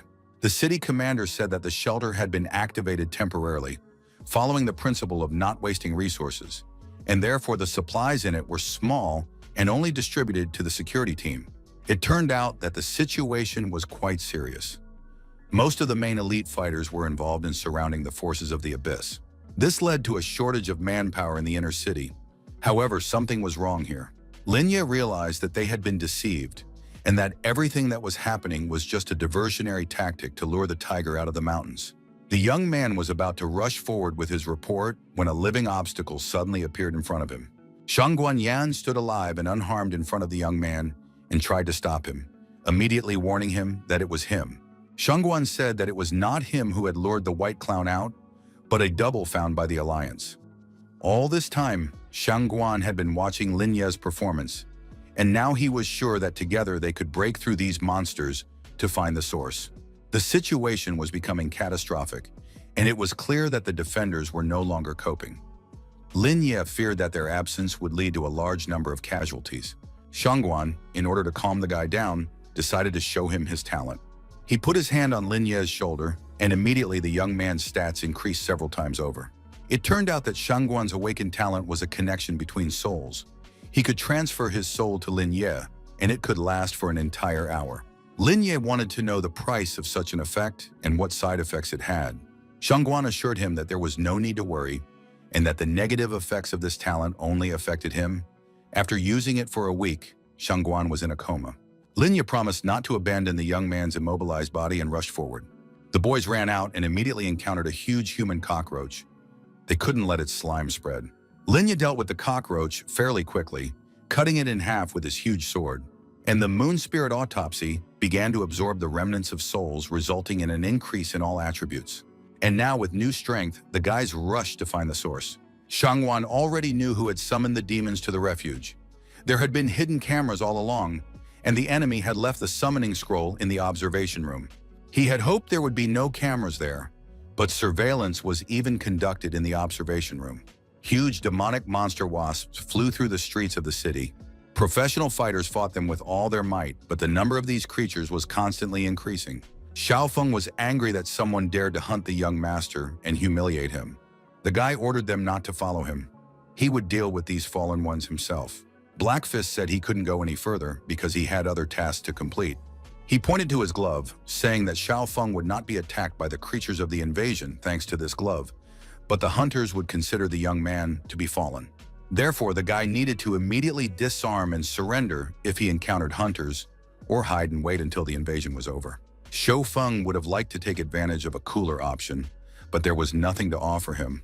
But then an amazingly beautiful girl approached the boys, surprised by the encounter.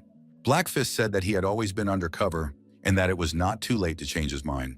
Smoky Ghost, hearing this, flew into a rage because he was not some kind of pathetic traitor.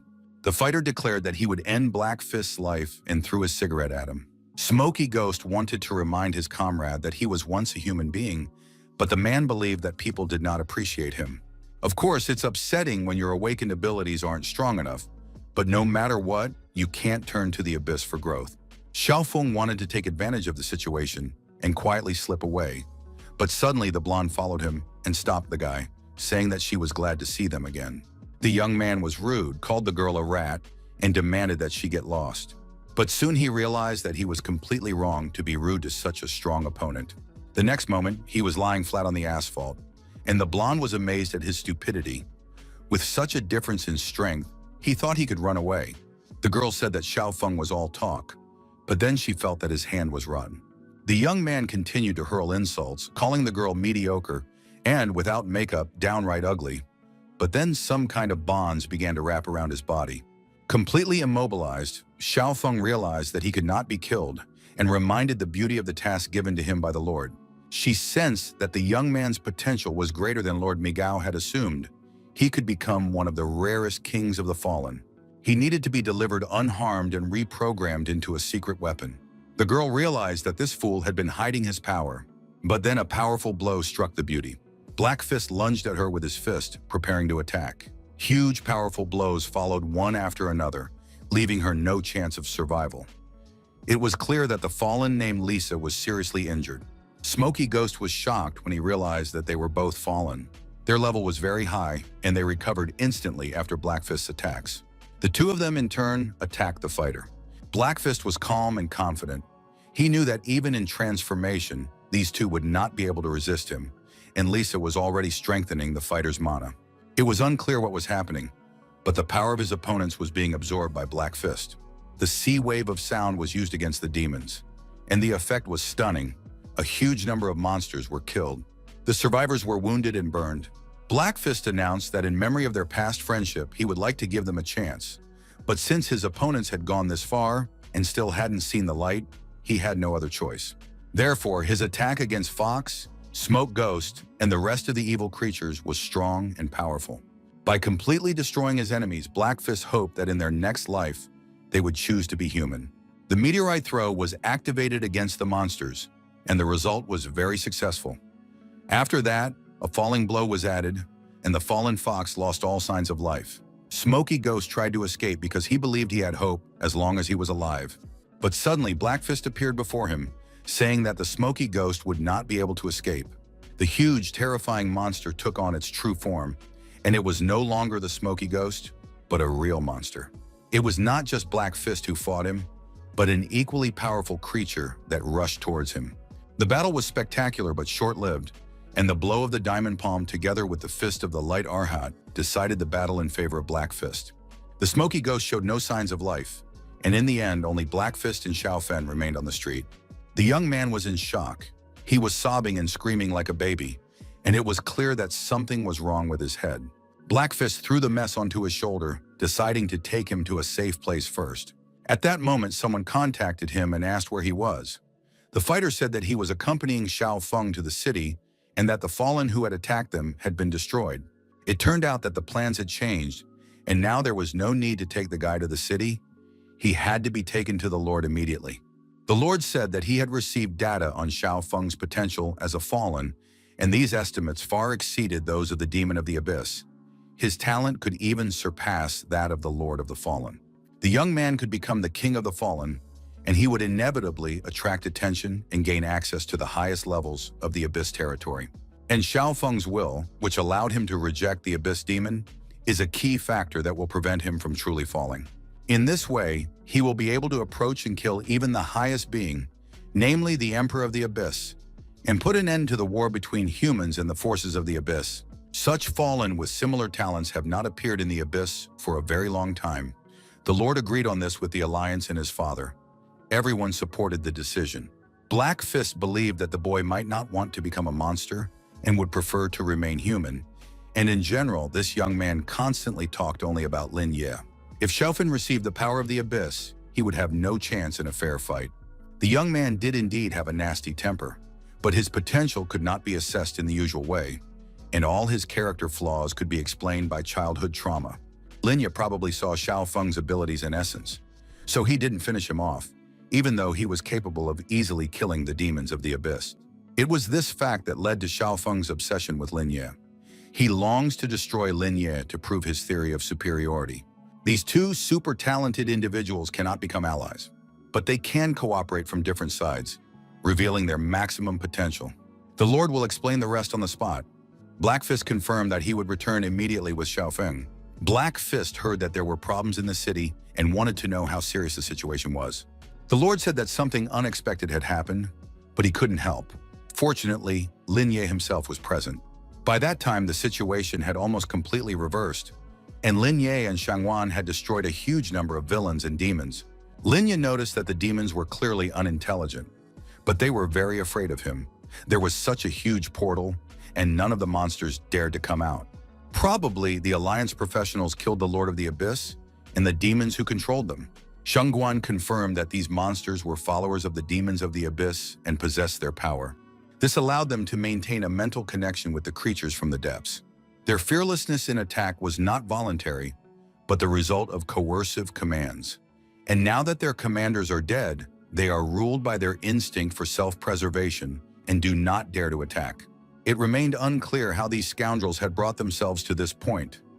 Even the fallen do not fall into a coma just because they lose contact with the abyss. But that didn't matter. The main thing was that none of them could escape, and all would face a strict judgment. Linya did not know what to do with the scroll. It resembled a summons, but the young man's abilities did not allow him to destroy it. Shengguan noticed that the scroll could not be pulled out, but it turned out to be even worse. The scroll could not be damaged or simply destroyed. At that moment, new monsters entered the refuge. No one was expecting them or hoping for them. It was some new group of tide creatures, but it didn't really matter or make a difference. Linya used his sword and decided to deal with these creatures at the same time, creating waves from the sea of the dead. Shengguan noted that these fallen would not drown and that living prisoners were needed. But the young man explained that his attacks only affected creatures of the tide. After that, the young man activated Reverse Blessing of the Stars and Carl of Falling Stars. Shengguan understood that the young man was incredible. In an instant, he dealt damage, inflicted weakness, control, buffs, and still had time to heal. Linya was almost done and announced that the road was clear and it was time to move on to the next stage. The young man wanted to do something with the summoning scroll, but he still couldn't destroy it. Perhaps the scroll was connected to the massive gates. If the scroll couldn't be destroyed directly, then the gate had to be destroyed. The young man activated Moonshadow. His skills pierced the portal and then sucked up all the energy. It was so powerful that a tremor ran through the entire shelter. The ground shook beneath their feet, and people thought an earthquake had started. He explained that the shelter was reinforced and would not collapse easily. Besides, the city governor himself and other warriors were inside the shelter, so there was nothing to fear. Finally, everyone saw that the source of the earth's tremors was Lin Ye, who was trying to destroy the gate. The young man continued to pierce them, paying no attention to anyone. After a while, the scroll finally began to react. The vibrations affected it, and it began to crumble. The scroll begged for mercy and said it would protect its brother. It whimpered, cried out, and managed to slip through the gate, thus escaping. But at the last moment, Lin Ye pulled it out, and the scroll exploded, scattering into small pieces. Its complete destruction was confirmed. Shengguan noted that no new magical waves should appear, which meant that it was all over. The situation had completely changed, and now the professionals just had to clear the area. One of the commanders addressed his subordinates, saying that the portal gates were closing and all that remained was to finish off the evil creatures. And of course, the fighters couldn't help but support their commander, because the happy moment of victory was just around the corner. But then something strange fell from the sky.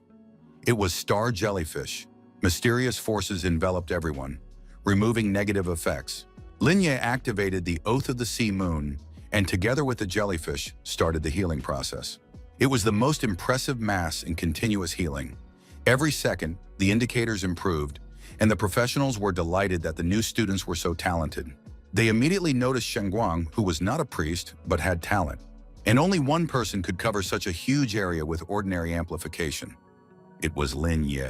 Professionals recognized the student, who was gaining popularity and was an offensive-type priest. The young man continued to use his skills and activated Radiance of the Star Gods and Blessing of the Constellations. The moon trail, after absorbing the enemy's summon, became even larger. Linya used an active skill that automatically activated purification, applying Oath of the Sea Moon to the entire inner city.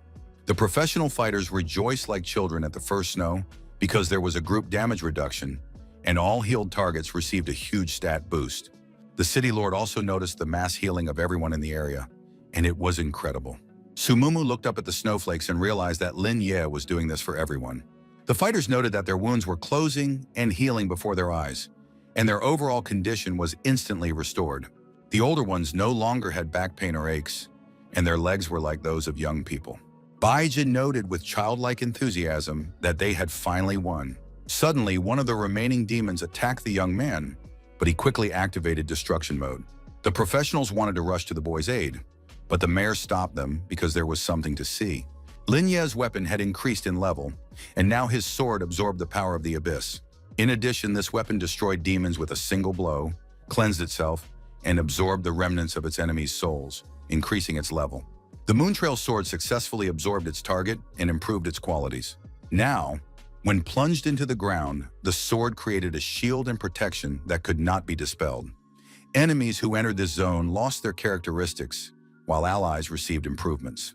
The tremor of the heavens gathered the power of moonlight, summoned meteorites, and dealt magical damage to all enemies within the protection zone. All allies received a jade shield and a large number of damage-blocking units. The city leader understood that this guy had single-handedly changed the position of an entire class. Thanks to his efforts and abilities, children would appreciate and choose residents more. Meanwhile, the cleanup was also coming to an end in the outer city, and the main forces of the city's defenders returned. All houses were checked, and all creatures of the tide were destroyed. Soon, all areas of the outer city were liberated, and the communication towers were restored. The situation in the inner city was also developing quite well. The First Legion took up defensive positions on the walls of the inner city and began mopping up operations. The Second Legion assessed the damage to the refuge. The scale of the invasion turned out to be greater than expected. The people had anticipated almost everything, but somehow a monster had infiltrated their ranks. And why did no one notice? The outer city is larger, and there are more chaos portals there, but there are fewer professionals, and the examination area is already almost destroyed. They had to stop surveillance and urgently support the outer city. There were no casualties among the ordinary people, but many were seriously injured and required long-term treatment. And the inner city was protected by the trinity of the city governor, Lin Ye and Shangguang. Teacher Huang could not remember who had demanded that almost all forces be sent to clean up the area. One of the fighters reported that communications and cameras had been restored. He also confirmed that there were no casualties or seriously injured in the inner city. The current students were indeed strong. Not a single death in such a dire situation. Of course, it could have been just plain luck. After all, the city governor and tough fighters were there, and the enemies were just humanoid insects. Teacher Huan believed that if it weren't for Lin Ye and his abilities, there would have been many casualties in the inner city. All this was observed from afar by two people in white cloaks standing on top of one of the skyscrapers. Then the woman took out a flying eye with wings and sent it to monitor the situation from within. Reconstruction work was underway in the city. All teachers, students, parents, and professional fighters were sent to rest rooms for examination and treatment. They had been fighting under pressure for too long, exceeding all acceptable limits. If it weren't for the constant healing from the priests, they would have fallen long ago. The examination showed that everything was more or less in order, and they were also provided with free, high-quality restorative care. Shang Wenyan suffered the most.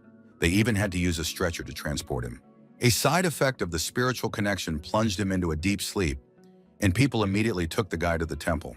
The traitors were handed over to a special representative of the alliance and brought to justice.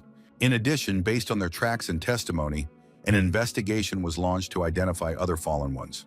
All the villains were exposed and severely punished. Several officials were dismissed from their posts for the lack of security in the inner city and shelters. Lin Ye analyzed all this and realized that a much more serious problem remained unresolved. According to information from the director, the Alliance already knew about the traitors' plans and had prepared countermeasures, so the inner city and the examination area were well protected. Lin Ye asked Shangguan why the Alliance had decided to send all its main forces to the Abyss. It turned out that this was the plan, but there was nothing strange about it. After all, Shangguan himself did not go to the Abyss, but was in the central control room and immediately came to the rescue. Finally, the guy remembered that the Alliance was confident in its ability to destroy the forces of the Abyss in one blow. That was why all of the city's combat reserves had been called in to support the front. Lin Ye still couldn't calm down. It seemed to him that they had all lost part of their collective memory, and something didn't add up.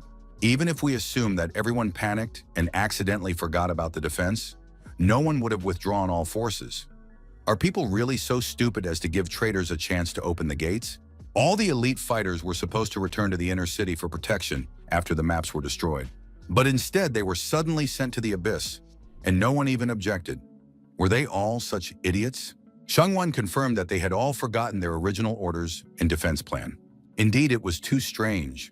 If someone could control their thoughts, their power should be sufficient to destroy both the city and the Abyss. Then why put on this whole show to make the defenders and the forces of the Abyss weaken each other? It turned out that this interested party was not as omnipotent as everyone thought. The original plan clearly indicated the need to deploy several detachments for complete protection. The city governor reported that provisions had been made in case the demons of the abyss infiltrated fallen ones among ordinary people. There were quite a few such situations, but their power was insignificant, and many did not even receive the power of the abyss. Due to their weakness, they usually remained inactive and received their orders directly from the demons. But they were difficult to identify and find evidence against. People had prepared measures against these weak fallen ones in advance and made a defense plan, but no one followed it. This implies that there was a high-ranking fallen individual among the people who erased everyone's memory. However, the people had already been tested. Furthermore, if such a powerful traitor existed, they would not have been able to defeat him. And if his identity is unknown, why didn't he warn the forces of the abyss and let his master die? Perhaps this is some kind of internal strife among the demons of the abyss. There is a possibility that their original target was the Lord of the Abyss. Perhaps the other lords wanted to capture the city. It is necessary to urgently contact the alliances of other cities. These creatures may be more dangerous than the demons of the abyss, and they surely have other goals. To understand this and find out who they are, we need to figure out the method of memory erasure, and all participants in the events must undergo re-examination. The flying eye returned, and it became clear that the plan had been revealed. But that's okay, because the villain in white believed that they weren't hiding. In any case, with the help of his eye, they had already obtained combat data. Lin Ye recognizes his talent and strength as truly impressive. It's no surprise that this guy defeated the Dark Knight and even earned his recognition. This human child was truly interesting. But if the demons of the abyss killed this genius, what would they do then? But there was nothing to fear, because the diversion plan was not a threat, but simply a way to test the boy's strength. And now the strangers in white cloaks could proceed with the main part of their show, knowing how strong their opponent was. A red glow appeared over the city from nowhere, and everything around turned pink. The two strangers in white cloaks realized they had arrived. The records of the dungeon's passage were reviewed, and it became clear that there had never been anyone like this genius named Lin Yi before. The girl noted that his strength was outstanding and that he would prove himself. She looked at the records of the dungeon passages with interest and was in no hurry to leave. But then something caught the stranger's attention, and she realized that this couldn't be. She saw a living clone in a real tree guardian, and it was not an easy call with the help of artifacts. Even the witch of absolute destruction was drawn in, and the man in the cloak also thought they had made a mistake.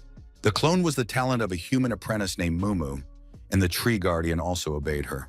This was certain and beyond doubt, but now it was unclear what kind of creature she was. It was very painful to admit that they had made a mistake, but the strangers were indeed blind, and their flying eye had misunderstood everything, so now he had paid the price and been burned. The one mentioned in the prophecy was not Lin Ye, who defeated the Dark Knight without injury, but a human apprentice. A girl named Su Mumu is the chosen one they had been searching for so long. At that moment, Mumu sneezed, and her germs infected everyone present, and her snot flew in all directions. But no one was upset because bonuses from the Alliance poured into their phones, which absolutely everyone received. It was pleasant. Team awards and special awards were also handed out to those who distinguished themselves during the Horde invasion. This time, the Alliance did not skimp and even gave allowances to ordinary victims. The only ones who were unlucky were the students who had to take the final test. In addition to treatment and recovery, they will have to continue their training and retake the test. The final exam will take place in a month. It will be a serious test of their physical recovery and mental state. Teacher Huang appeared to personally greet and congratulate Lin Ye, as well as to thank him for everything he had done. The young man was awarded an honorary medal, and he was also able to improve his equipment and skills again. Lin Ye received a tablet on which, as in a shop window, very necessary items were laid out. The young man said that he was just planning to replace his boots and belt. All the indicators were related to magic, and the young man had excess ones and did not need help. But the agility boots needed to be replaced because they would increase the guy's maximum potential. After all, you can never have too much speed. The Knight of Curses and even the Giant Tree Guardian rely on high speed. They needed to dominate the crowd, and they become invincible dungeon bosses in everyone's eyes. Finally, the young man made his choice, settling on the fire boots. Mumu agreed that the fire boots significantly increased speed, but in addition to the boots, Lin Ye chose the healing wave. It was too easy. The healing wave had an active skill. It released power that randomly jumped between the group many times, greatly restoring energy. And with such an active skill, it was possible to keep the entire team in good condition at the same time. In addition, there was also a reverse healing wave that released a purple energy wave and dealt enormous damage to the group. But it only worked if there were at least 2 enemies. Teacher Huang said that now they could relax for a while, and he still had to find Shangguan. He was about to leave when Lin Ye called out to him. The young man was interested in the fate of Huang Xiaofeng. Lin Ye was worried that